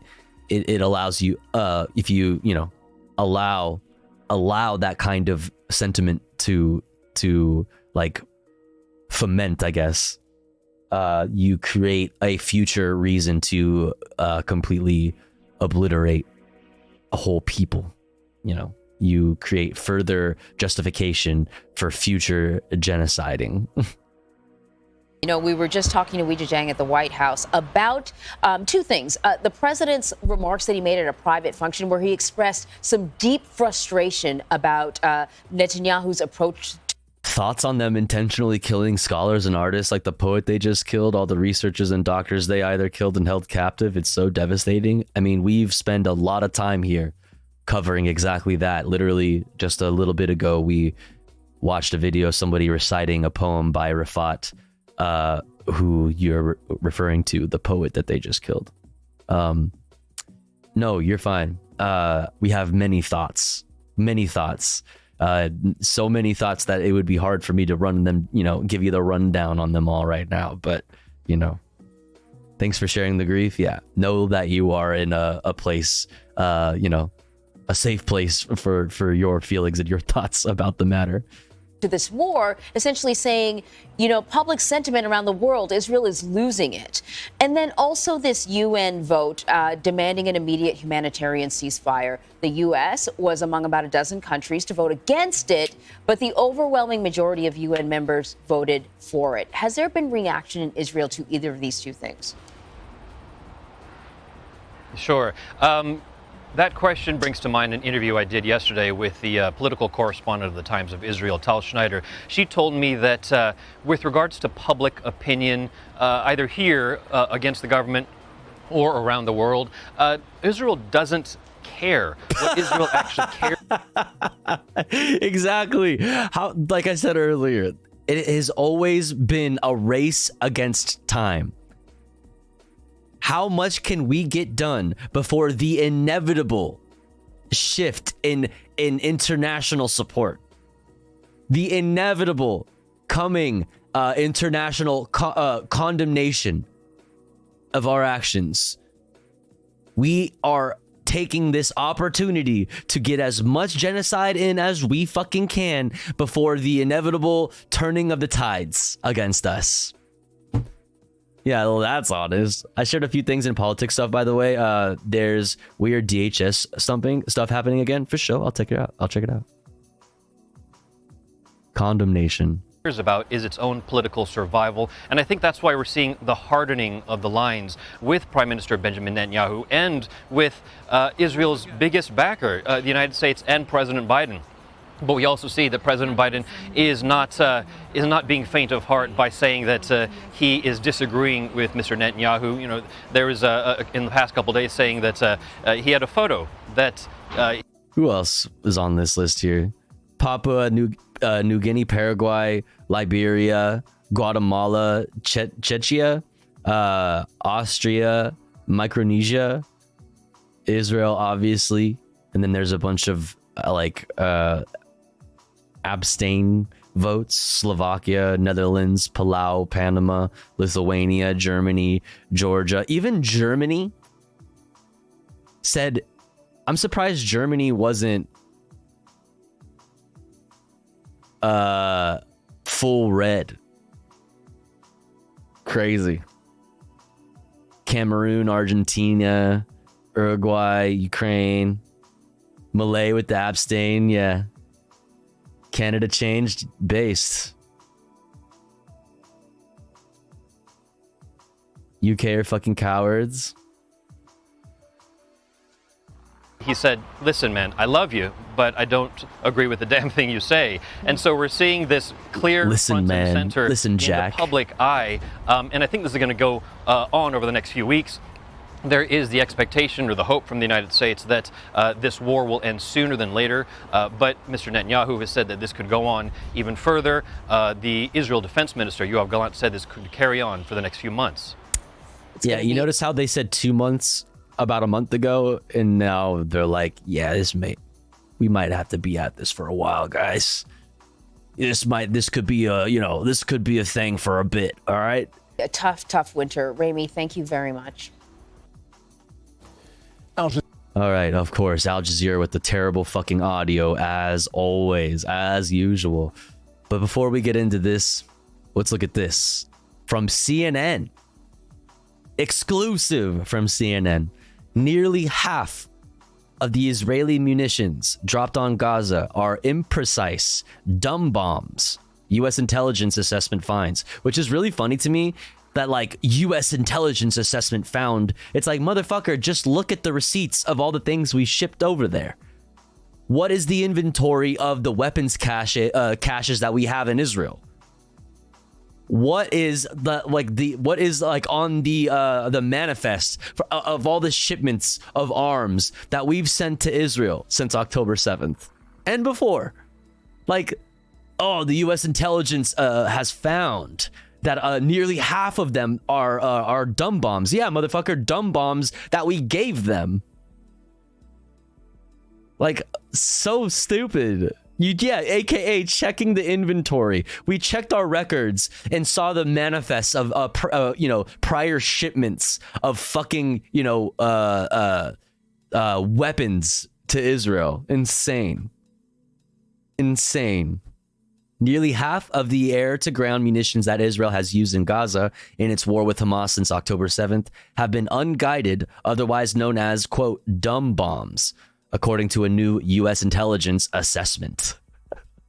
The assessment, compiled by the Office of the Director of National Intelligence and described to CNN by 3 sources who have seen it, says that about 40 to 45% of the 29,000 air-to-ground munitions Israel has used have been unguided. The rest have been precision-guided munitions, the assessment says.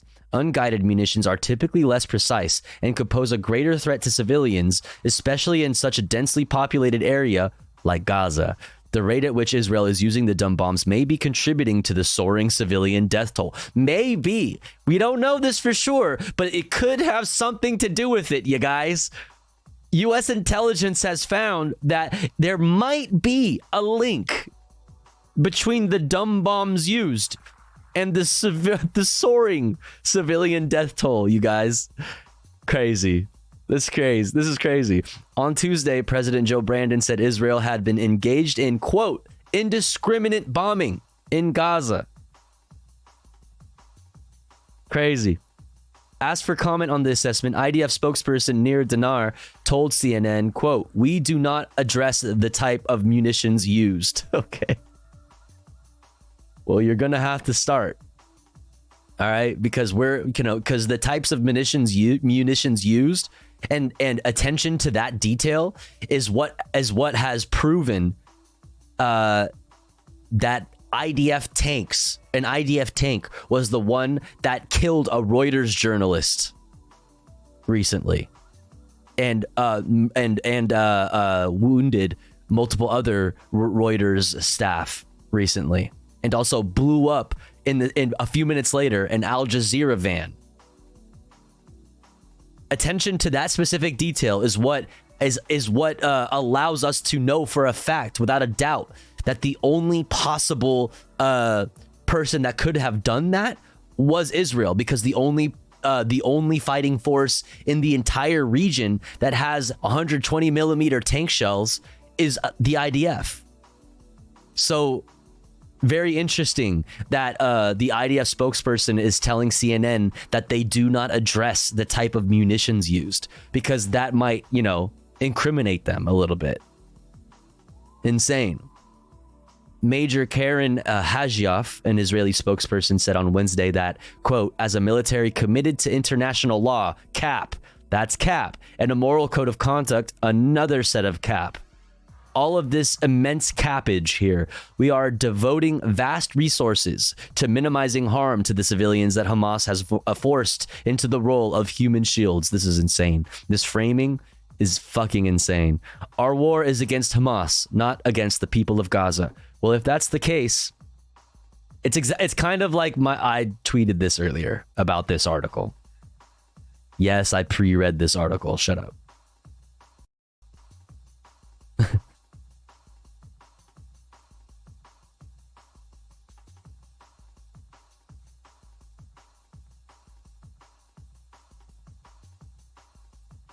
The big brains of U.S. intelligence agencies are finally getting closer to the source of what Secretary Blinken referred to as the, quote, gap, in his words, the gap, or his word, gap, between Israel's words on protecting civilians and the reality on the ground. The reality on the ground, is a little bit different than what Israel is telling us that they're doing. There is a gap between these two things, according to Antony Blinken.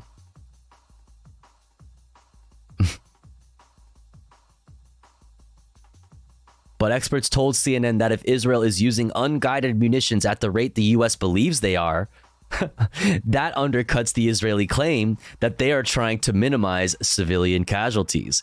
There you go. The gap, according to Antony Blinken, that exists between their words and their actions. I'm extremely surprised and concerned, said Brian Kastner, a former explosive ordnance disposal officer who now serves as Amnesty International's senior crisis advisor on arms and military operations. It's bad enough to be using the weapons when they are precisely hitting their targets. Yeah. It is a massive civilian harm problem if they do not have that accuracy. And if you can't even give a benefit of the doubt that the weapon is actually landing where the Israeli forces intended to, Kastner added.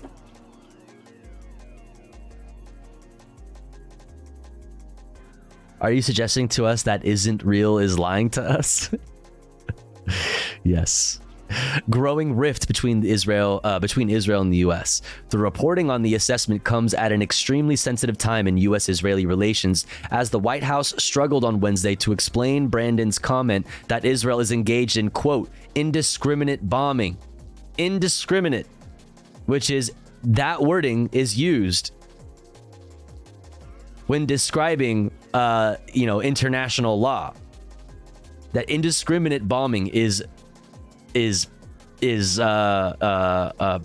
prohibited under international law, and to use those specific words is wild.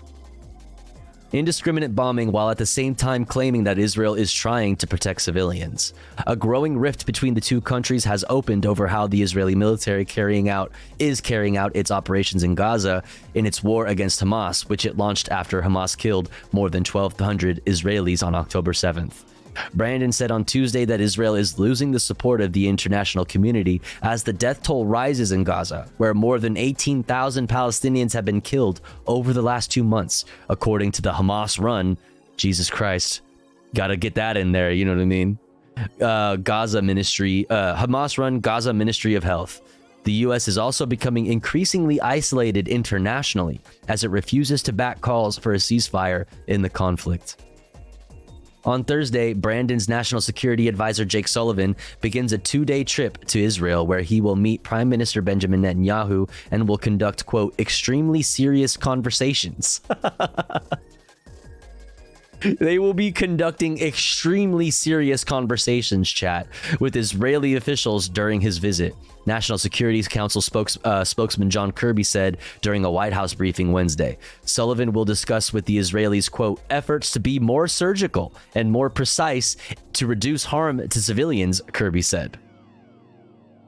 Mark Galasco, a former United Nations military analyst and war crimes investigator who served as chief of high-value targeting on the Pentagon's Joint Staff in 2003, said that using unguided munitions is in a densely populated area like Gaza both greatly increases the chance that a target is missed and that civilians are harmed in the process. Dude, like, you're hearing this from the people who were around for the fucking, the war in Iraq, the invasion of Iraq, which famously, saw lots of civilians killed. But Israel has surpassed that already, in numbers since October 7th. U.S. officials, a U.S. official told CNN that the U.S. believes that the Israeli military is using the dumb bombs in conjunction with a tactic called, quote, dive bombing, or dropping a bomb while diving steeply in a fighter jet, which the official said makes the bombs more precise because it gets closer to its target. Okay, that doesn't do shit for us. Okay, what the fuck? Okay, oh, I feel so much better now. Ah, well, okay, cool. The official said the U.S. believes that an unguided munition dropped via dive bombing is similarly precise to a guided munition. Yeah, well, what do we mean by similarly? I feel like similarly is doing a lot of work there. But Garlasco said the Israelis, quote, should want to use the most precise weapon that they possibly can in such a densely populated area. With an unguided munition, there are so many variables to take into account that could lead to an incredibly different accuracy from one moment to the next, Garlasco added. The U.S. has deliberately phased out its own use of unguided munitions over the last decade, he noted. Like, the United States, no stranger to war crimes, no stranger to breaking international law, no stranger to spitting in the face of the international community, has themselves phased out the use of unguided munitions. And in a time like the Iraq War, the war of Afghanistan, all kind of like across the board looked back upon as like a horrible fucking mistake, a horrible foreign policy mistake, something that it was disastrous and tragic, where atrocities occurred. that we're still seeing the negative effects of to this day, and will continue to see the negative effects of for ages. Like, in comparison to something that we all agree was bad, Israel has lapped it, completely lapped it in terms of numbers when it comes of dead civilians and destroyed civilian infrastructure. So it's just mean they're targeting civilians with their precise bombs. What's up, Kusi? It is not clear what kinds of unguided munitions the Israelis have been using, though experts noted that the Israeli military has been using M117 bombs that appear unguided. The Israeli Air Force posted photos of fighter aircraft armed with what looked like the M117 bombs on X in October, Kastner noted. The U.S. has also provided Israel with unguided munitions, including 5,000 Mk-82 bombs, a source familiar with recent weapons transfers told CNN, confirming a Wall Street Journal report. But the U.S. also provides Israel with systems that can transform those dumb bombs into smart ones, including the Joint Direct Attack Munitions Guidance System and the Spice Family gliding bomb assemblies? What? The Spice Family? The U.S. has provided approximately 3,000 JDAMs to Israel since October 7th, CNN previously reported, and told Congress last month that it planned to transfer $320 million worth of Spice Family kits. What the fuck is the Spice Family? Kirby said on Wednesday that Israel is doing everything they can to reduce civilian casualties, but the U.S. has repeatedly urged Israel to be more precise and deliberate in its targeting of Hamas fighters inside Gaza, CNN has reported. Still, the Biden administration currently has no plans to place conditions on the military aid it is providing to Israel, CNN reported on Wednesday. That is despite growing calls by Democratic lawmakers and human rights organizations for the U.S. to stop providing weapons unless Israel does more to protect civilians. A U.S. official said that Biden ultimately believes that a strategy of quiet pressure on Israel to change its tactics has been more effective than threatening to withhold weapons. That's such fucking bullshit. That is like such cuck behavior, and honestly is garbage. Nobody actually, I don't believe that anybody actually believes that soft pressure works. I don't believe that Biden believes that soft pressure works. I don't think that anybody believes that. That's fucking cap. That's fucking cap. I don't believe it.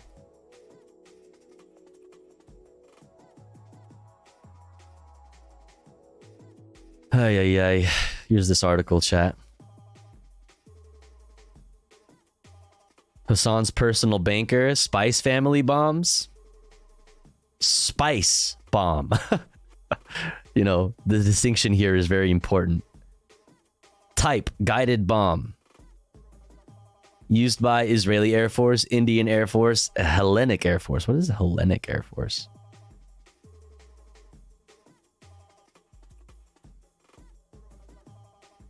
Greek Air Force? Yeah, Air Force of Greece. Cool. Manufacturer Rafael Advanced Defense Systems. The featured guidance system is a derivative of the respective system used in the Popeye. All these fun names. AGM-142 HAVNAP air-to-surface missile. The, quote, Spice family of guided bombs are a product of an Israeli company, Rafael Advanced Defense Systems. It achieved initial operational capability in 2003 in the Israeli Air Force F-16 squadrons. Spice guided bomb.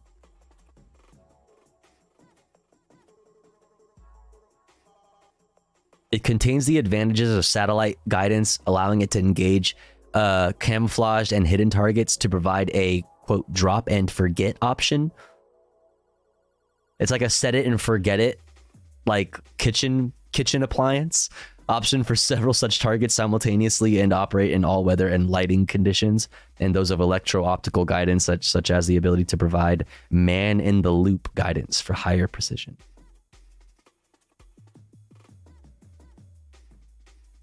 The Spice Kit can be fitted with up to 100 targets pre-flight that can be assessed and selected in flight. Interesting.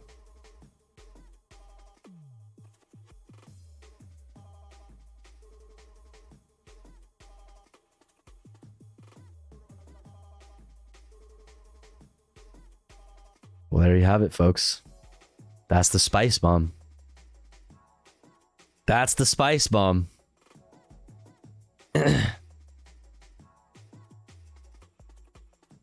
Boom, boom, boom, boom, boom, boom.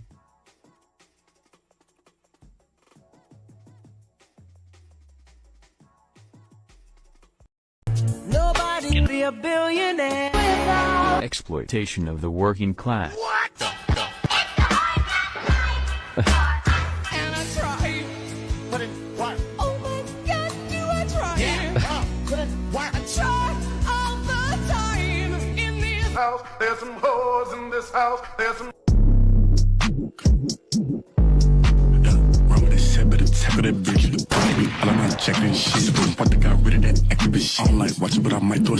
Welcome. Please scan your first item.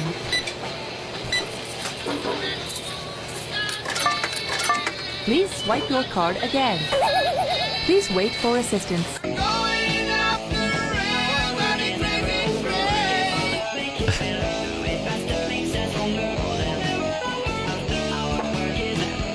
What do you want? What do you want? I'll tell you what I want, what I really, really want. I want to really, really, really want to smoke every day. True.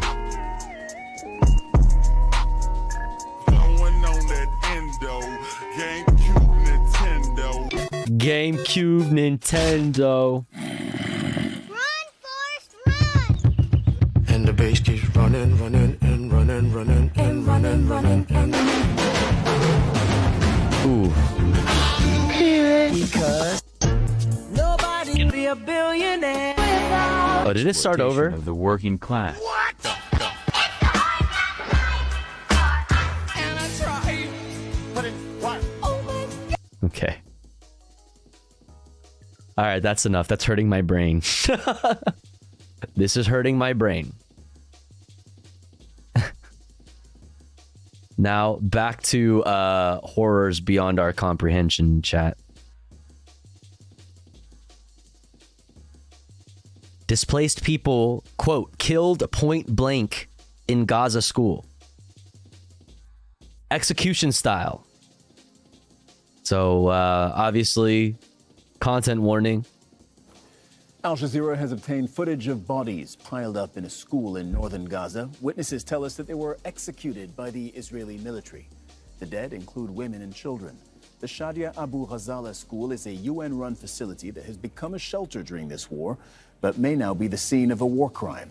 Rasul Sardar begins our coverage, and a warning: viewers may find some of the pictures in this report. Okay, well, let me check to see if there's anything too crazy. Okay, they blur it all out, so it looks like we're TOS safe.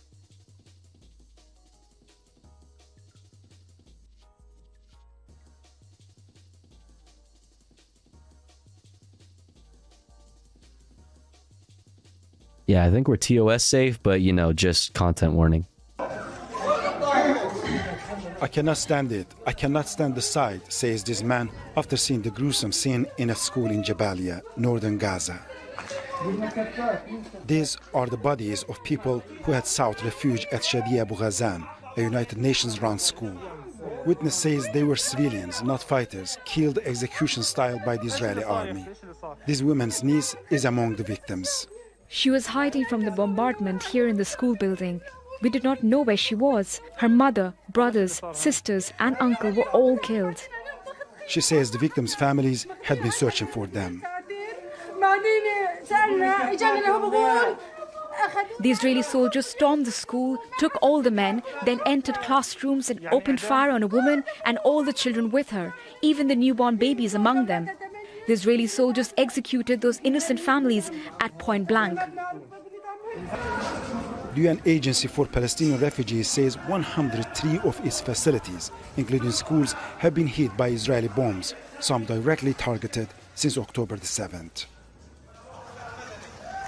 In Khan Yunis in southern Gaza, which Israel maintains is safe, several residential buildings were damaged in airstrikes. Residents and rescue teams are searching for survivors beneath rubble. The center of Khan Yunis is dangerous, but South Khan Yunis should be a safe place. We thought it was a safe place, but look, they struck here. 2 days ago they struck there. Many were killed. Shocked and traumatized, these children who survived the air attacks are being taken to the city's Nasser hospital, one of the few in Gaza still functioning. It is overwhelmed by the number of people in need of treatment. Further south, in Rafah, at the very end of the Gaza Strip, the scale of destruction is immense. Squares and buildings are leveled daily. For Palestinians, from the north to the south, nowhere is safe. They have nowhere to go.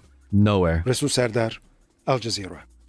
Let's go to Tariq Abu Azum in Rafah in southern. And like, I really, like, genuinely, this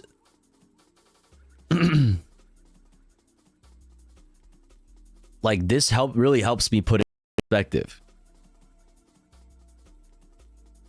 When we say nowhere is safe, like, what that looks like. For me, at least, this is where I live in Los Angeles. This is the Gaza Strip.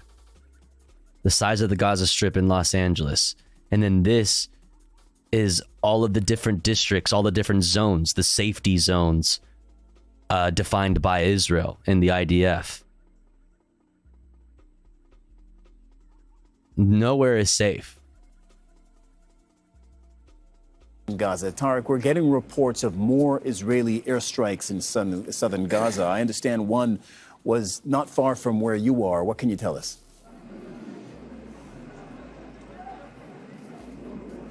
Yes, the airstrikes by the occupation air forces had been intensified, and this time in the south of Gaza Strip, in the area that is designated as a safe zone. We are just here in Al-Kuwaiti hospital, and the airstrike was just only far away from us, a few meters away, where a residential building had been completely destroyed, and a number of Palestinians have been injured and were transported to Al-Kuwaiti hospital to receive treatment. Another airstrike just took place just a few kilometers away from us in Bashit neighborhood in central Rafah, where the Israeli occupation forces had expanded and broadened the military attacks on the south, as well as the bombardment continue in Khan Yunis city, which was under the Israeli intense artillery shelling for more than 2 hours from now. The situation in the middle governorates also continue, where it has been Deir al-Balah town and Nusayrat refugee camp under intense Israeli bombing and airstrikes. Now it seems that somebody right now are bringing more victims due to the Israeli attack that took place in Rafah, which has been under Israeli full airstrikes since the last hour. How are Palestinians coping with the... It's worth repeating over and over again. Like, Rafah was where they were supposed to go after they deemed Khan Yunis, a target. And Khan Yunis was where they were supposed to go when they deemed the entire north half of Gaza a target. They made everybody leave the north to go to Khan Yunis, and then they bombed Khan Yunis. And then they said, go further south than that to Rafah, and then they bombed Rafah. And then they killed people in a school, point blank. Because so many of them have been displaced. They lack the basics, as we know, and now the weather is making things even harder, as you've been reporting.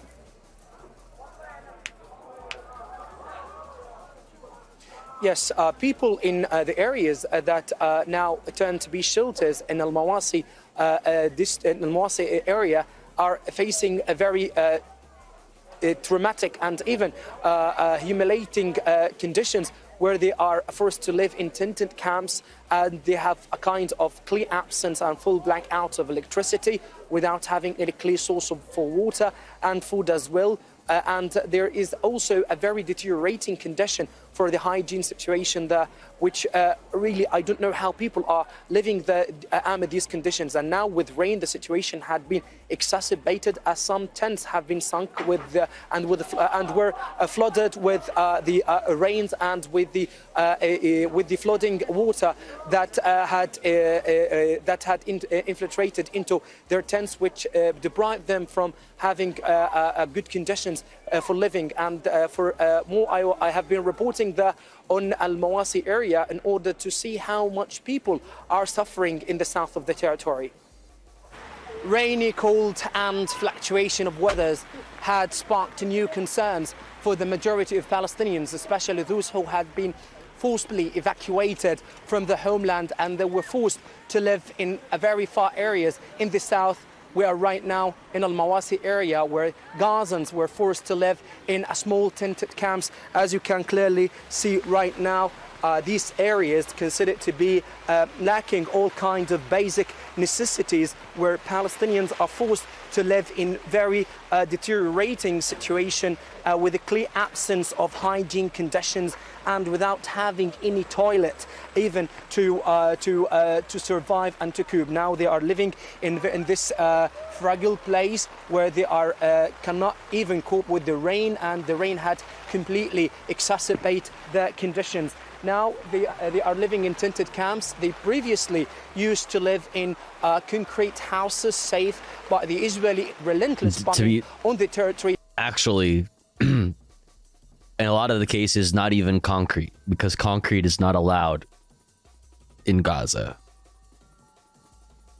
Just had forced them just technically, okay, to live and to cope with the situation and experiencing unbearable conditions. Now, those Gazans right now in Al Mawasi area are suffering due to the rainy weather amid much more growing concerns regarding the spread of infectious disease and respiratory infections, especially among young children, where hospitals become overwhelmed with a lot of patients regarding the spread of this infectious disease due to the lack of all hygiene conditions.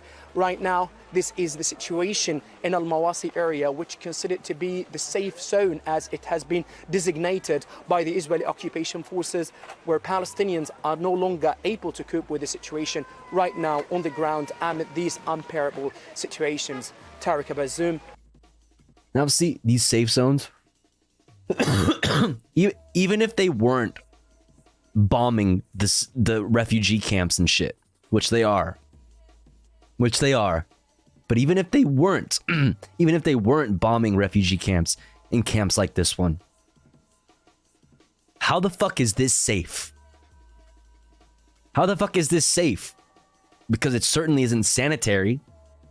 It certainly isn't sanitary. It's certainly not healthy conditions. It's certainly not the conditions that you would need to be in if you are already sick or if you are healing from any kind of wound or anything like that. There's nothing safe about this, even if it wasn't the case that they were also getting bombed in these refugee camps, in these safe zones. But it is that, but that is the case though. So there goes that. Where else have we seen such a concentration of camps? Yeah, they've killed a bunch of reporters and things like this. Yeah, like almost 90. We're at like 87 now. 87 journalists. Al Jazeera, Al Mawasi in the south of the Gaza Strip.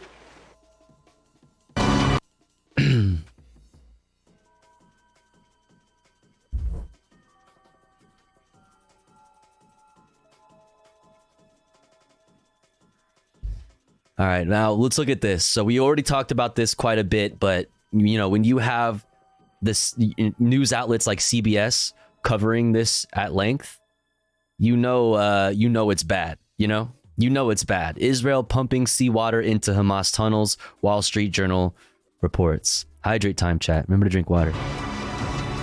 Well, today, President Biden will hold his first in-person meeting at the White House with the families of Americans held hostage in Gaza by Hamas. Yesterday, he said Israel is beginning to lose international support over its, quote, indiscriminate bombing of Gaza.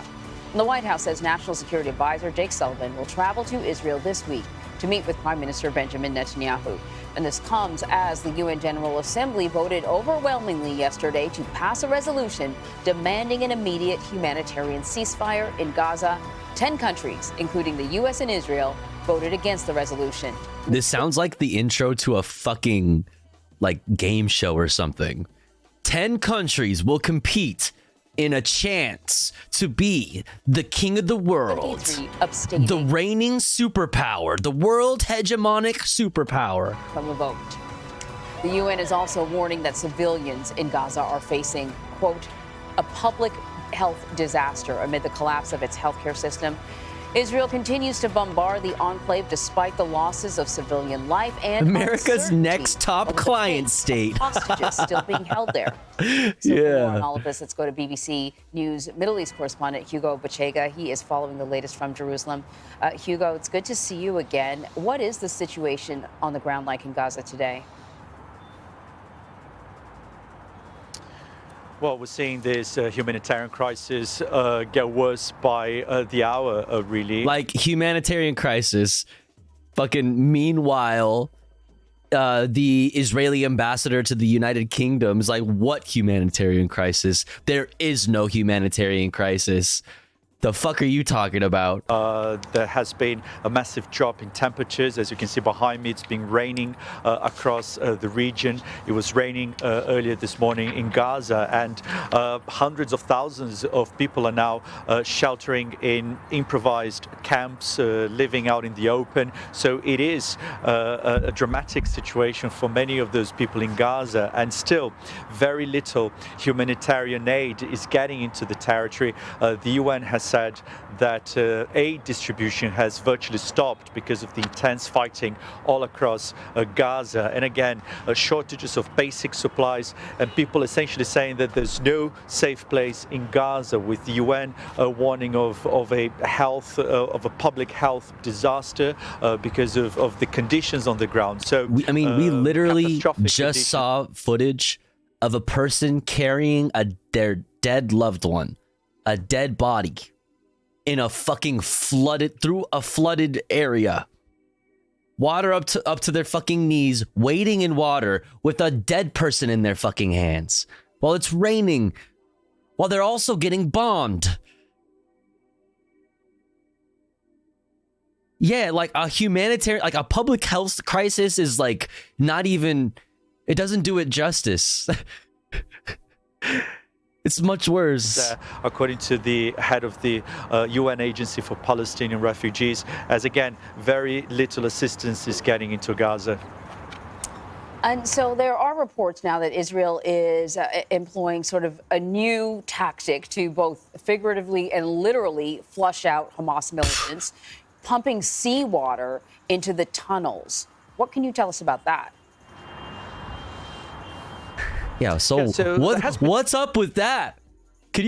What's going on? What's going on with that? It seems kind of weird.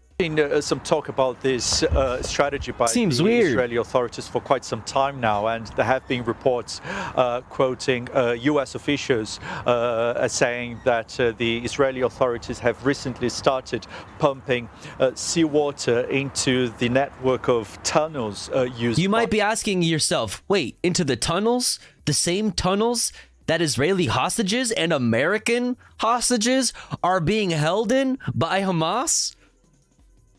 The answer to that question is yes. Yes. The people that are safe from the bombing, the relentless bombing campaign on the surface, are no longer also safe.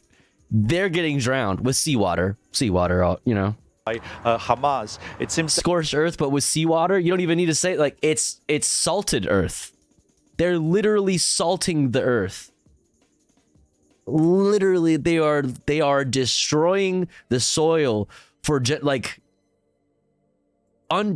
unimaginable damage to the soil. What is this? Me? What's up with that?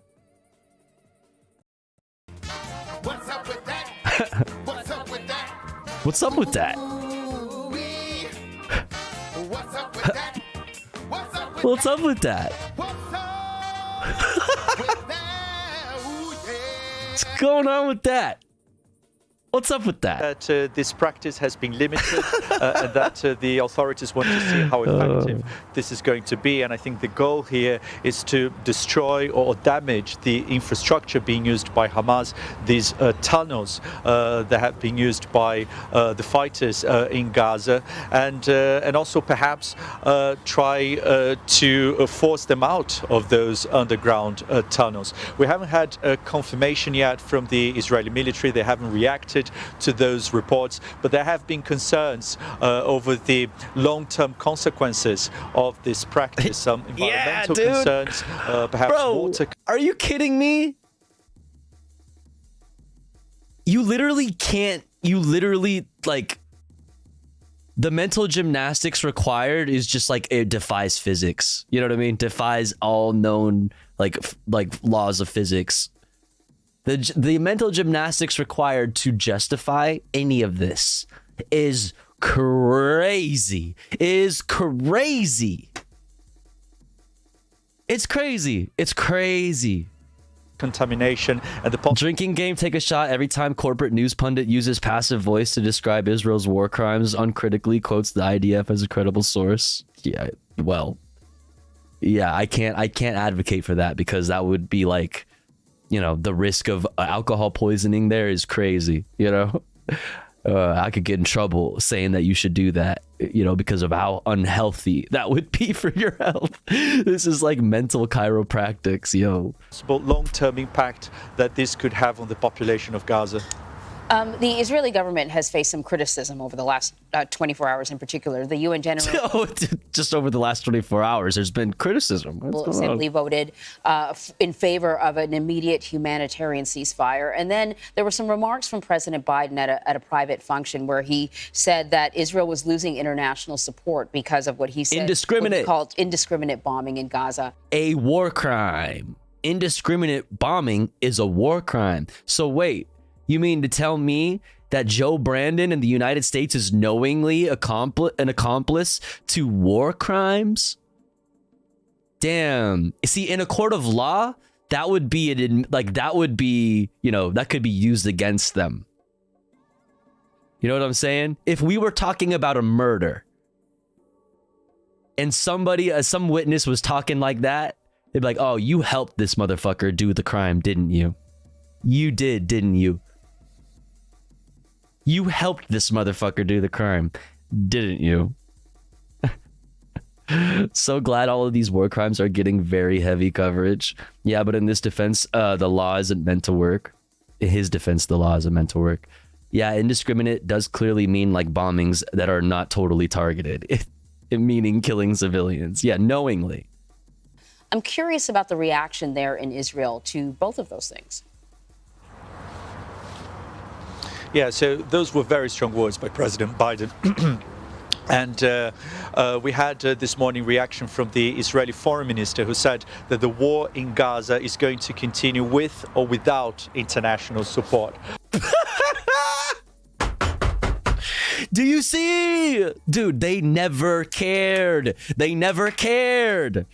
They never cared about international support. They're going to do it anyway. They have always knew. They even said themselves in conversations that we all heard and read about and talked about. We covered it. They knew that there was going to be an inevitable turning of the tide when it comes to support, international support for Israel after October 7th. So they need to do as much as they can, while they have the international support. While they have the United States. You know, there will be inevitably, there will be a time when international support drops so low that it might even force the United States' hand. It might. They're getting it in while they can, just straight up. That's what's happening here. So I think pressure is growing on the Israelis. We're seeing, mounting civilian casualties. There's worsening humanitarian crisis in Yes, Gaza. undead logic, and, exactly. The vote at the UN General Assembly and calls for a ceasefire are growing internationally. And I think perhaps there has been, growing discontent also in the Biden administration. Just days ago. We talked about this historic thing. Where did it go? Politics channel.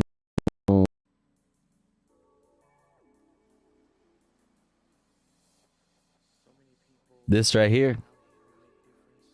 This is historic. White House Brandon staffers calling for a ceasefire outside of the fucking White House. Yeah.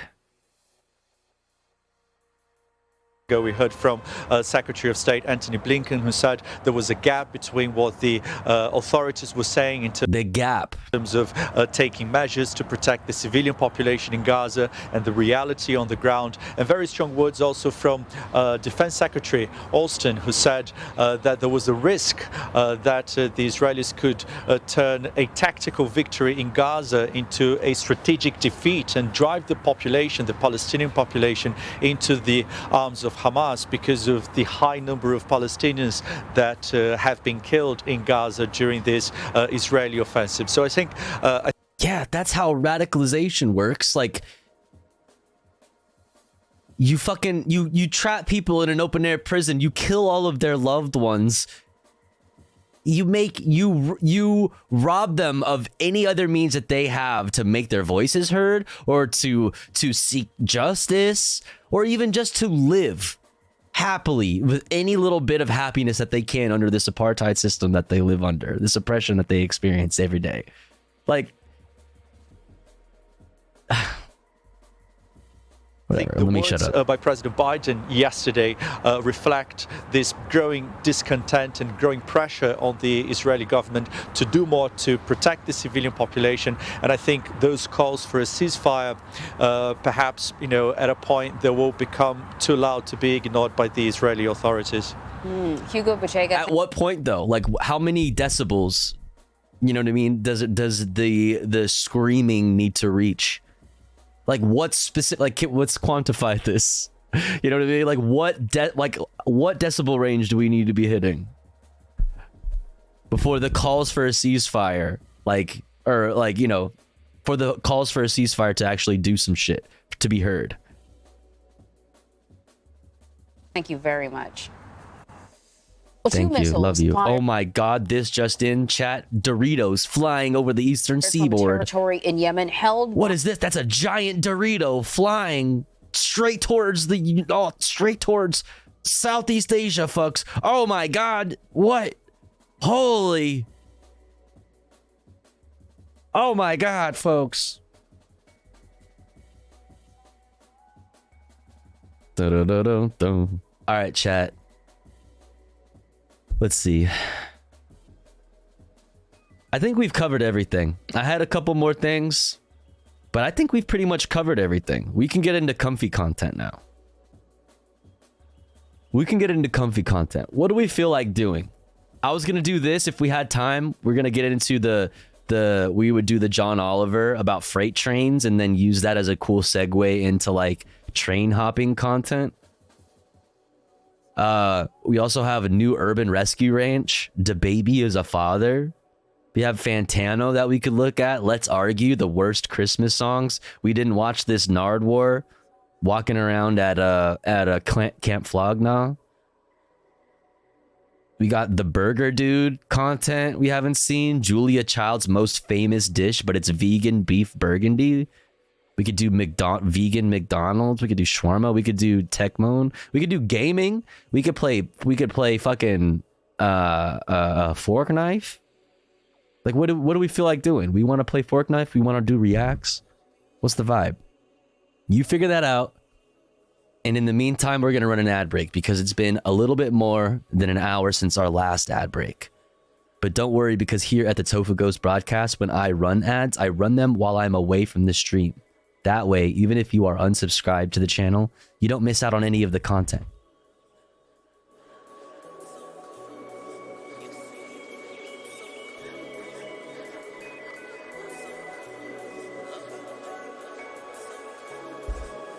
But hey, check it out. If you would like to support the stream, support me, the streamer, and also get access to cool Tofu Ghost emotes, as well as an ad-free viewing experience, all you've got to do is subscribe for $4.99 or for free with a Twitch Prime by connecting your Amazon Prime account, if you have one, to your Twitch account. Or let's say you are already subscribed to the channel and you're feeling generous and you have the means to. Maybe consider gifting a sub to one of our unsubbed friends in the chat. One of our unsubbed comrades in the community that may not be able to afford a sub this month. That way they may also be able to enjoy the Tofu Ghost emotes and an ad-free viewing experience with the rest of the gang. If you are unsubscribed, say hi in the chat, and maybe somebody will see you and feel generous enough to shoot you a little subby. Or consider throwing some bits, because bits are... Twitch is matching 10% of the bits that you throw at streamers until like December 20th or some shit. So ! mutual aid to see what we're doing with bits if you feel like throwing biddies.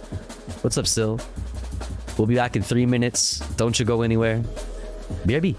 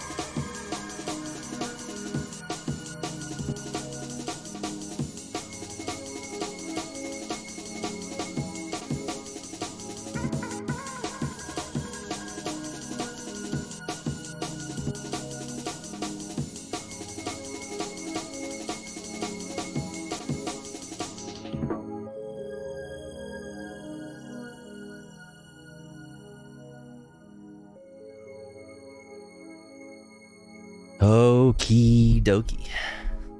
We're fucking back, dude. We're so back. Hold up.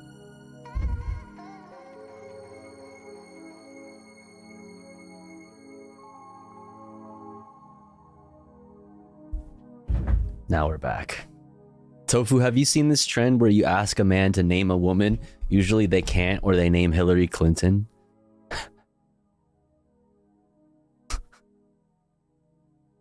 Like slash serious? Like slash genuine? Name a woman. Name a woman? Yeah, like any woman. Corinthia Slug. What? Corinthia Slug. No, you're just supposed to name a woman. Yeah, I did. You're a woman, so I named you Corinthia Slug, daughter to Barnabas Slug, heir to the crystal throne. No, I'm not Corinthia Slug. Corinthia, come quick. Your father Barnabas has been slain and you must ascend the crystal throne. Don't listen to this mudworm, Corinthia. He probably killed Barnabas to steal the throne for himself. Corinthia, this man speaks lies. I have been loyal to the House of Slug for longer than he's been alive. Corinthia, come with me. It's your only chance to survive. You can't listen to this mudbug. You must come with me. Mudbug? You heard what I said. Wait, stop it! I'm not going anywhere with either of you guys. I'm gonna go stay with my aunt. Sylvestria Slug, the witch of the high tower and the seer of all things. She alone can give me the answers I seek, not more lies spit out of your mouth like venom. You are both a mud bug and mudworm, and I shall have nothing to do with you henceforth. Good day. Princesses, am I right? Yeah. Princesses. On some gub dubs? Always. All right.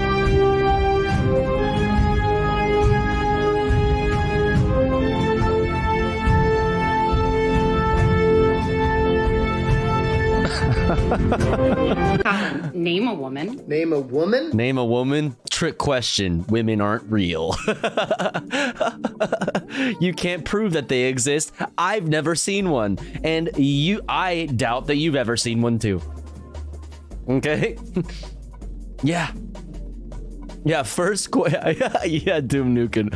First question for you, what even is a woman? Fuck.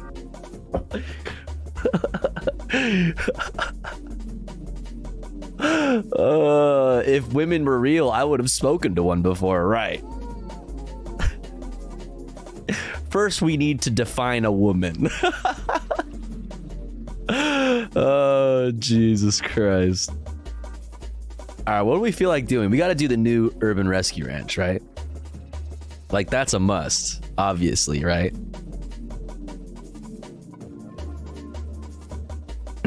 Everyone asks about what is a woman, but no one asks how the woman is. So true, Professor SJ. Yes. Yes, I felt that in my soul. Yo, Tired Snow White, thank you for the 300 biddies and forcing Twitch to give 30 more biddies in your name. Let's go. Yeah, how is a woman more like, right? You know what I'm saying? Thank you so much, Tired Snow White. Let's go. Let's fucking go. Women. What's up, Sil? Hope you're doing good. Let's do DaBaby is a Father. Urban Rescue Ranch. Brand new. Let's go. And it'll kick every now. Oh, did you see that? Shake. Hopefully we can fix both of their wings. God, What the fuck is that? Squirrel. He's picking a fight with a bird that is twice his size. Look at that thing. I just have to put this in a little jar. The guy found the worm. Drink in the wall. Wait, was that an Uncle Ben? Look at that thing. I just have to put. Oh my god. It's an Uncle Ben. Oh my god, chat. He's got little cappies. Oh my.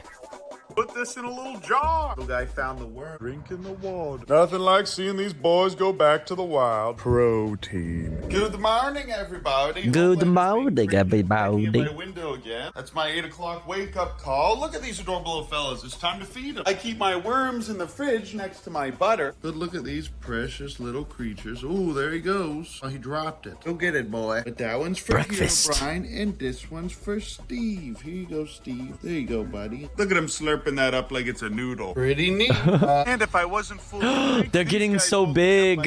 Oh my god, they were just little babies. Today, so I'll be giving a chick to these guys for the road. The red-tailed hawk drank all of his water, and this Caracara drank a little bit of his. I will give him a little chick as well. So What the fuck? It's a Pidgeotto. Tofu Funko Pop collector arc? Never. But I would make an exception for a Uncle Ben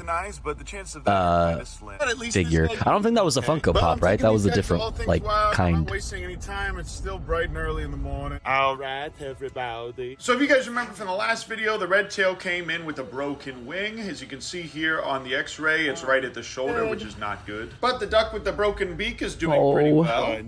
Oh my god. The duckies. Perfect. Hello, kibbies. Protein. Whoa, guys, Uncle Ben looks pretty hungry. Like this video or he'll eat that cat. Exclamation point watching in the chat for a link to all of the videos that we've watched this evening and will be watching and are watching right now. Go like and subscribe to the smaller creators that we watch, like Urban Rescue Ranch.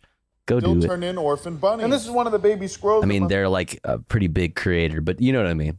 Go like and subscribe. Escaped his cage. Get in there. I see you, little fella.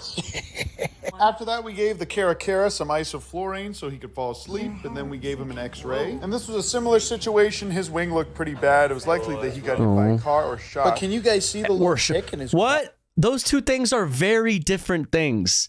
It's likely he either got run over by a car or shot. It's like, well, fuck, dude. How do you... I mean, there's got to be some pretty distinct differences between those two things, right? Like, sadly, a splint or a cast can't really fix this injury, and surgery might have a low chance of success. But here's the owl that I brought in the last video, and it's doing better. the car had bullets for wheels. Damn, dude. I need to get a car that does that. That sounds crazy as fuck and very based and 2A pilled. But it clearly is recovering from a concussion. Oh, he's not feeling good. And this little guy was ready to be moved into a larger enclosure, so I went ahead and took her over there. And this little Broadwing is ready to be released. Okay, I'll be releasing this Broadwing in Temple, and then this little Duckerton, who's giving me a weird little angry look now, will be going back with me to Waco, and she's ready to be released, and we can just release her with garbanzo beans if she decides to stay. Garbanzo beans gonna have a friend. This little fella here back where he was found, or at least close to it. Nothing like seeing these boys go back to the wild. All right, everybody, I have Garbanzo Beans' wife here. Also, it looks like a squirrel got trapped in this flight pen. No doubt he was coming in here looking for pecans. The doors are open though, so I'm sure he'll find his way back out. Hello, Garbanzo Beans. I have a girl for you. Kevin just made a girl for you. Kevin, I won't have it today. It was a long drive. I ran out of gas on the way home. Please, Kevin, I don't want to deal with this. But all right, everybody, here he is. Kevin, get out of here. Don't ruin this moment. This is a precious moment. Get out. And this beautiful pond that's now working again is going to be a perfect little home for both of these little creatures. Oh, there she goes. Wow, look, you guys. She loves it here. So what's this little bubble doing here? Why does this keep happening? All of the liner here is starting to get exposed. Look, guys, he doesn't know what to think. Wait, what?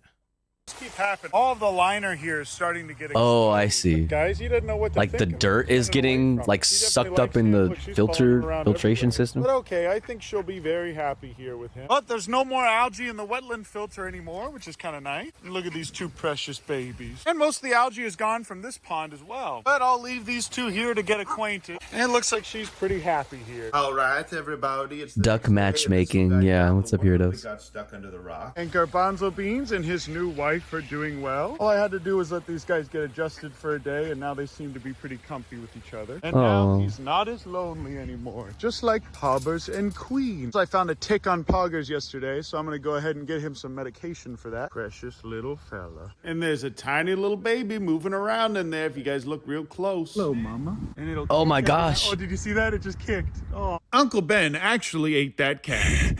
You should have just liked it. There's the opening to the pouch right there. You guys see it's like sitting there moving it. Oh, come on. Let us get a look. Give us a look at the pouch, please. But yeah, look at that, you guys. You can see it's hanging way lower than it normally does. Kevin hasn't been mean at all. He's gone back to being a little boy. It's Kevin, you guys. You can hardly even tell it's him. This is what he looks like when he's in non-aggressive mode. My buddy who works at the Waco Fire Department Can't even recognize him when he's not fucking assaulting you. They can go up there and sit and watch the fish and then dive bomb down on them. I have Homelander in here because those guys were afraid to work around her. And we already have all of these leaves that we need to rake again. Even though we just raked all of them. Homelander will be fine back here for a little bit, but I'm gonna go ahead and move him out now. Check this out, you guys. These are the fire hoses that we got from the Waco Fire Department. And I'm gonna try and get some more immediately because these things are awesome. If we want them to be straighter or more firm, we can always just cut a hole and slide a PVC pipe in there. As is though, this is perfect for anything that we want to put in here. Hello, Homelander. But literally, if we want to have lemurs or any kind of other little fellas, but especially hawks or other raptors that we just got, like the caracaras, we have right here 2 solid flight pens that I could separate down the middle that each have the U.S. Fish and Wildlife requirements for raptor rehab. Now we just need to go ahead and separate this boy down the middle. And because All Things Wild is just going to go ahead and sub-permit me now, we can go ahead and immediately start rehabilitating raptors in here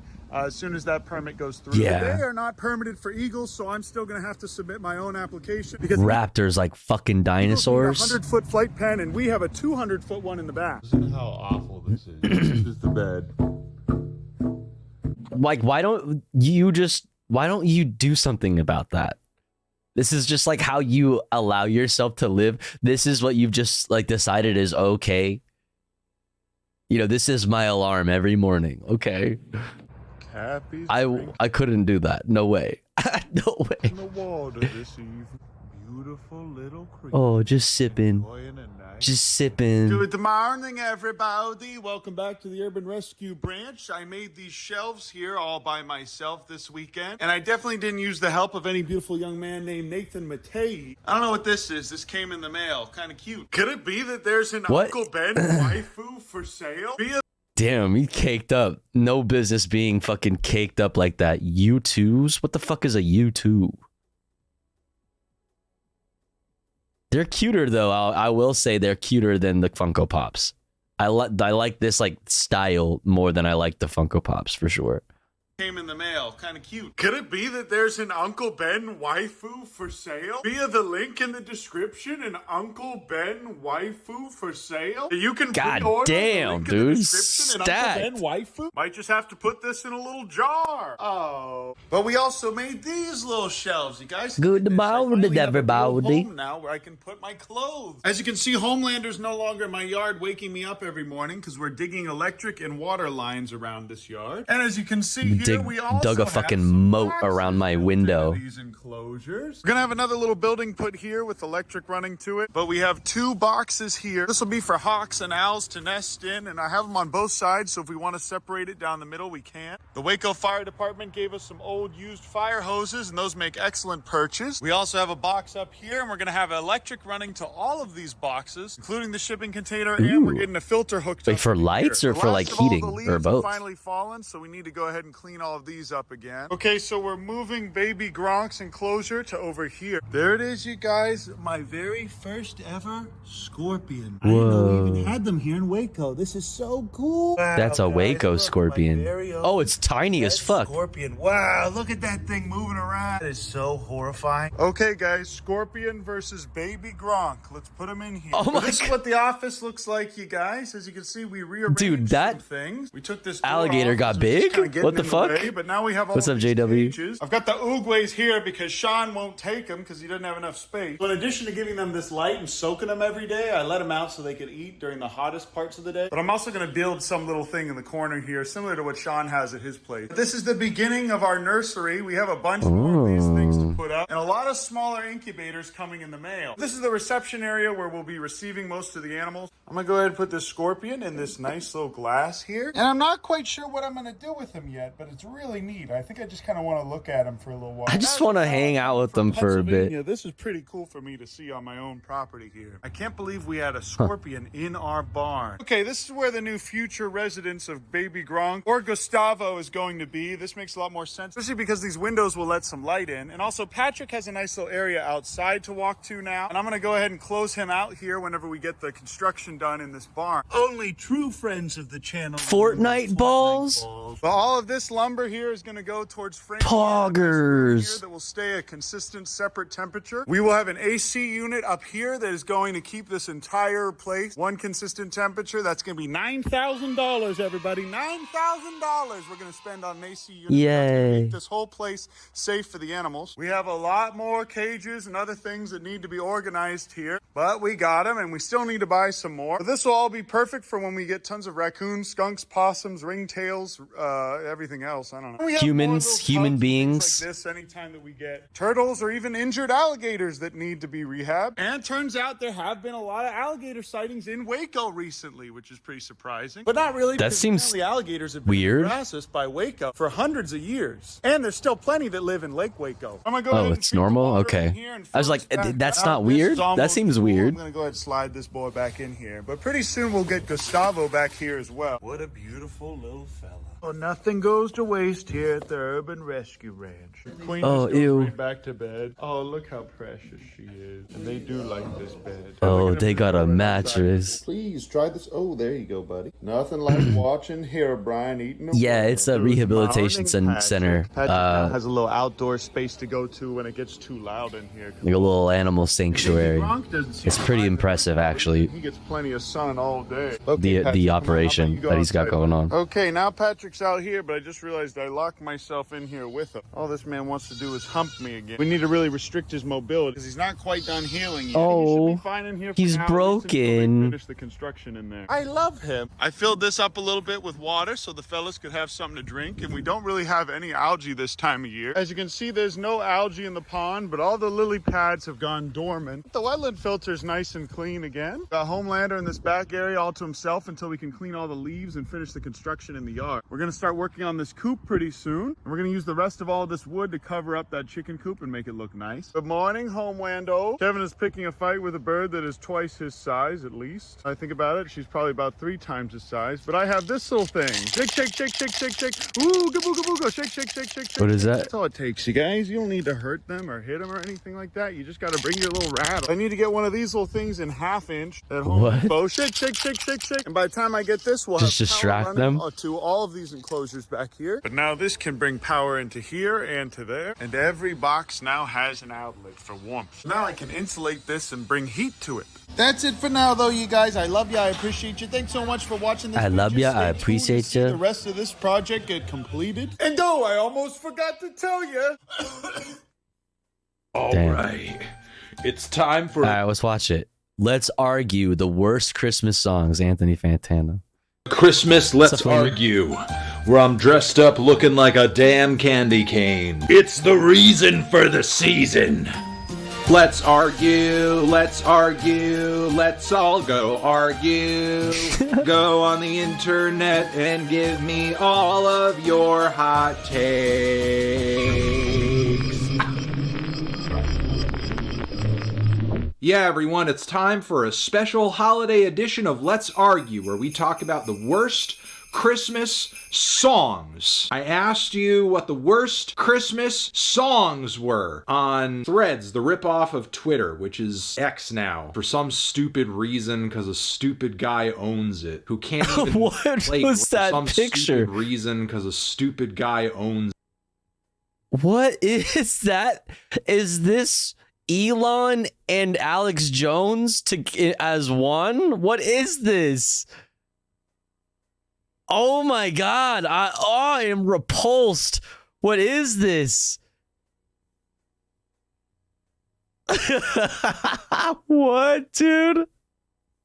It, who can't even play Grand Theft Auto. I want to play Grand Theft Auto, but I barely have the time to play Grand Theft Auto. This guy over here has the time, but he won't do it because you have to do crime in the game. The game. One of the most brutal community notes I ever seen was on this tweet. Hold on.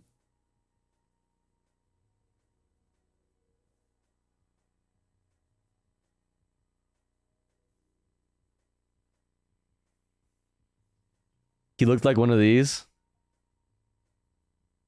Ugh. He does, but what the fuck is that? It's scary.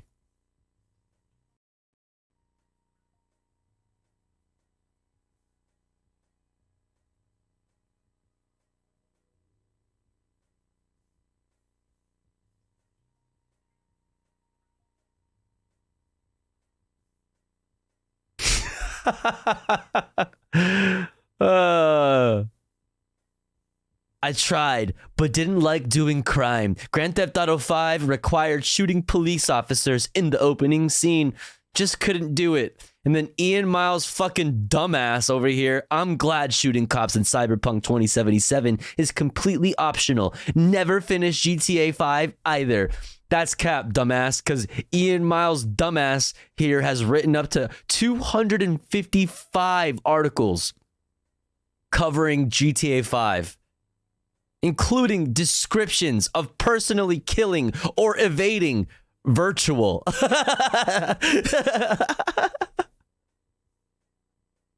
Police in games in single player mode. Dumb fucking idiot. You fucking idiot. God, he's such a loser. Play Grand Theft Auto. This guy over here has the time, but he won't do it. Because you have to do crime in the game. The game's literally named after a crime. What did you expect? But anyway, I love cops. I asked you guys, I want to hug and kiss the police. I don't know why I did, because honestly, this holiday season, I want to be positive. I want to think positively and exude positive vibes. This year, rather than being a Scrooge when it comes to, music of the holiday season, I'm going to try to see the cloud in this silver lining of a bell. I'm going to try to see the bell in this cloud, whose outline is made of silver. So let's go! Baby, it's cold outside. I know people who love it, but it's always just made me feel icky.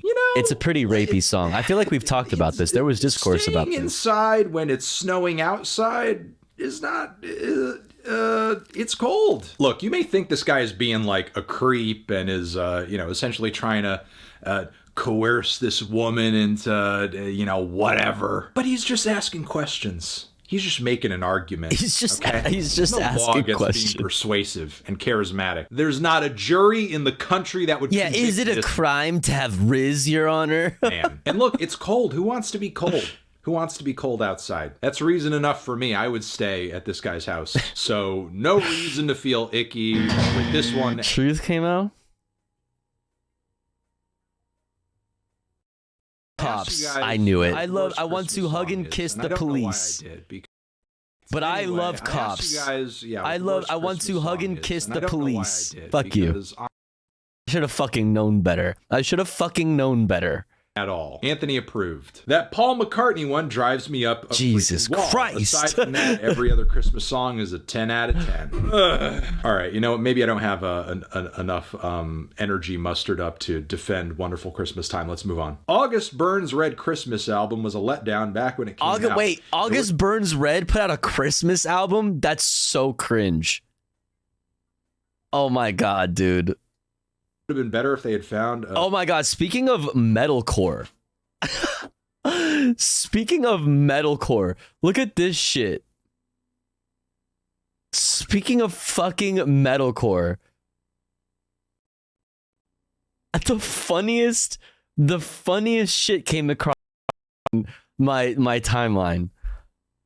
Dude, apparently, okay, oh, hell yeah. New hyper-specific Twitter discourse just dropped. Are my fellow millennials okay? The answer, chat, is no. Millennials are not okay. Why is Norma Jean and 2000s Christian metalcore trending on Twitter? Fans duked it out over the band's legacy in response to a vintage concert clip from 2002. Dude.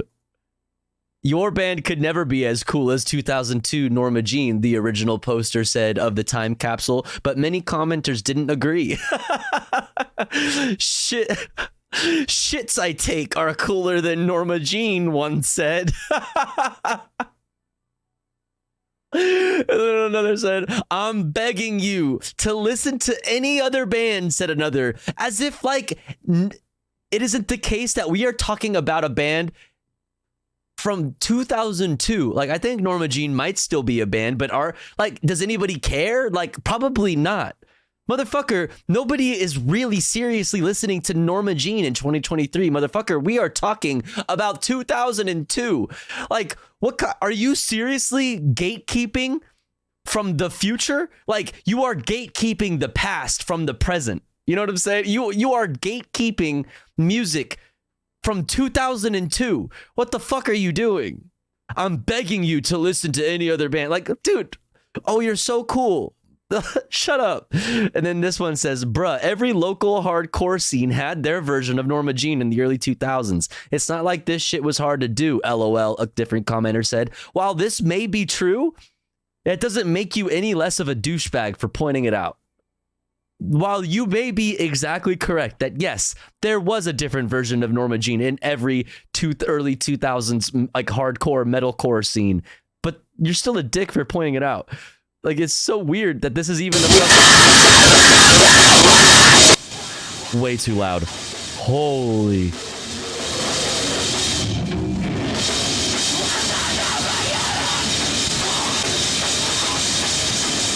Sorry, chat.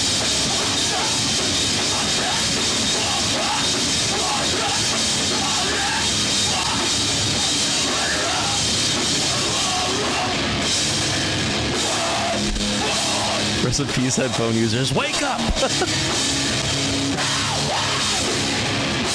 Look at the white belts. We got white belts.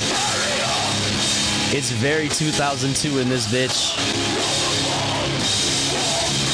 Like, 13-year-old me was very hyped on this. I loved Norma Jean.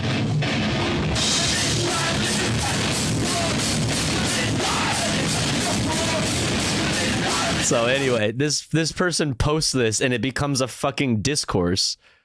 Oh shit, wait, my post got an article? Oh my god. Wait, they didn't know? Wait, they didn't know? Wait, that's fucking hilarious. Oh my god. I was the one that informed them that they started a thing, that they started a discourse.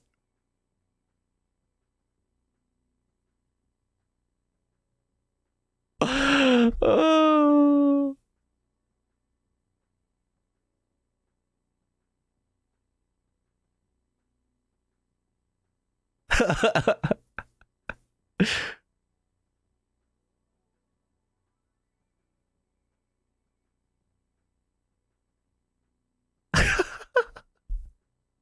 That's journalism, baby. This is so right up my alley, like the intersection of like, you know, the punk scene general, or like, you know, extreme music and like the politics and the news, and this is so funny. Anyways, that happened. Reminded me of that. August Burns' Red Christmas album, apparently. Okay. Burns' Red Christmas album was a letdown back when it came out. It would have been better if they had found a way to incorporate vocals. August Burns' Red came out with a Christmas album? Yeah, that's what I'm saying. I didn't know that they came out with the fucking Christmas album. What the fuck is this shit? Why would you do that? Of Christmas? Like with breakdowns?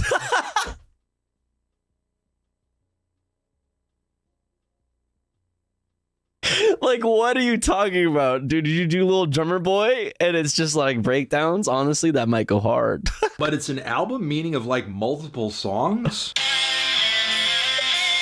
No! Ew! They did Frosty the Snowman with fucking guitar leads, dude. Oh, meow, meow, meow, meow. Meaning of like multiple songs?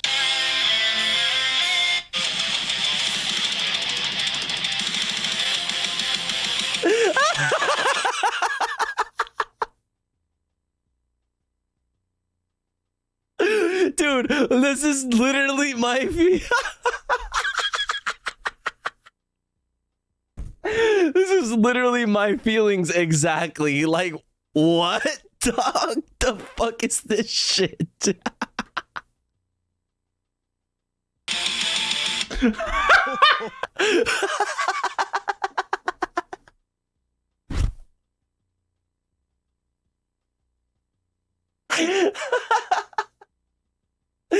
Oh, this is too good. Holy crap.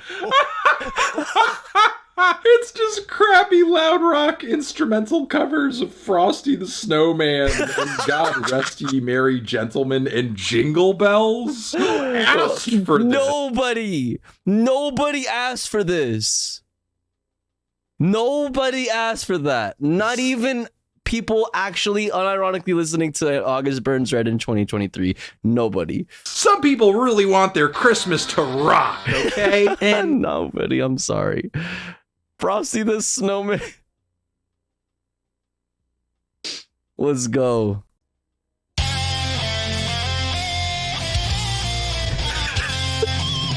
Ew, this came out 10 years ago? Really? Ew, I'm old. Okay.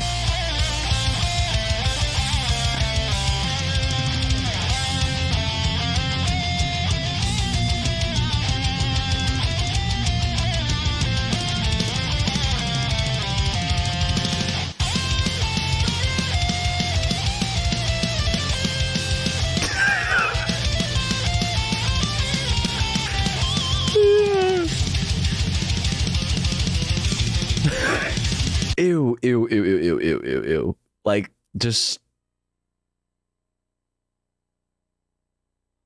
stop, dude. Just like, no, you didn't need to do this. You really just like, this didn't need to happen. Bro, they brought this to Solid State Records and they were like, yeah, dude, how much money do you need for production? I got you. Like, what the fuck? Yo, Kayla Tranche, thank you for 4 months. Thank you, thank you, thank you. Welcome in. I appreciate it. Look, all music has a context and a time and a place when it's necessary. And these instrumental tracks would absolutely kick ass in the background of some, local car dealership's winter sale.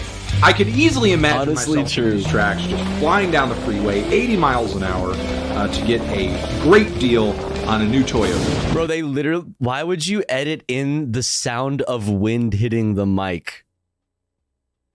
For the realness factor. I hate you. That's like the worst sound. I hate that sound.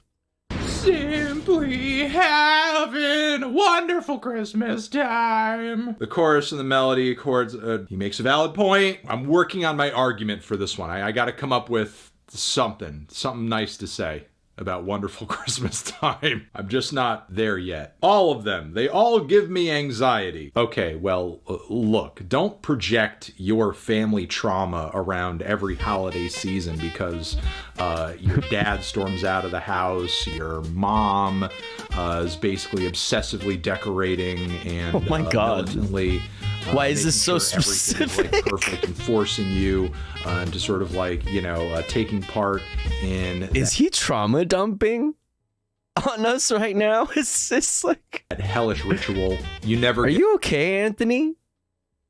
Get what you want. Your uncle gets drunk at family dinner. That's not all of our faults, that happened to you. And that you associate all holiday music with that. Give the rest of us a break. Pretty much anything Jimmy Fallon has been dropping this time. Bro, you didn't have to do the Christmas music video, Anthony, if it affects you, you know what I mean? If it reopens old wounds, you didn't need to give this to us. Yeah, who hurt you, Anthony? This is just Christmas for a lot of people, true. Of year. Look, Jimthony Fallon-Tano is Jimthony Fallon-Tano when it comes to entertainment and comedy. The man is a wholesome angel of wholesome angels, and nobody gets me in the Christmas spirit like Jimmy, especially when he's teaming up with a music great, a modern music great like Meghan Trainor. Is her name Meghan Trainor? I hear them together and it just feels like the holidays become holy days in that I want someone to drive by me and fill me with holes. A whole lot of a whole lot of joy. Spirit. Just absolutely riddled with Christmas spirit. Santa baby. Horrid muck. I'm going to disagree with you there. I absolutely love the way the woman on that track, she just sounds like a baby, a child. I love a good song where the singer, preferably a female one, is just infantilized and... Oh, he's being sarcastic. I was like, huh? I was a little worried there. I was like, bro, are you broadcasting your L's like this? Like, hello?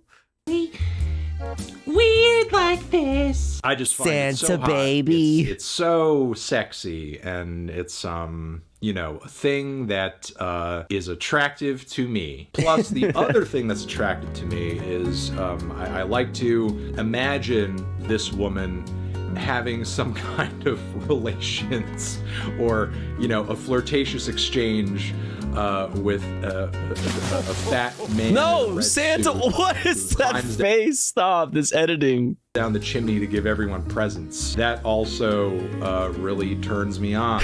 You know, I just love being turned on around Christmas. That's Me too. Why this track is great. I saw Mommy kissing Santa Claus is so effing weird. The kid sees his mom cheating on his dad and he's happy about it. Okay, but have you considered that the kid's dad, like, is a piece of shit? Went out for milk Right. 5 years ago and Yeah. never came back? Santa's just coming down the chimney to Stop with that face. To lay some chimney.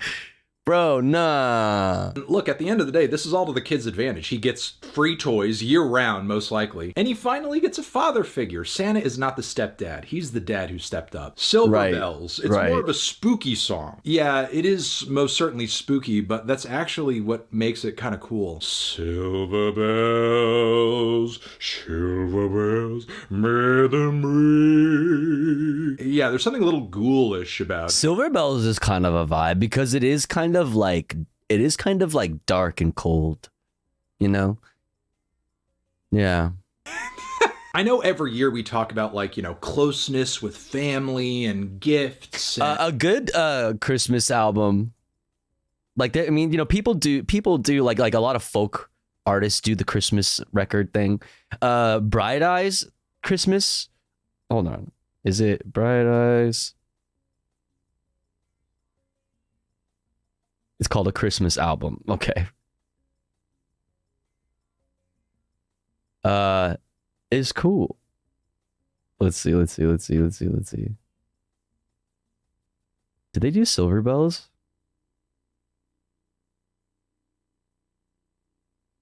Here's Have Yourself a Merry Little Christmas.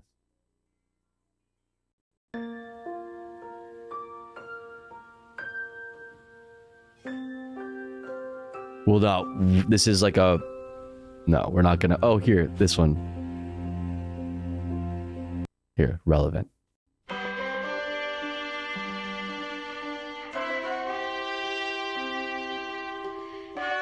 This is 15 years old. Fun, creative. I like Bright Eyes, so that's a good Christmas album. Togetherness and, you know, all of these things being just like pivotal to the Christmas spirit. But what we actually want subconsciously beneath all that is fear. Wonderful Christmas Time, Paul McCartney. Its generic sound, lazy writing, and mid vocals make it the most forgettable song of the season. And it's so overplayed, it hurts. It felt like it was created to be easy listening at the mall, but I don't know anyone who legitimately likes it outside of my weird aunt. Shameless money grab. Lost a lot of respect for Paul McCartney for this one. Okay, listen here, buddy. I gotta check you on this one. First off, generic sound? Absolutely, positively not. One of the great things about Wonderful Christmas Time is that there is no other Christmas song out there that sounds quite like it. That's why I love it so much. It just doesn't sound like other Christmas songs. It stands out. It's instantly recognizable, at least to me. Wonderful Christmas Time? That is part of what makes it so special. You know, that melody is a very unique melody. That is not lazy writing. If you were truly lazy, your melody would probably sound more like Christmas time, Christmas time, Christmas, Christmas time.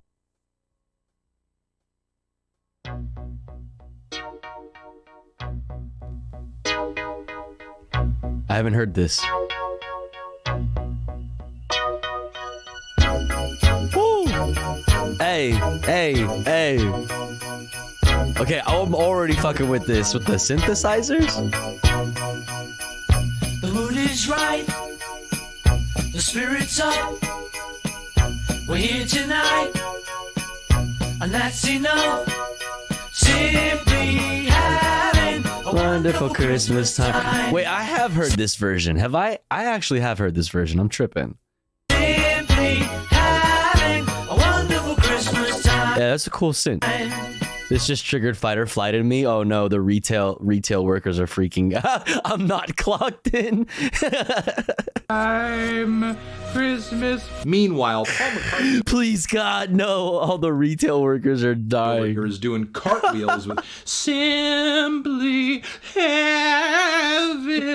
a Wonderful Christmas."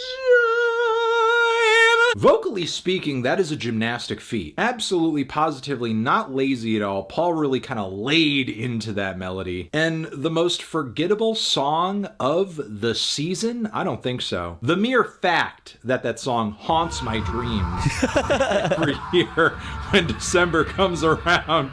Oh man, I wish it was as forgettable as you say. I also have contention with your claim that it is easy listening because I'll have a blue Christmas without you. Speaking for myself, I don't have an easy time listening to this track. This song for me, as far as Christmas music goes, is hard mode. I don't know anyone who legitimately likes it outside of my weird aunt. Give your aunt a break, okay? She's had a tough life, partially because of me. I take responsibility for that.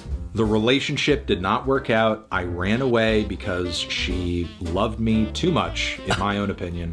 I ran away and ghosted because I'm afraid of intimacy. I have trauma. Oh my God. Wait, okay, the joke is real. No, he's trauma dumping on us. I have been gaslit, manipulated, and lied to, and I'm afraid of it happening again. It makes it difficult to love others. I mean, listen, you're very valid. Don't blame that on your aunt. Holy. That got too fucking real. I'm gonna leave it there. You guys are the best. Love you. Thank you for watching. Love you. I hope you're having a wonderful Christmas time. And I will see you in the next one. Anthony Fantano. Forever. Wonderful Christmas time. Let's argue forever. Christmas-thiny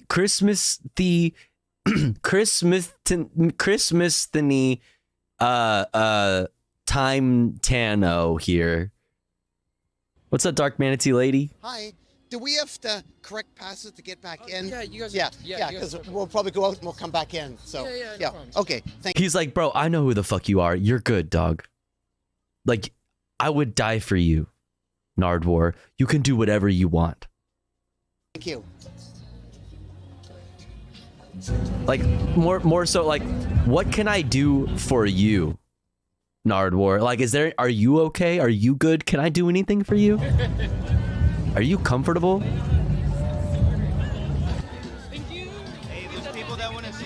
So is this just like B-roll of him walking around? Because we saw these interviews. Crazy. My number was 4. Why I forgot that for a second. Damn. Oh, so it's just like all of the interviews and him walking around like put into one video. All right, maybe we won't watch that because we've seen a lot of this. We've seen a lot of that. Dun, dun, dun, dun, dun, dun, dun, dun. Dun, dun, dun, dun, dun. All right, let's see. Recap vid, a bunch this time of year. Yeah, that makes sense. That makes sense. Let's do this. Let's do this. Anybody in chat will work remotely? Yo, where's your TO? Thank you for tier 1 subscription. Thank you so much. Thank you. I really appreciate that. Thank you. Hey guys, I'm at a gas station. I just got some supplies. These people are gonna work remotely from a train. They're gonna ride the train. 2 cans of beer. And work remotely. And yeah, that's in preparation for the trip I'm about to do from Huntsville to Birmingham. The plan is to hop out tonight, arrive sometime super early tomorrow morning, probably when it's still dark, and then work remotely from the coffee shop and just hang out in Birmingham tomorrow. I'm a little disappointed that... So he's gonna fucking hop a train Just for fun skis. Because as you can see from these lights, there's a ton of smoke in the air, and this is coming from Canada. We're all the way in Alabama, so it's a this was when the fires were popping off. really smoky day. It was kind In of the hard Civic. to see earlier today. The visibility is pretty bad, but hopefully tomorrow there will still be some in the air so that I can see it on the ride back. Because yeah, it sure makes the sunsets look pretty cool. Okay, so I'm approaching the catch-out spot, and we have crossing lights going off right now, so Turn left onto 1st Avenue Southeast. I might have gotten super lucky. There might be a train right here. I'm gonna park here and figure that out. Because if it's going our way, I'm taking that. Oh, nope. Wait, you're just gonna leave your car? Is somebody else driving? Wait, what the fuck? You just gonna leave? He will not let us get out there. That's going northbound. He's monitoring the radio though. We're gonna put 3 trains out there at one time. I was thinking about going to Nashville. There's a locomotive headlight though, and I don't want him to see me. I don't know, do I want to go to Nashville? GTA rules, you just leave your car wherever. True. Dude, GTA 6 looks sick. Now is my chance. This thing is, well, we're almost at the end of this. Let's see. Is that writable? I think this is writable. Give this a shot. Oh. I mean, you could transfer cars pretty easily on those things as long as they're driving pretty slow. You might see me. Damn. Didn't get down. We gonna get a Tofu GTA 6 stream? Fuck yeah. The 5 streams were comfy. Dude, should I play that again? I don't know. I'm so bad at finishing games. What's up, Yogi? Definitely GTA 6 though. Absolutely. In 20 years? Yeah. Should I bring back GTA 5? Should I finish the game?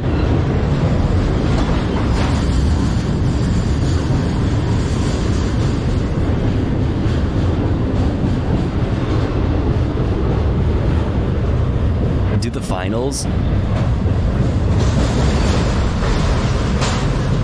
It's so hard, dude.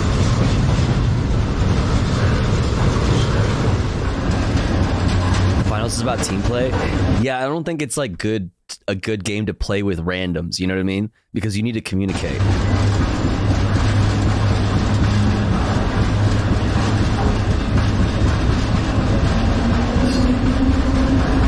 And clear. Full speed ahead.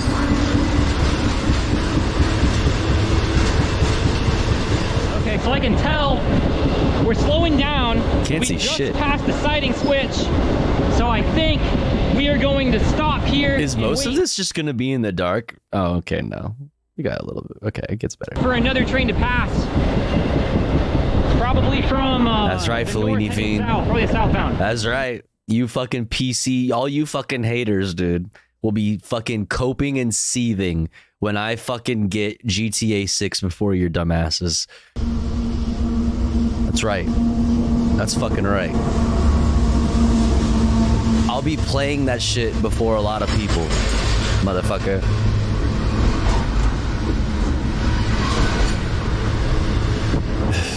Thanks for the stream, Tofu. Gotta run. Yo, Sag, thanks for hanging out. Always a pleasure to have you. See you next time. Good acceleration. Have a good rest of your day.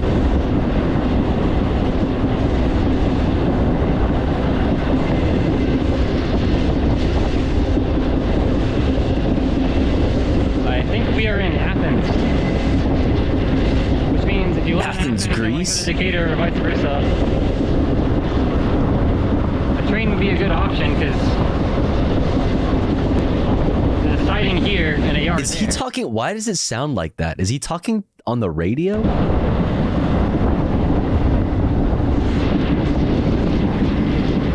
I've been to Athens, Greece, but have you been to Athens, Alabama?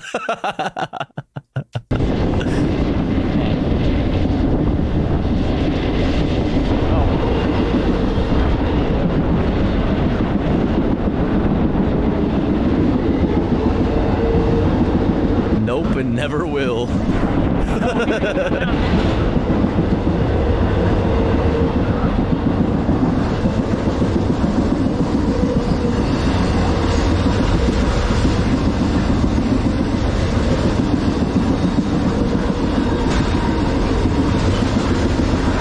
of hoping to use speed as an advantage.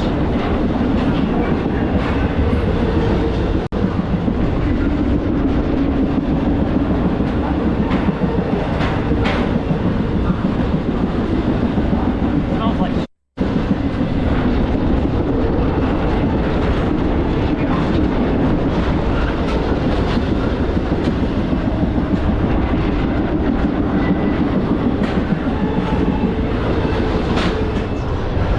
yeah, it's always weird watching people when you're on a train. Why does it sound like that?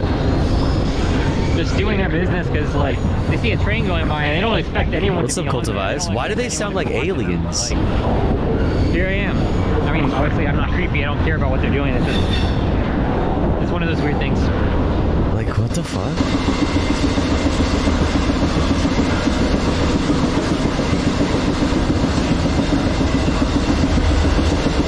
We're going fast.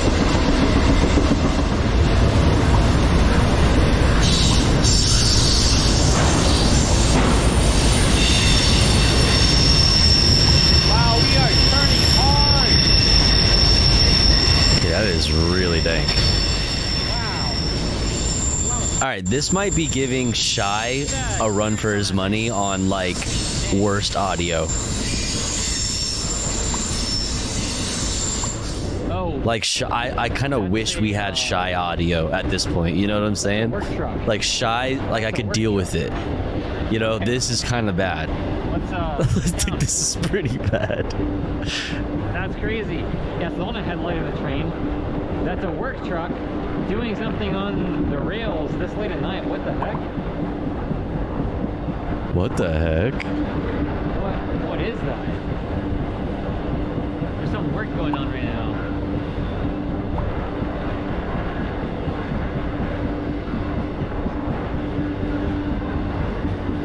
I'd agree more if I could hear.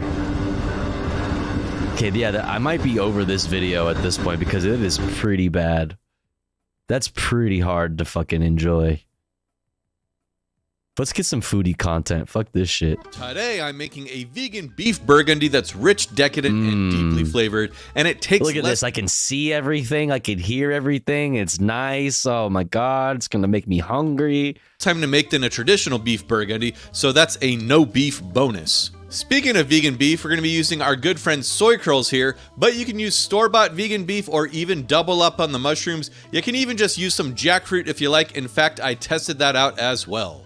But for me, Soy Curls really do a great job in this dish, so let's go ahead and soak them in some water to rehydrate them, and while they do that, let's prep our veggies. First, I'm going to get 2 to 3 large carrots, and I don't bother peeling them either. I like to slice mine into medallions, so I think the girthier, the better. Just try to slice them thicker as the carrots taper off. They don't got to be perfect, of course. Worst case scenario, some carrot pieces are a little softer than others. No big deal. Next is 1 pound of mushrooms. I like to get some about this size, and then I'll just cut them in half. You can quarter them too if you like smaller mushroom chunks, and that is the prep for the mushrooms. We're also going to do 2 kinds of onions. First, I'm going to dice a regular onion like so, and then we're also going to get some pearl onions. If you can't find these, don't sweat it, but I do like the added oniony sweetness that they provide. The fastest way I found to peel these little suckers is just to microwave them for about 1 minute. After that, let them cool enough to handle, and they should peel relatively easily. For the garlic, we just need to mince up about 4 to 5 cloves, and that is it for our veggie prep. At this time, the soy curls should be nice and rehydrated, so the next step is to drain them and then squeeze out all the liquid. Is garlic a veggie? And folks always ask if they can rehydrate them in some broth or something, but for me, they have a funky aftertaste when I've tried that. Hydrating with water and squeezing them out seems to get rid of it. Oh, damn. Once they are as dry as you can get them, let's add them to a skillet over medium heat to dry them out a bit more. Just cook them for about 6 to 8 minutes, stirring every now and again. Garlic is goated. While Garlic they toast, on we can put literally together everything. our marinade. I'm going to start with 2 cups of vegan beef broth. I like this stuff, but use veggie broth if you can't find it or something like it. Next is 1 tablespoon of vegan what's this here sauce, 2 tablespoons of a browning sauce. Did he say vegan what's this here sauce? I'm calling Worcestershire sauce what's this here sauce from now on. That is now the name of that. Do you exude liquid when squeezed? Yes. Like this stuff or gravy master, and then 2 tablespoons of mushroom seasoning. I'll leave links for all the ingredients in the description and blog post What's too. this here sauce? Once that's mixed up, we can add it to our soy curls. Watch your sister sauce. Don't we all, right? United Dwarf, listen. Who amongst us doesn't exude liquid when squeezed, right? Welcome in. Stir them around and get them all nice and coated. And now we basically just need to reduce this down so the soy curls soak up all of that flavorful liquid. The process is similar for the jackfruit, though I would say maybe use half the broth if your jackfruit is brined as mine was. Otherwise, it might be a bit too salty. But once our soy curls have soaked up the liquid, they should look something like that, and we can go ahead and set those aside. Next, let's get a Dutch oven or something similar that can go in an oven. We're going to add our mushrooms to a dry pan over medium heat. Maybe do them in batches so you don't steam them. Cook those down for about 10 minutes or until they've shrunk down a bit and have some nice color on them. Set those aside and then add a little olive oil and toss in the pearl onions if you're using them. Cook those down for about 6 minutes or until they've softened and have a bit of color. Remove those and let them chill with the mushrooms. Next, we'll throw in 4 tablespoons of vegan butter. Let those melt, and then we're going to add in our diced onion and carrots. Stir those around and cook them for about 10 minutes or until the carrots have softened slightly and the onions are translucent. After that, form a little mosh pit by scooting everyone to the side and add in the minced garlic. Cook that for about 1 minute and then get everyone to mosh together, and we're going to add in 2 tablespoons of tomato paste and stir that around. To adhere to vegan law, we're going to toss in 2 tablespoons of nutritional yeast as well as 2 tablespoons of mushroom seasoning. And then a 1/4 cup of flour. Stir that around to coat and cook down the raw flour a bit. Now we'll get 3 cups of our vegan beef broth as well as 2 cups of a red wine. If you can get burgundy wine, go for it. Otherwise, a Pinot Noir will work just dandy. And if you don't do alcohol, unfortunately, there isn't really a good substitute. It really does add a lot of the signature flavor. However, you can simply replace it with more vegan beef or veggie broth. It won't taste the same, but it's still going to be very delicious. Next, we'll toss in our reserved soy curls as well as our reserved mushrooms and pearl onions. And stir those around, and then we're going to add in a few sprigs of fresh thyme as well as a couple of bay leaves. Taste for seasoning, I added in some black pepper as well as just a touch of salt. That looks so then good. What we'll the cover fuck? it and add it to a 350 Most wines aren't Fahrenheit vegan. oven for 45 minutes.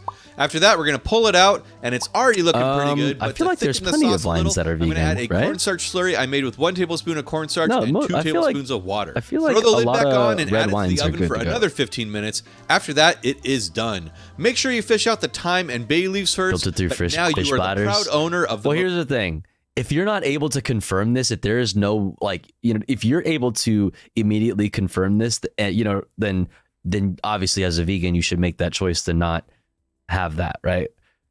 But I don't know how many wine companies where that is still actually the case. Most delicious vegan beef burgundy you have ever seen or feasted on. It's great on its own, but I highly I've heard that suggest about eating Guinness it with beer. some mashed potatoes. It's Yeah, and Stella Artois, the beer Stella Artois, it's for beer and wine. just a match made in heaven. It's just so dang.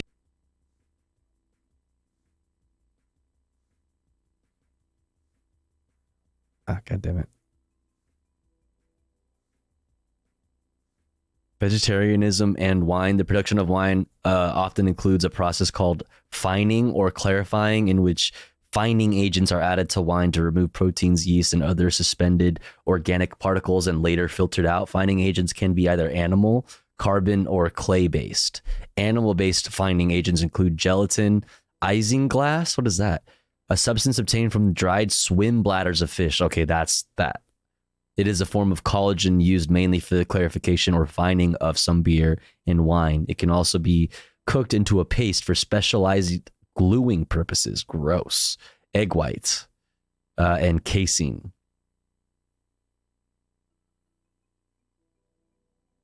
Gross. Rich and deeply flavored, so if you need something warm and comforting for the holidays or any day, I highly suggest you give this one a go. Or you can make my shepherd's pie from last year. Either way, I'll see you all next time. Ooh, shepherd's pie. That would be bomb. Oh, somebody who shared this in the Discord. One of y'all did. said to watch this. They make a good vinaigrette.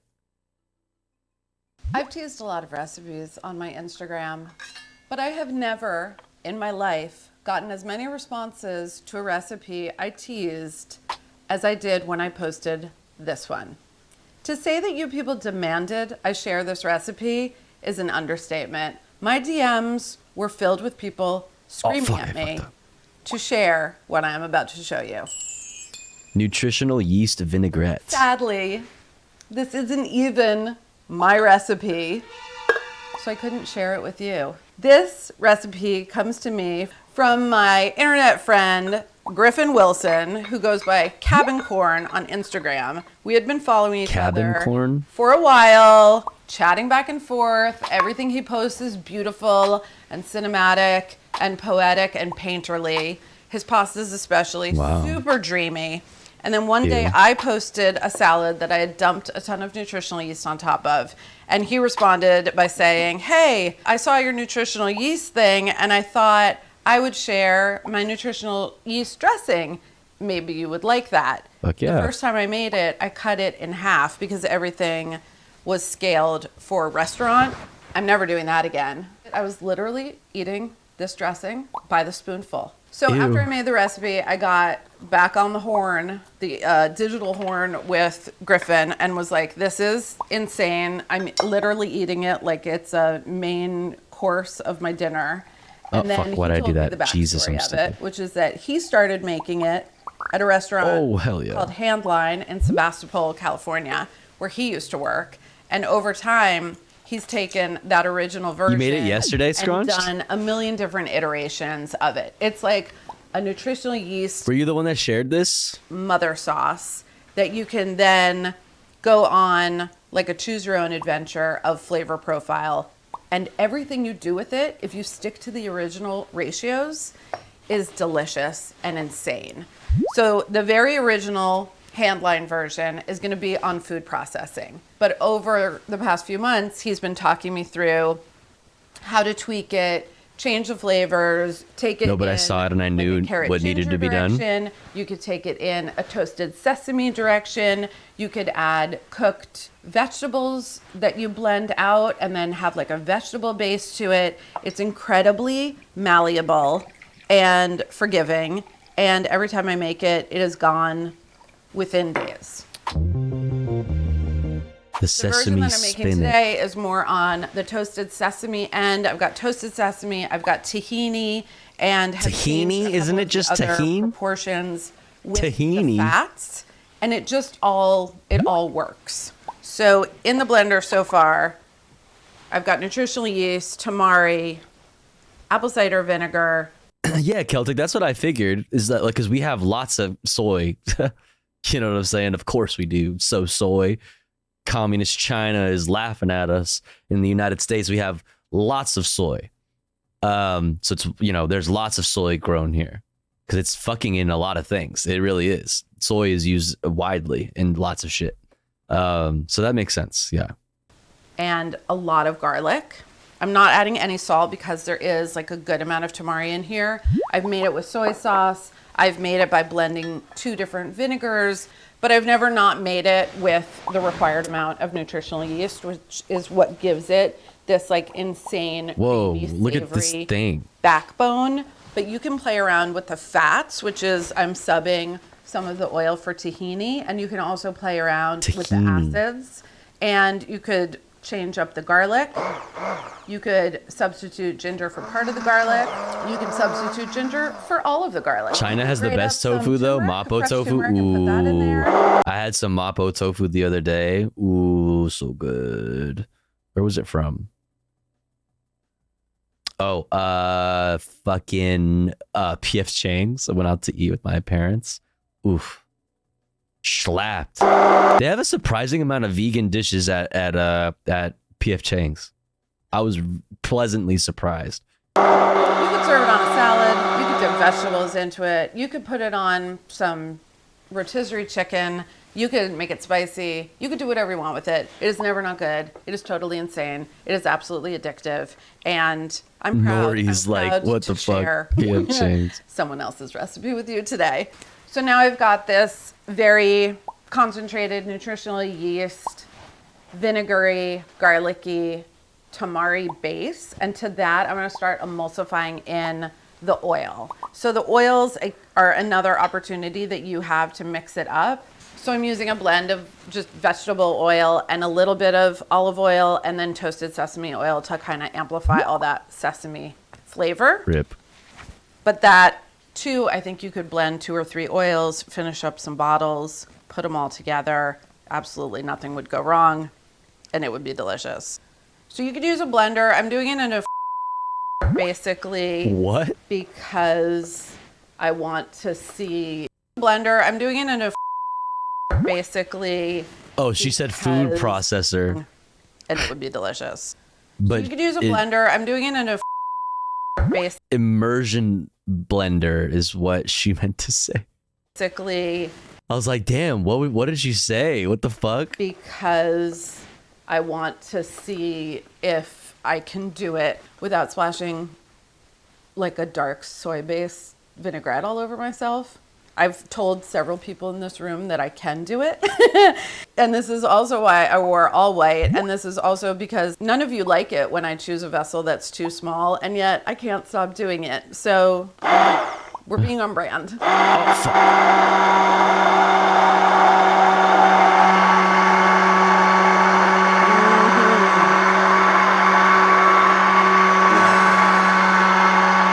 Yo, Graham. Good morning. Thank you for 20 months. How's it going? If I slow down or stop at any point, it's because I'm seeing that some of the oil is just taking a little longer to combine. You're building an emulsion here, so you want to go kind of slowly and make sure that all of the oil is suspended in the liquid. Okay, that's really loud. Why are we doing this? Why did we put the microphone inside the blender?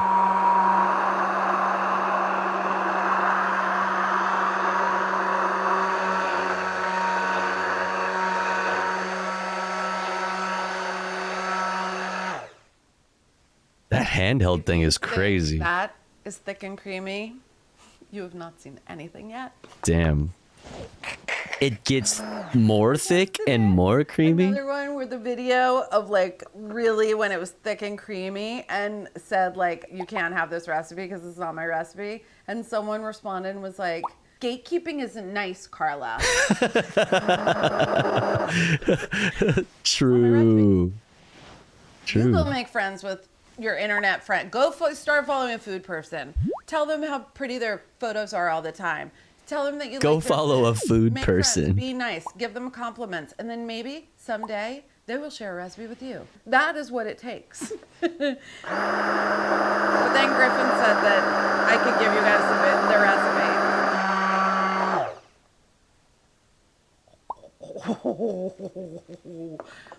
Anyway, I was hoarding the recipe.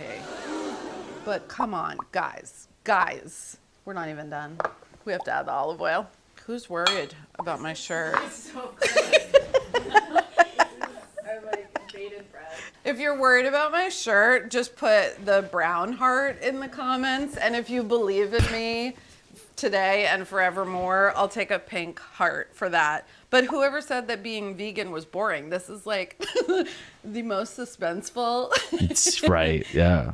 situation. Totally, guys. Okay, here's some olive oil. Another reason not to add it until the end is that like this has been blending for a while. You don't really want to heat up and oxidize your olive oil too much.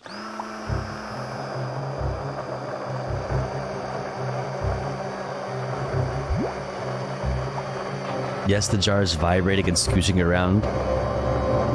Hell yeah. Oh yeah. Okay, yo, That's chill. what I'm talking about. Okie dokie, Smokey. I think I picked the perfect jar. There's 1 more tablespoon of sesame oil going in. Even though the tahini has that delicious sesame flavor, the toasted sesame oil is really gonna deliver. Oh, fuck yeah. You saw that, chat?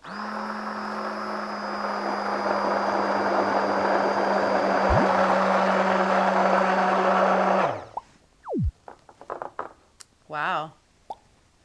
My blender's heating up. but my dressing is totally cool. This texture, this shiny, beautiful, homogenized, emulsified pudding, it's pudding-ish. Texture is pudding-ish everything to me. Let me give it a taste.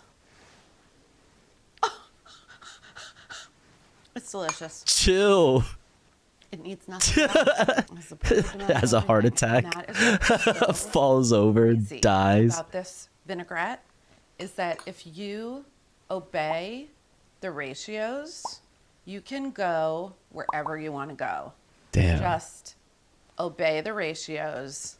Don't mess with that. Okay. It's dialed and it's perfect. And does 32 Oh, ounces fuck. seem like too much dressing? Not until you try it. You are going to be very happy you have it. And as soon as your yeast bottle gets low, fill her back up. You cannot be without these ingredients. Fill her up, at chat. any time. Obey the ever ratios. again, forevermore. So after completely rocking my world by sharing the nutritional yeast vinaigrette recipe with me, Griffin told me that one of his favorite ways to enjoy it is on a simple salad of little gems with toasted pepitas. What's up, Spirit Walkers? So we are going to honor that today with the sesame version and enjoy a gorgeous Damn. salad. I never felt like a vinaigrette could inspire an entire line of bath and beauty products, but that's how I feel about this one. Like I would get into a bathtub that was filled with this. Okay, shit. Okay, relax.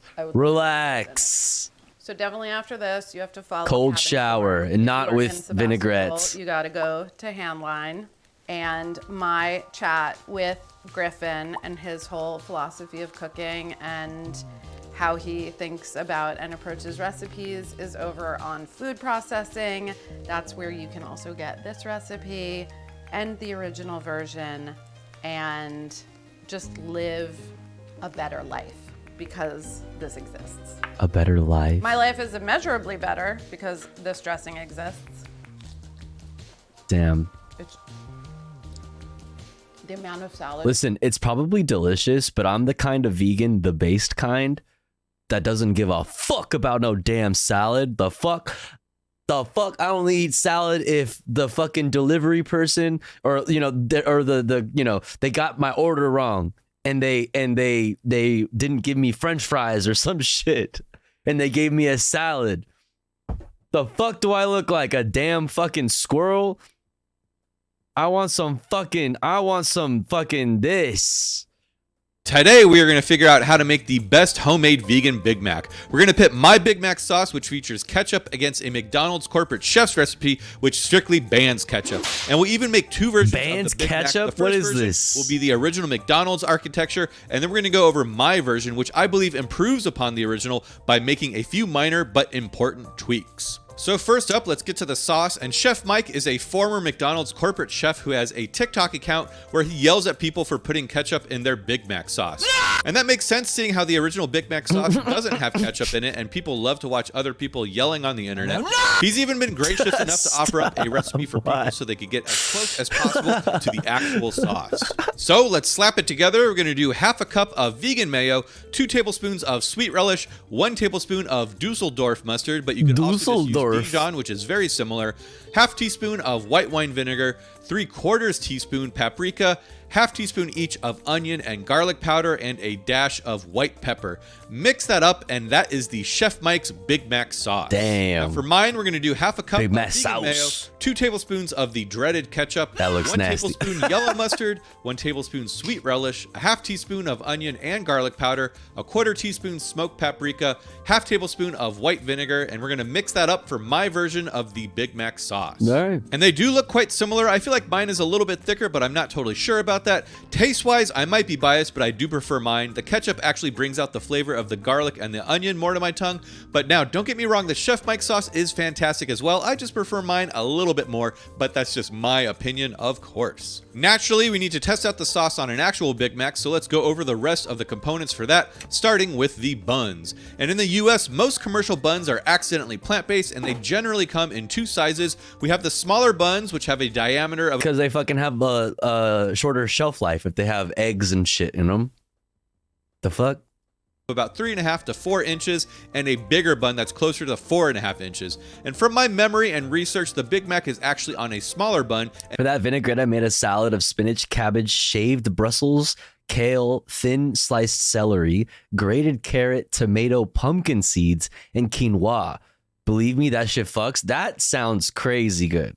I would eat that salad. 4 inches wide. This would also make sense seeing as my research found that the patty is a mere 1.6 ounces, which seems even smaller than I remember. In fact, I tried making a patty that was only 1.6 ounces and I couldn't do it. Tofu got big buns and I cannot lie, and a vegan. So for the McDonald's version, we're going to be using the smaller buns and smaller patties, whereas on mine, we're going to be using bigger buns and burger patties. And for the middle bun or club, we're going to simply take a bottom bun or heel from another set of buns, and then with a serrated knife, we're going to carefully slice off just enough to expose the interior of the bun. And now that our buns are prepped, let's move on to... Wait, is that how McDonald's does it? The burger patties. And I'm using Impossible, but use Beyond. I always thought you just like left it. You just like it's a regular bottom bun. Or whatever you like. At first I weighed out 1.6 ounces and then attempted to form a patty using a cookie cutter the size of the buns, but I just could not get it to spread out enough, so I added a bit more so the patty was a full 2 ounces, and that seemed to work out fine. For the Burger Dude version, I ended up using bigger patties at 3 ounces each. I recommend either forming them with the cookie cutter, or you can simply smash them like this and get them to be roughly the same diameter as your buns. Next, let's talk cheese, and this is probably where I have my biggest issue with the original Big Mac architecture. They just put a single piece of unmelted American cheese on top of the lettuce and below the burger. And now non-vegan cheese will melt a bit, I guess, but even still, melted cheese on lettuce is just not something I want to be part of. So that's why I'm opting to put a piece of cheese on each burger patty, and they're both going to be melted too. And now for the McDonald's build, I'm using this tofuti American cheese, which even comes wrapped like non-vegan cheese. It's definitely the closest I've found to its non-vegan counterpart, and I think it works well, all things considered. So for the other toppings, we've got lettuce, pickles, and onions. For the lettuce, just get some iceberg and shred it. Don't use romaine or baby spinach. Iceberg is the perfect lettuce for fast food burgers. It adds some nice crunch and freshness. Don't get fancy. Speaking of not getting fancy, when it comes to the pickles, I prefer these cheap, crappy pickles over something nicer like these Grillos. I even tried slicing up some Clausens, and I found that I still preferred the acidic tang from the crappier pickles. I don't know, in some cases, things don't need to be improved, and for me, it's the pickles in this case. Now, I usually just toss some diced raw onions on my Big Mac. I've tried doing the thing with the dehydrated onions, and it's just not for me. They just lack the bite and flavor of fresh onions. McDonald's recently upgraded their burgers and started grilling their onions, and to me, that seems like a more interesting thing to compare. I actually made and tried out 2 versions of my burger, one with raw and one with grilled onions. Honestly, grilled onions is always the way to go. I love me some raw onions. I'll smash some raw onions. But if there's an option, you know what I mean? If I'm making it, it's always going to be grilled onions. If I have an option to request grilled onions, they're going to be grilled onions. I like raw onions. I will eat them. But grilled onions are so fucking good. Raw gang, hey, yo. To see which I liked best, you know, for science. So now that we've got all our components sorted, caramelized red onions are so good. Oh, I love caramelized red onions. Some Big Macs. And first, we're going to do the McDonald's version. Naturally, we got to toast our buns, and I don't have that cool toasting machine that they do, so I'm just going to dry toast them on my griddle. And once that's done, we're going to add a little cooking spray and some diced onions, as well as 2 of our 2-ounce patties. Some salt and pepper, and then we're going to flip them and not add any cheese. Instead, I'm going to pile on the grilled onions, and once those are cooked through, we're going to go ahead and assemble our McDonald's style Big Mac. So we'll start with some Chef's Mike sauce, some lettuce, a piece of unmelted vegan American cheese, 1 of our patties with grilled onions. Wait, the unmelted? Bun, more sauce, more lettuce, 2 pickle slices that are dating. Is that how McDonald's does it? Unmelted? Not mating as they I guess so, but it's supposed to get hot and then it melts a little, right? And then the second patty and the top bun. And that is the OG McDonald's Big Mac made vegan. And I gotta say, it was uncanny how much it reminded me of the last non-vegan Big Mac I ate, which is not a good thing. I mean, don't get me wrong, I was super hungry, so I housed that burger, no problem. But the Big Mac was my favorite burger as a kid, though as I got older, for some reason, that looks good. Lost its luster. And yeah, same. I always loved the Big Mac as a kid for some reason, but like growing up, when I got older and more mature, I graduated to like the double quarter pounder with cheese and things like that, you know? An adult, I would try one maybe once a year and always feel AKA I grew a pair, you know? So when I went vegan, I tested out a few things to try to improve on it to recreate the kind of burger experience I had as a kid. And with this version that we're gonna make now, I think I accomplished that. So we're gonna toast our buns, of course. I did try out the grilled and raw onions, and I think I prefer the raw, like I said, but the grilled are great as well. We're gonna cook the burger patties the same, except when we flip them. Yeah, that makes sense, Gabagool. Yeah, I guess it's warm enough for it to just melt on its own. Tofu, what does it mean you just, what does it mean you James Bond quarter pounded my sister? What? Add a piece of vegan cheese to both, cover and what did I do to your sister? steam to melt, of course. And now to assemble, we're simply going to get our bottom bun, some sauce, some lettuce, a cheeseburger patty, raw onions, club bun, more sauce, and instead of two pickle slices that are dating, we're going to get a whole commune of pickles, more lettuce, another patty, and then some more sauce on the top bun. And that is my version of the Big Mac. Okay, that looks like it. That one looks like it slaps. I would put that in my mouth. I say it's way better, and it captures the magic that I remember as a kid. I mean, it's just more of what works. The original McDonald's version is kind of dry, and this definitely fixes that. Plus, it's bigger, which obviously the Big Mac was a big burger to me as a kid, so I think this replicates that quite nice. And as for the sauces, they are both super good, and I think in the context of a burger, the differences are really not that big. But make mine if you want it. It's up on my blog and in my cookbook. So overall, the Big Mac is a great burger, but as I had suspected, can be a phenomenal burger with a few little tweaks to its architecture. Now, if you want to see me make some McDonald's, but faster, cheaper, and better, check out this video right here. And until then, I'll see you all next time. Burger architecture is something that I never really thought about, but I am fascinated by now. The architecture of burgers, you know? I've never really thought about it like that.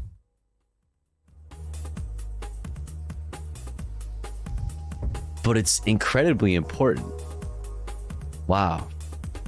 In high school, we thought it was fun to eat a quarter pounder in one bite as a pastime. One bite. Yeah, how? The fuck? That's a lot of quarter pounder in one bite. Holy. One bite? Are you non-Dre? That's crazy. Do you just like unhinge your jaw? Yeah, snake style? The fuck? Ohio chatter review? Just stuff it in there.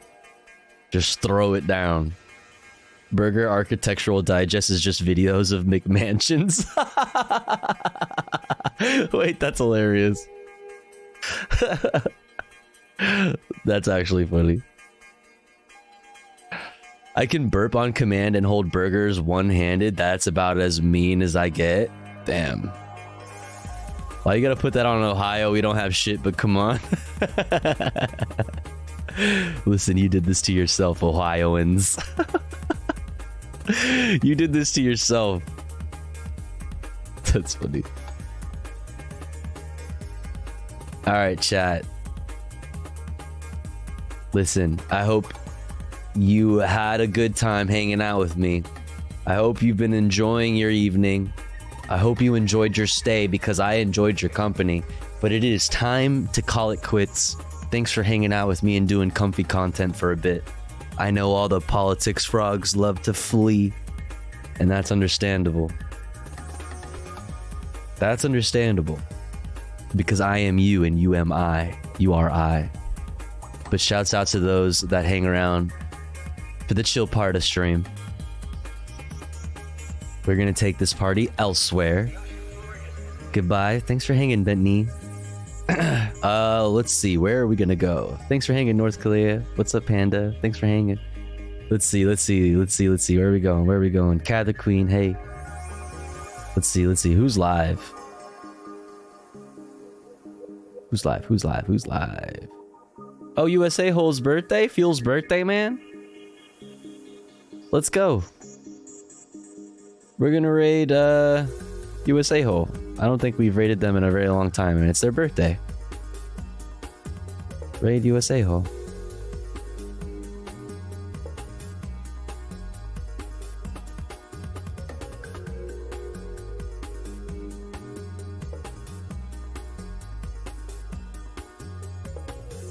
Yeah, there you go. Do what Panda did. I was essentially gonna do that. Spam this, spam this, spam this.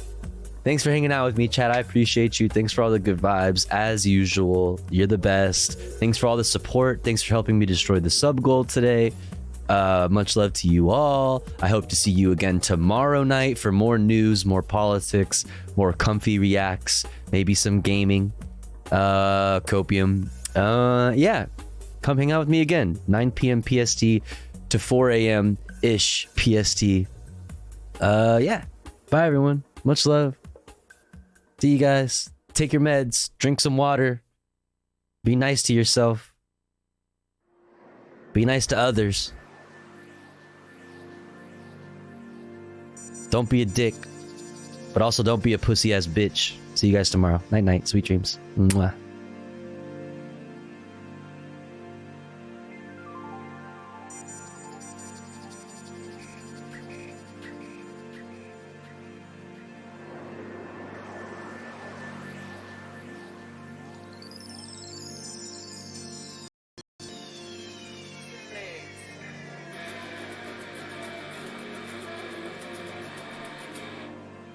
Alright, word.